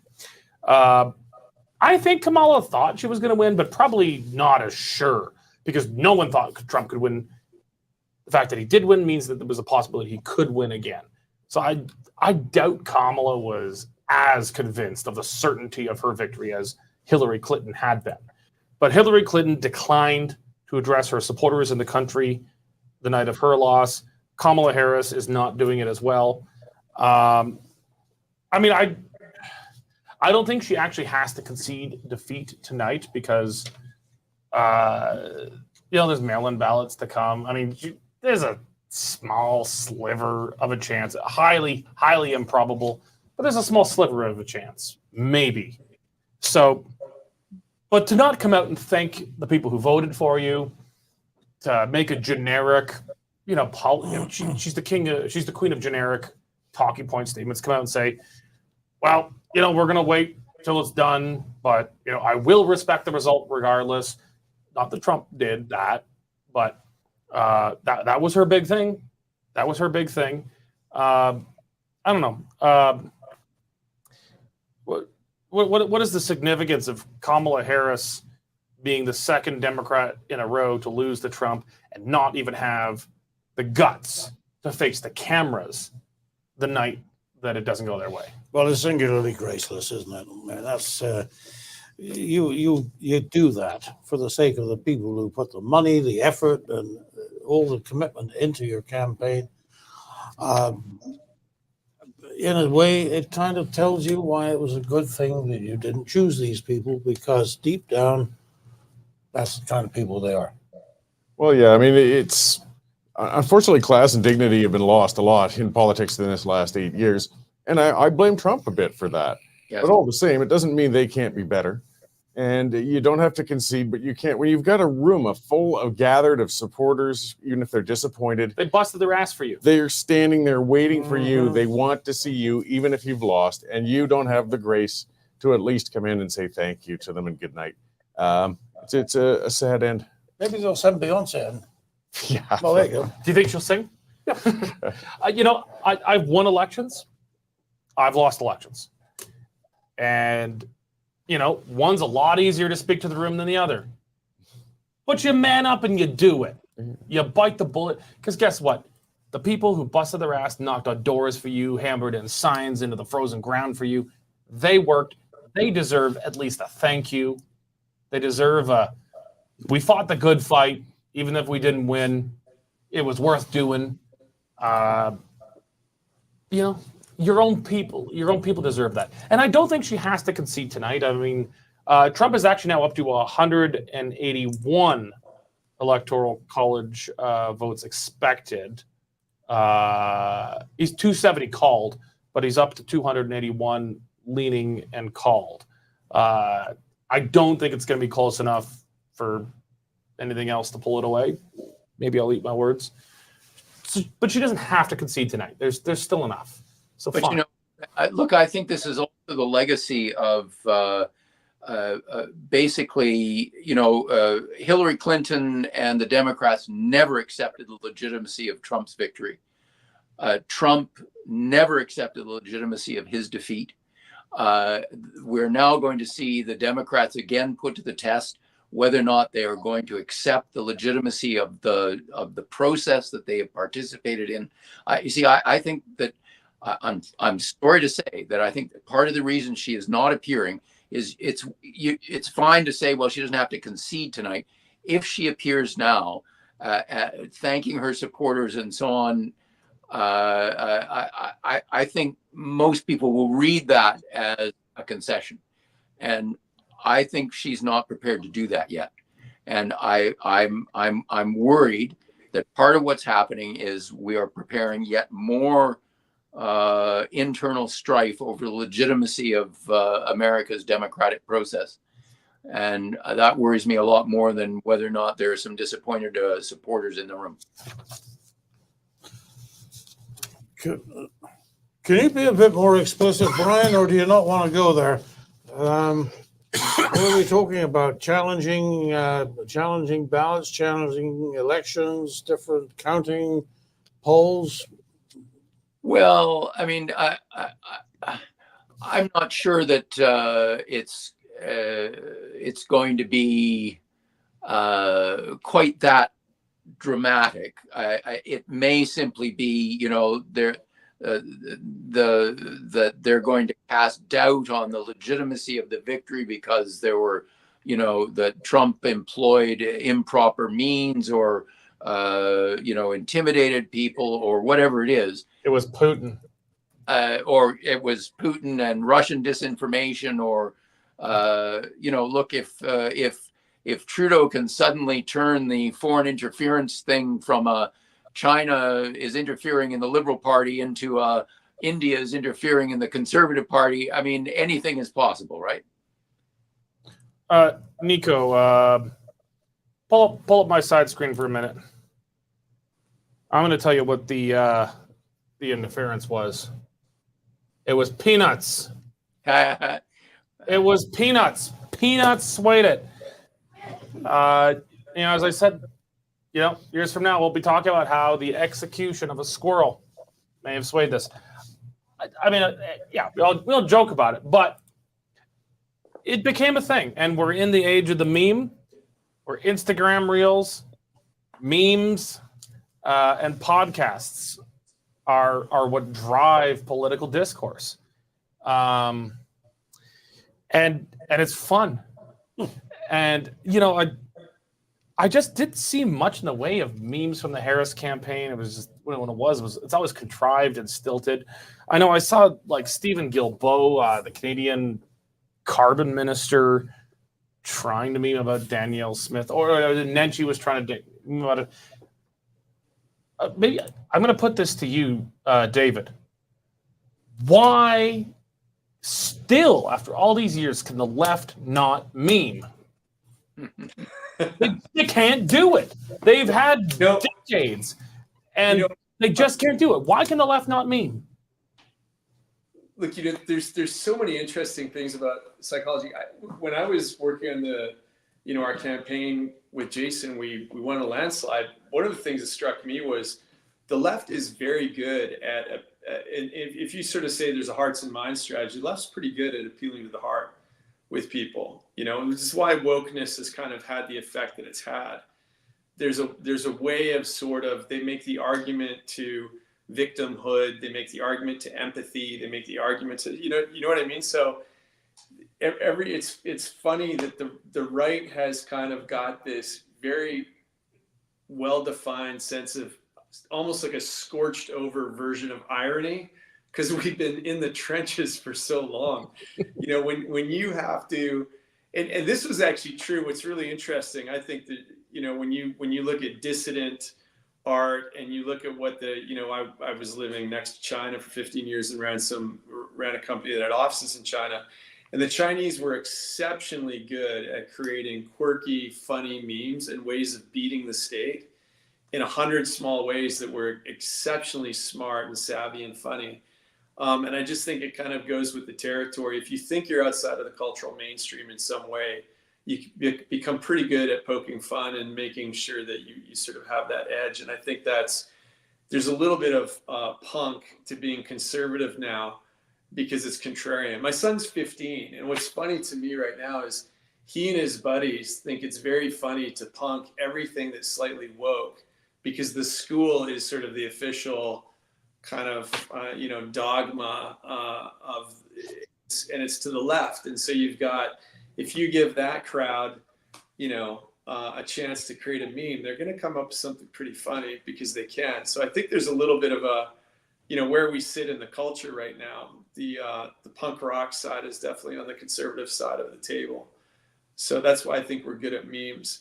I think the left is bad at memes also because they take themselves extremely seriously, because they care so much about the fact that they want the state to solve these problems. And we don't. We think that there are other social institutions humans create that are more important than government, starting with the family, but other things too, the church, communications, the media, the free market, the economy. We think government's okay, but we don't think that it's a disaster if government doesn't do its job. I think for people on the left, the government is the point, and so it's hard for them to have fun talking about losing it, or the stakes, I think, just strike them as far too high. That's my cultural analysis for you, since you hit me with that weird question. Yeah. Plus, David, don't you think that they're just censorious and puritanical? Yeah. And censorious and puritanical people have no sense of humor. And Yeah. you have a sense of humor to be good at memeing. Yeah. Look, I think I think conservatives, it's our feature is also our bug. We love the debate, we love the fight. Everybody thinks they're right. Everybody, we could, if we could, we'd replace a premier every 3 months in Alberta, right? But we have in Alberta, we nearly do. Yeah, I know. Thank God she won 91.5%. But out there's 8.5 plotting the future right now. So we've got this competitive streak, and I think that does create a little bit of market forces to have to come out with a way of explaining ourselves and figuring things out. But we're up against a culture that's, to your point, Brian, woke culture does not tolerate dissent. It does not like debate. It believes that there's a dogma, and it's worse than any other dogma because it's deeply, it's a secular substitute for spiritual dogma. It's horrible. But you can't have fun. This is actually an interesting point. The Harris campaign started out with this theme of joy. And then the last 3 weeks, it was hard to see a smile on anybody's face unless it was sort of this fake kind of laughter. I saw the Obamas, and I think Barack Obama is an incredible communicator. So is Michelle Obama. But, they were literally scolding people in large groups. There was nothing nice about it. They could see the power slipping through their fingers, and they are losing. And I'll tell you, one of the biggest losers from this is the Barack Obama cohort that's been running the Biden administration and was kind of running Harris as their heir apparent. They are the big losers this time around, and good riddance. So speaking of memeing here, Nico, let's pull up my screen here. So Mark Cuban, one of the major surrogates for the Harris campaign, seemingly conceding on behalf of the campaign, saying congrats, real Donald Trump, you won fair and square. Congrats to Elon Musk as well. Hashtag Godspeed. And then just some shit poster here. Says, has this picture of Kamala Harris. What do you mean Mark Cuban conceded on my behalf? He's mansplaining. Yeah, he's mansplaining it to her. So there's a few things that package from here. Again, general question to anyone who wants to pick it up. I've had a theory in the Canadian context that I think is increasingly applicable to the American context now, that women are being... Canada's had one female prime minister. Didn't go well. But she was doomed to failure anyway. She was coming at the end of the Mulroney government. That ship was going down no matter what. And they said, let's put a lady in charge, and she sunk the ship. But the ship was already half full of water. She maybe took it down further than anyone else thought possible, from a majority government to 2 seats. But I've been thinking about the damage that this is doing potentially to female political leaders, in the context of thought about Chrystia Freeland taking over, and I thought, what better way to make sure we never have an actual female prime minister who can govern for more than a few months than to put Chrystia Freeland in charge and let her go down with the ship for the Liberals this time. So I don't think these are exactly fair comparisons. They're not apples and apples to the American context, because Hillary Clinton was not president, because it's a different system. But Hillary Clinton went down. Now Kamala Harris has gone down. And they've both lost to what the Democrats claim is the most sexist, misogynist, racist, terrible guy ever who should never get elected. What they claim is the most defeatable Republican of all time. And now 2 women have both lost to him. I guess so. The kind of the question I'll put broadly is, between Clinton and Harris, have they done damage to the idea that America's going to get a woman president at some point? Oh, and it will at some point, just not this year. There's so much talk among women who operate in that area at that level about women. It's what they're fixated on. If you had listened to Kamala Harris and nobody else, you would have got the idea that this was the election about abortion, the ultimate women's issue. So they would say to you, well, I think it was CNN had a screen up earlier. They'd done a poll on what were the major issues of the election to women. And it wasn't abortion. Abortion was about 14%, but the economy was 30%, and there was something else that was 20%. Mm-hmm. So, you know, when you get too fixated on yourself and you're looking inwards instead of outwards and thinking about other people, it is possible to draw the wrong conclusion. So this is kind of this hugely significant moment for women, but it wasn't. Yeah. Stuff happening there? I'm waiting on. Everybody's waiting on Trump. Yeah. I had no idea. Nancy Pelosi was running again. I guess she's done being speaker, but I did not know she was actually still running for a House seat. Okay, well, she's in Democratville, California, so yeah, she's fine. Of course, The Crypt Keeper. Yeah. She's the best. She's the best professional investor in America. Yeah. If there was a Pelosi index, I would buy it every time. So I'll just put the same question out to anyone else who wants to pick it up. America's going to have a woman as president at some point.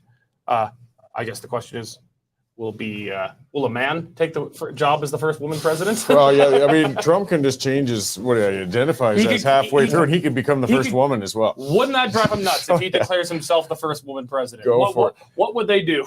but even on social media, you know, I kind of be glancing at X while things are going and everything, and I saw somebody, you know, ranting on, "Oh, America, you rednecks, you aren't ready to elect a woman to lead you yet." And I had to correct them quickly on there. No, they weren't ready to elect Kamala. Yeah. And you guys had better distinguish between that, and don't label Kamala as your representation of all women, or you will hold women back. Well, look at the record across the Western world of first actual, like non Kim Campbell 1.5 month interregnum leaders, but real leaders. Was there Thatcher? Margaret Thatcher.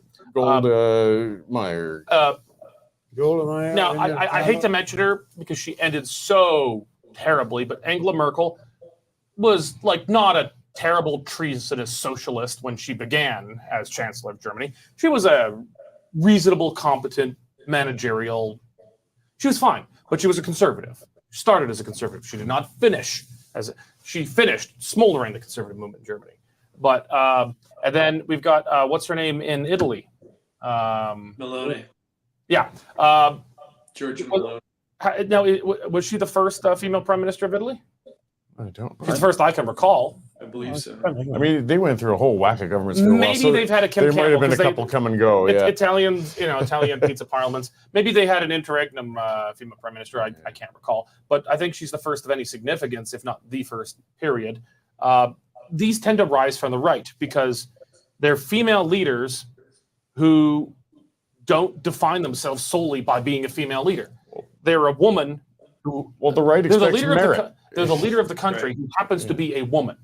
Yeah. They're not a woman who happens to be the leader of a country. And that's the difference. Like, good luck getting men to buy into that, especially in the era of woke identity politics, where, you know, it's you're a piece of crap because you're a white male.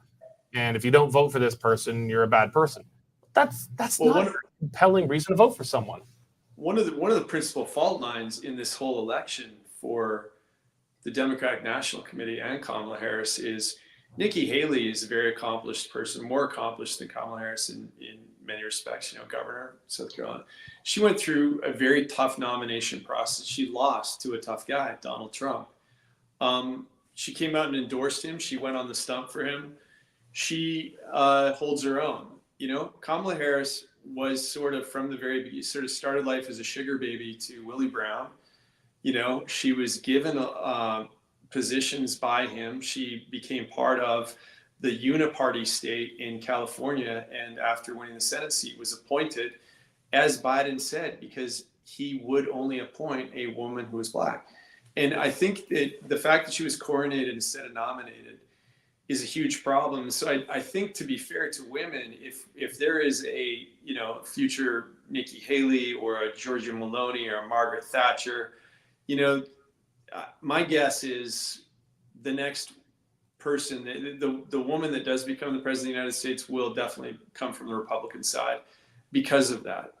Because I don't think that somebody like Kamala Harris, I mean, she was a lightweight, and it came out when they tried to run the campaign by keeping her scripted rather than allowing, and she wouldn't allow herself to get out. And it's David, I think that's a column you should write, because I think in all probability the first woman president, unless Biden just bows out to let her get her portrait on the wall and she gets to be a Kim Campbell kind of thing. Yeah, but see, then it won't matter. That would be a Kim Campbell No, thing. yeah, it'd be purely tokenistic, and that's Yeah. what woke progressivism is largely about, is tokenism, symbolism, that kind of thing. But that happens or not, the first female president of substance, I think, is likely to be a Republican. I don't know who that's going to be. Nikki Haley. It could. I don't know who, but I think that's a column. I think that's something you should maybe explore in a column in the next day or two. Okay. If we could just make assignments right here on the air. That's right. I just had a text from a reader who says, do you think that there is a significant risk that there will be another assassination attempt on Donald Trump? I'll be shocked if there isn't. Yes. The Democrats have raised the temperature to the like, if you believe he is the end of the republic, do you not have an obligation to kill him? You do. Yeah. Like Well, any God-fearing, red-blooded American has the obligation to pick up a gun and whack him if they think he is what the Democrats say he is. So yeah, I'd be shocked. Mm-hmm. Fox News has just declared Trump will be the 47th president of the United States. And like Grover Cleveland, he gets to actually have a couple numbers, not side by side. He gets to be 45th and 47th president of the United States. Fox projects that Donald Trump will win Wisconsin. That's funny. So this is from multiple projections. We've got Pennsylvania and Wisconsin. Nico, let's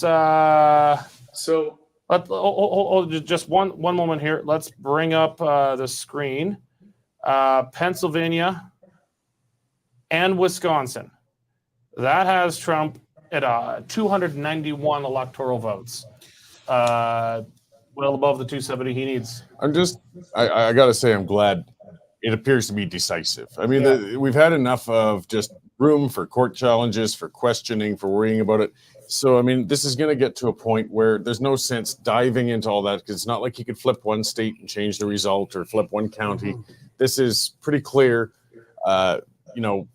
There's just not room. I mean, I can't underestimate people's capacity to keep trying, but I think for the most part, people, they might not like it, but they're going to accept it. This is where it's okay. So it's been called. He probably will take the podium very soon to speak now, but in a brief period of time, do you realize that the United States of America will celebrate the 250th anniversary of its revolution, 1776 to 2026?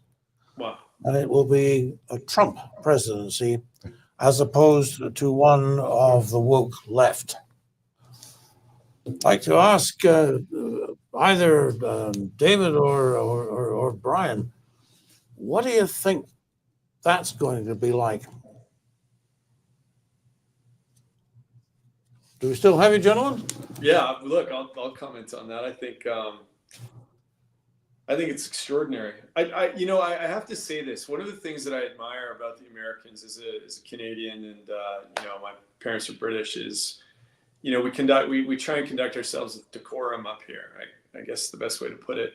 They litigate absolutely everything openly all the time, and they have had civil war. They've had a war of everything. They're up for the fight. In the culture war is there in full swing, and I do think there's something profound about the shaping of the nation from the very beginning, being sort of birthed in blood, or whatever the language is about that era. But I do think that they have sort of defined themselves as a nation that had to fight to become and to create what they've created. And I think there's something kind of symbolic about the fact that it's a Trump presidency that will be celebrating that moment, because it seems like sort of the the dynamics of this election and this moment, there seems to be a fight less in the physical realm and more in terms of what this culture will be and what it will be about and how that will be shaped and defined. So I think we sort of traded the war that founded the country, Revolutionary War. They've gone through the Civil War. I think we're in a very interesting time right now that is a very real culture war. And somehow those battle lines seem to be drawn, and Trump seems to me to be the right kind of figure to be playing that part. Let's just have a little bit of fun for a moment. Nico, can you pull up my screen here? From the Babylon Bee, what are the best sources of news during this election? American unburdens itself from what has been. Love it. And from what might have been. And from what might have been. Oh, God. I mean, this is the problem with just appointing someone with, like, one of the great strengths to me, one of the great strengths of the American political system is the primaries. Mm-hmm. And it's perhaps the thing the single most thing I'm envious about the American political system of that I wish we had here is primaries, that nominations are not completely controlled by the party. You could have an insurgent on the right wing of the Conservatives, like a Ron Paul, and he sits there and he's just a pain in the ass for the Conservatives all the time. And he's a voice of conscience, and he might be, but you can't get rid of him. They can try and get rid of him, but you can't because there's a primary, and the people in his district keep putting him there. And the Democrats can have a communist like AOC or Bernie Sanders, and they can't get rid of them. And they're there as the left-wing anchor of that party, and they might want to get rid of them. They can't because it's up to the people. And, and then they found the short circuit.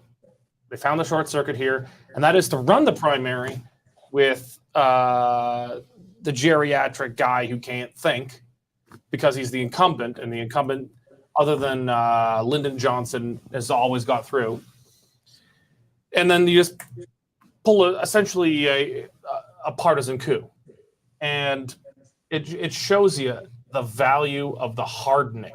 That because how many great candidates have there been that we thought, and they got into the primary process and they shriveled.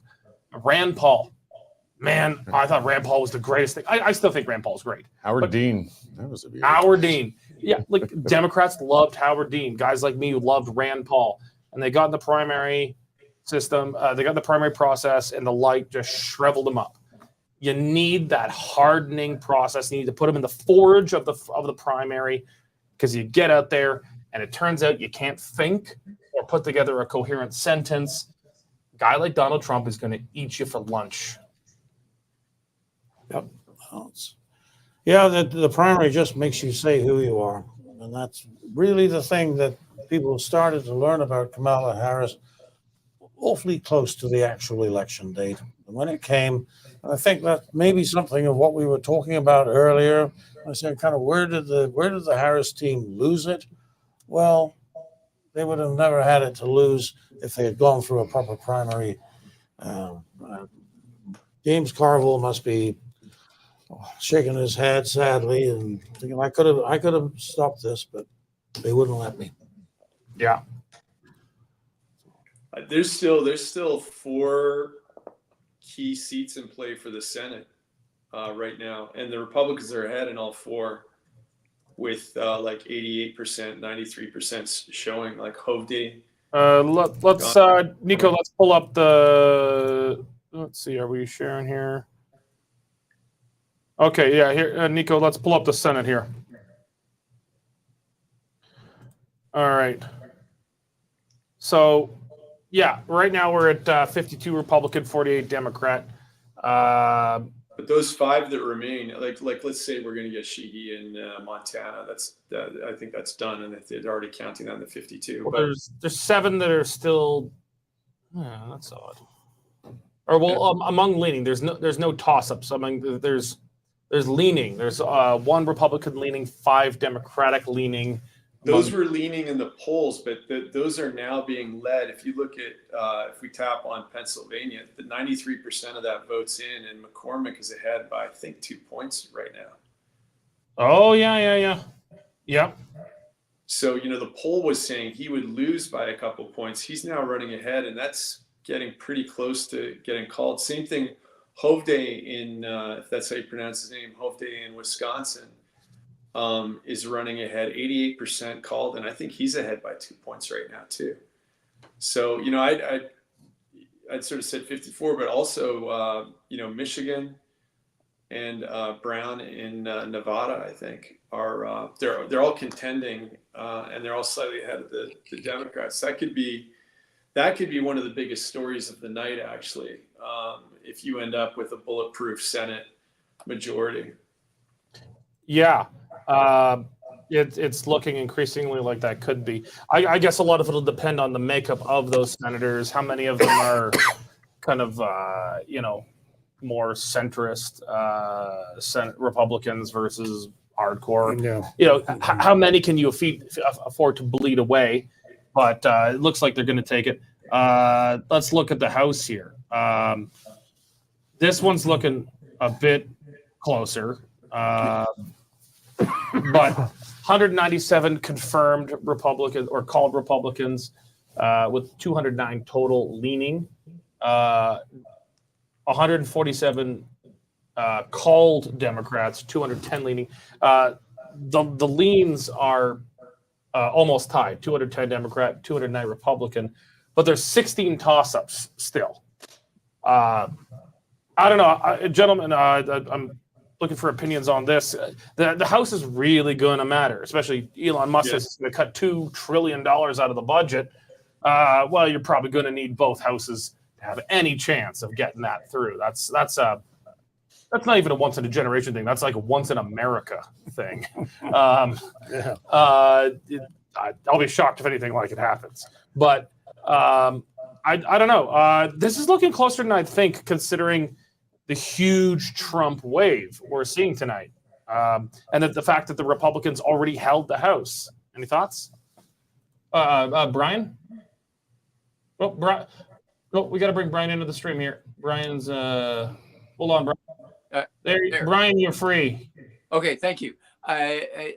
Look, I thought going into the election that there was a really good chance that the Republicans would lose the House, not by much, but it's always been the last couple of elections a fairly finely balanced thing. I think there is no I think obvious majority in the House for a major restructuring of spending in Washington. And since the House is the really key chamber with respect to money matters, I think Elon Musk may find his ambitions to be a little bit thwarted.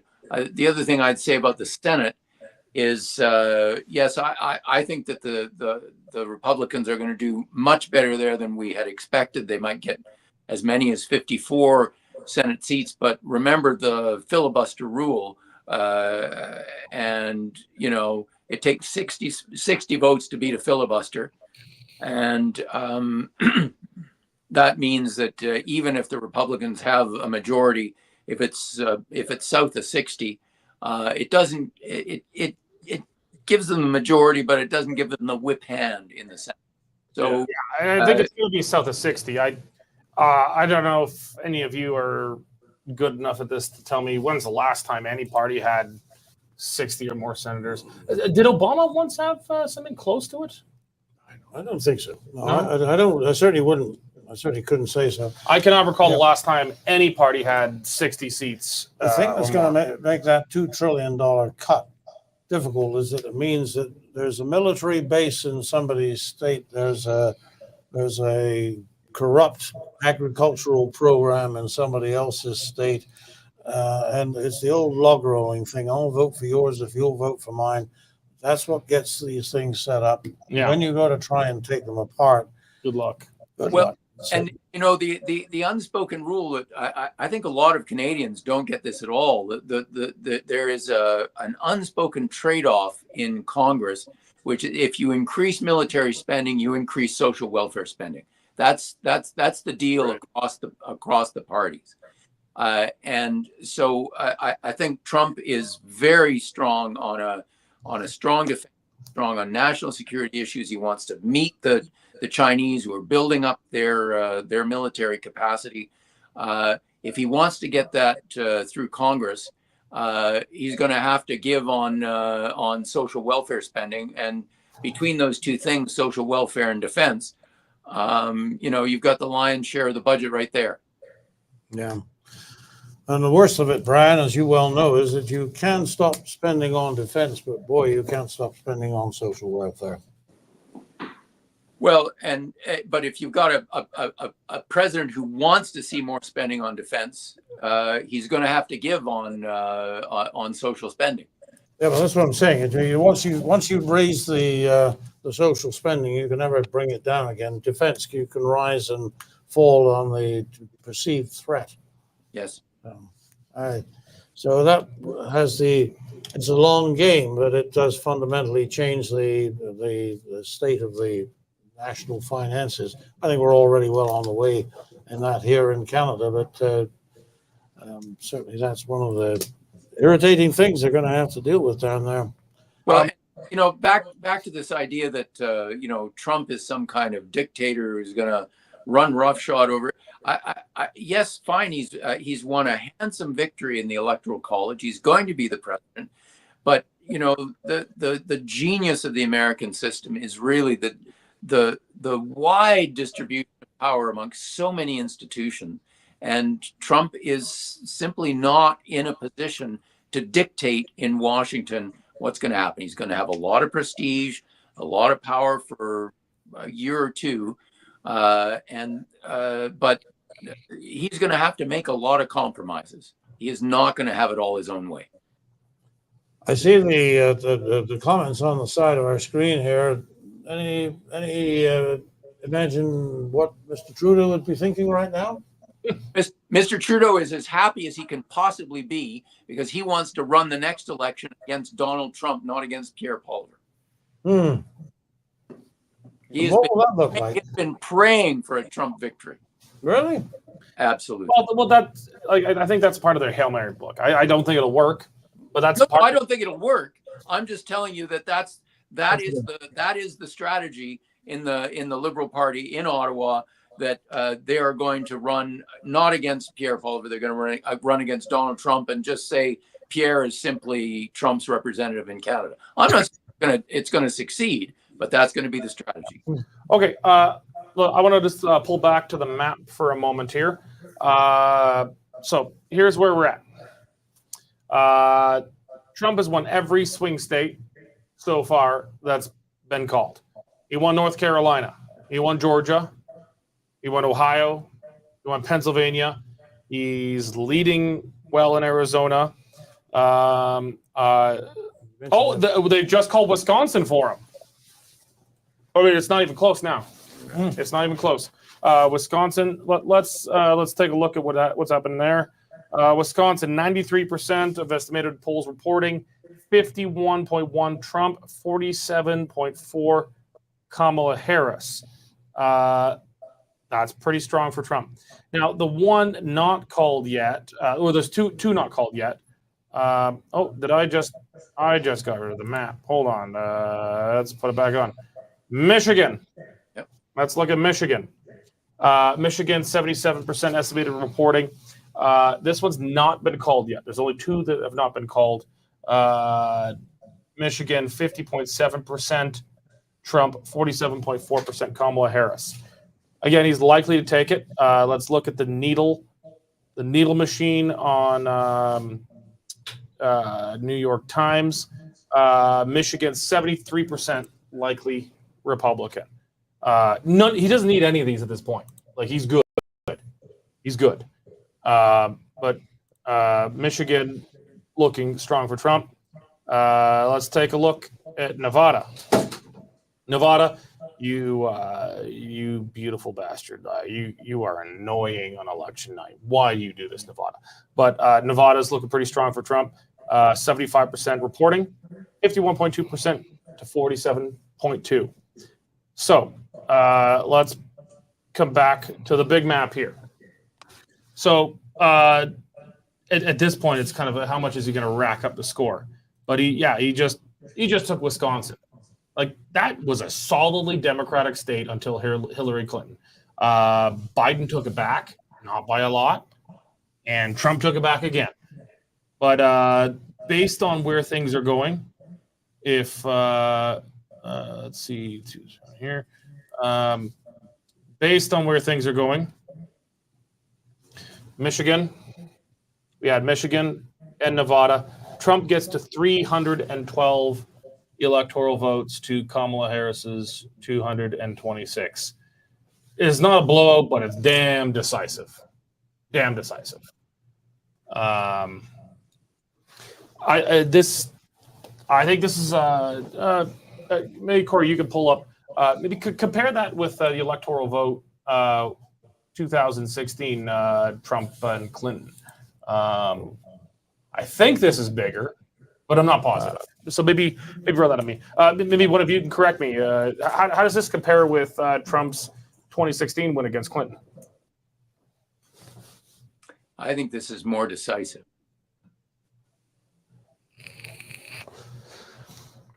You want to elaborate? Like, what do you think?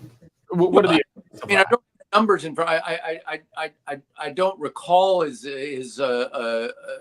electoral college total, but what I do recall from that night was, we were down to the short strokes, and he won Pennsylvania, and there weren't that many states left to call, and Pennsylvania was what put him over the top. And I just don't think he had that there were enough states left in play for him to have reached this kind of number. But that's just he won 304. Has anybody Googled what is 304? Yeah. 304. Okay, so I'm not saying he's going to get 312. Maybe he doesn't get Nevada, and that would bring him to 306. So essentially tying. But I think he's going to get Nevada. It looks like he's probably going to get Michigan. So this would be expanding it. And very importantly, let's go back to the needle here from the New York Times. He's on track to win the popular vote, and that's something for a Republican. Now, for those that say like, Democrats always win the popular vote, they're the legitimate president. You gear your campaign to the system. The Liberals in Canada haven't won the popular vote for like 2 or 3 elections. Because the Liberals are smart. They're not trying to win the popular vote. The popular vote, sorry to say it, guys, doesn't matter. The system matters. You're playing in the system. Liberals promised to change the system, and then they realized that, the system getting a majority, it works quite fine, thank you very much. Mm-hmm. But you play with the system. If the American president was elected by popular vote, the Republicans would change their strategy. Maybe they win a popular vote more often. But they don't play to win popular vote. They play to win the electoral college vote. But either way, Donald Trump seems to be up 1.2% for the popular vote here.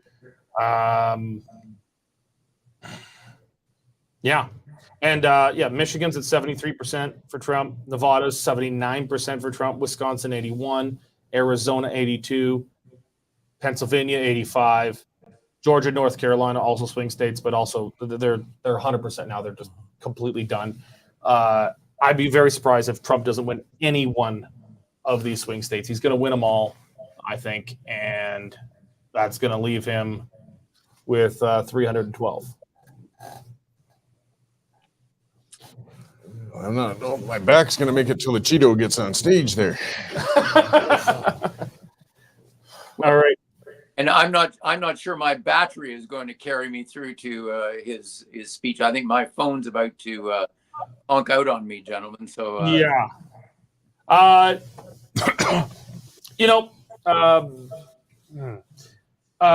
Okay, Nigel, take it for a moment. I'm going to see if I can get any estimate on how long Trump's going to be. If it's going to be too long, I mean, like we're well over time. We are well. We have given an hour and a half to it. So look, you go ahead, Brian.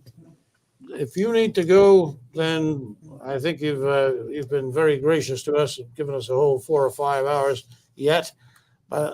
So our compliments to you, and we'll be seeing you back again on one of our shows here quite soon. I know Cory here is interested in having you on his show, and of course you and I have already done a few. So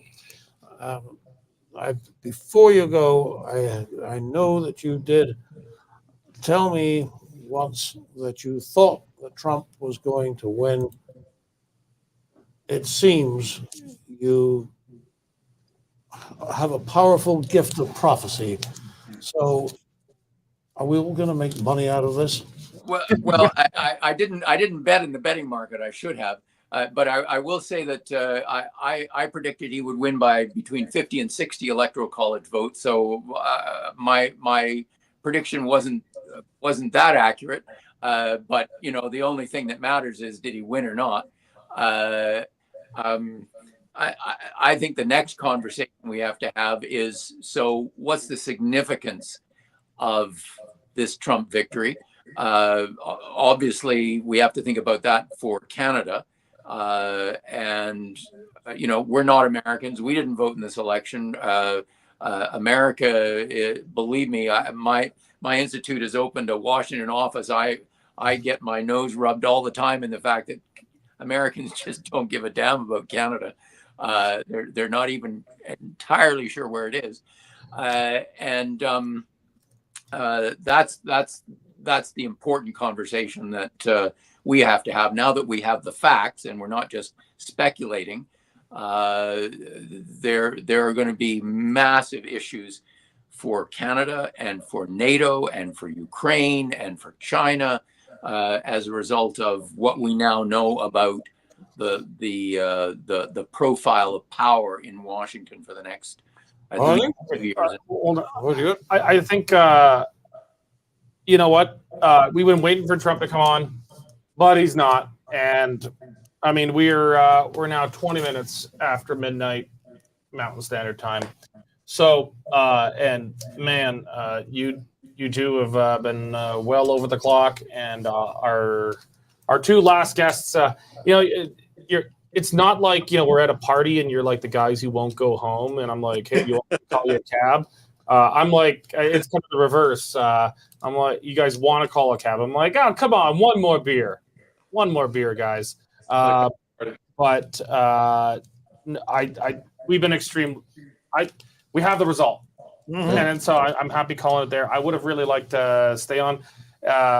So all our viewers who want to watch Trump, tune into CNN or Fox. I really recommend MSNBC because I think they're going to have, you know how you can see their faces. After well, you know, you know how they'll like, especially on American channels, they'll have, you know, they'll have like a sign language translator. I think there'll just be a lot of this, you know. Derek, it is so ungracious to gloat. Yeah, it is. But, you know, allow me a little bit. I don't even really like the guy. I just like the reactions to him. That's really it. So I want to thank Brian Lee Crowley. He is managing director of the Macdonald-Laurier Institute, a first-class think tank that I have just a world of respect for, the man and his institution and the work you guys have done. Thank you, Brian. And I want to thank David Nightleg, columnist for the Western Standard, former senior member in the Alberta government, and international businessman of mystery. You guys have been just fantastic. Thank you very much. Thanks. Thanks so much, guys. Have a great night. Yeah. I think we've had one. Yeah. And Nigel Hannaford, our opinion editor. It was a pleasure. Top notch. Cory Morgan, senior Alberta columnist. Of course, Dave Naylor, his Wi-Fi kind of kicked out. I can see him walk. He's getting his jacket on to leave the newsroom right now. He's quitting early. Dave Naylor is. But Dave Naylor's done a great job. Nico Abote, our broadcast editor. You guys don't see him. He's behind the camera. But he's just done. If any of you were early members of the Western Standard, you remember our last U.S. election coverage 4 years ago, you'll just know how good a job Nico has done in improving our game here. So thank you very much, Nico. And of course, guys, extra far behind the camera, James Finkbeiner and Michelle Cundy in our operations department just did a fantastic job. And actually, you know what? I think Judy, Nigel's lovely wife, who has just done a great job in keeping spirits up. Keeping spirits up. I'm making the odd phone call when things didn't work. Before you're all gone, I gotta say it. You gotta support independent media. The media in Canada is controlled by the federal government. Now more than 50 cents on the dollar of almost every reporter's salaries in Canada comes from federal taxpayers and Justin Trudeau's generosity on your behalf. The Western Standard is one of an extraordinarily small number of genuinely independent media in Canada that do not take Justin Trudeau's bribery money. If you want to see more like this, if you want to support independent media, you need to step up yourself. Be a real capitalist and pay it yourself, not through your taxes. Go to westernstandard.news, click on subscribe. It's only $10 a month or $100 a year. You get through that pesky paywall, and you'll be supporting one of the only genuinely independent media left in Canada. I am tired. I am going home. My staff are tired. They're going home. And you guys can come in, I don't know, 9 o'clock. Yeah, you can come in that late. If I'm awake, I will. No, I think we're going to take a bit of the morning off. Thank you all very much for joining us tonight. God bless. Sam Brown right there, 48.1 to 47.2, 80% in over Jackie Rosen. How much the Renews are understating that candidate quality matters. Yeah. In this cycle, Republicans in the Senate races in particular fielded some pretty darn good candidates that gave them a shot in states where Republicans often face an uphill battle. And the fact that, it looks like it won't be just a squeaker, there might be a little margin there for Republicans, and the Senate is testament to that. Let's see what Wisconsin is, guys. Can we put up Hovde in Wisconsin?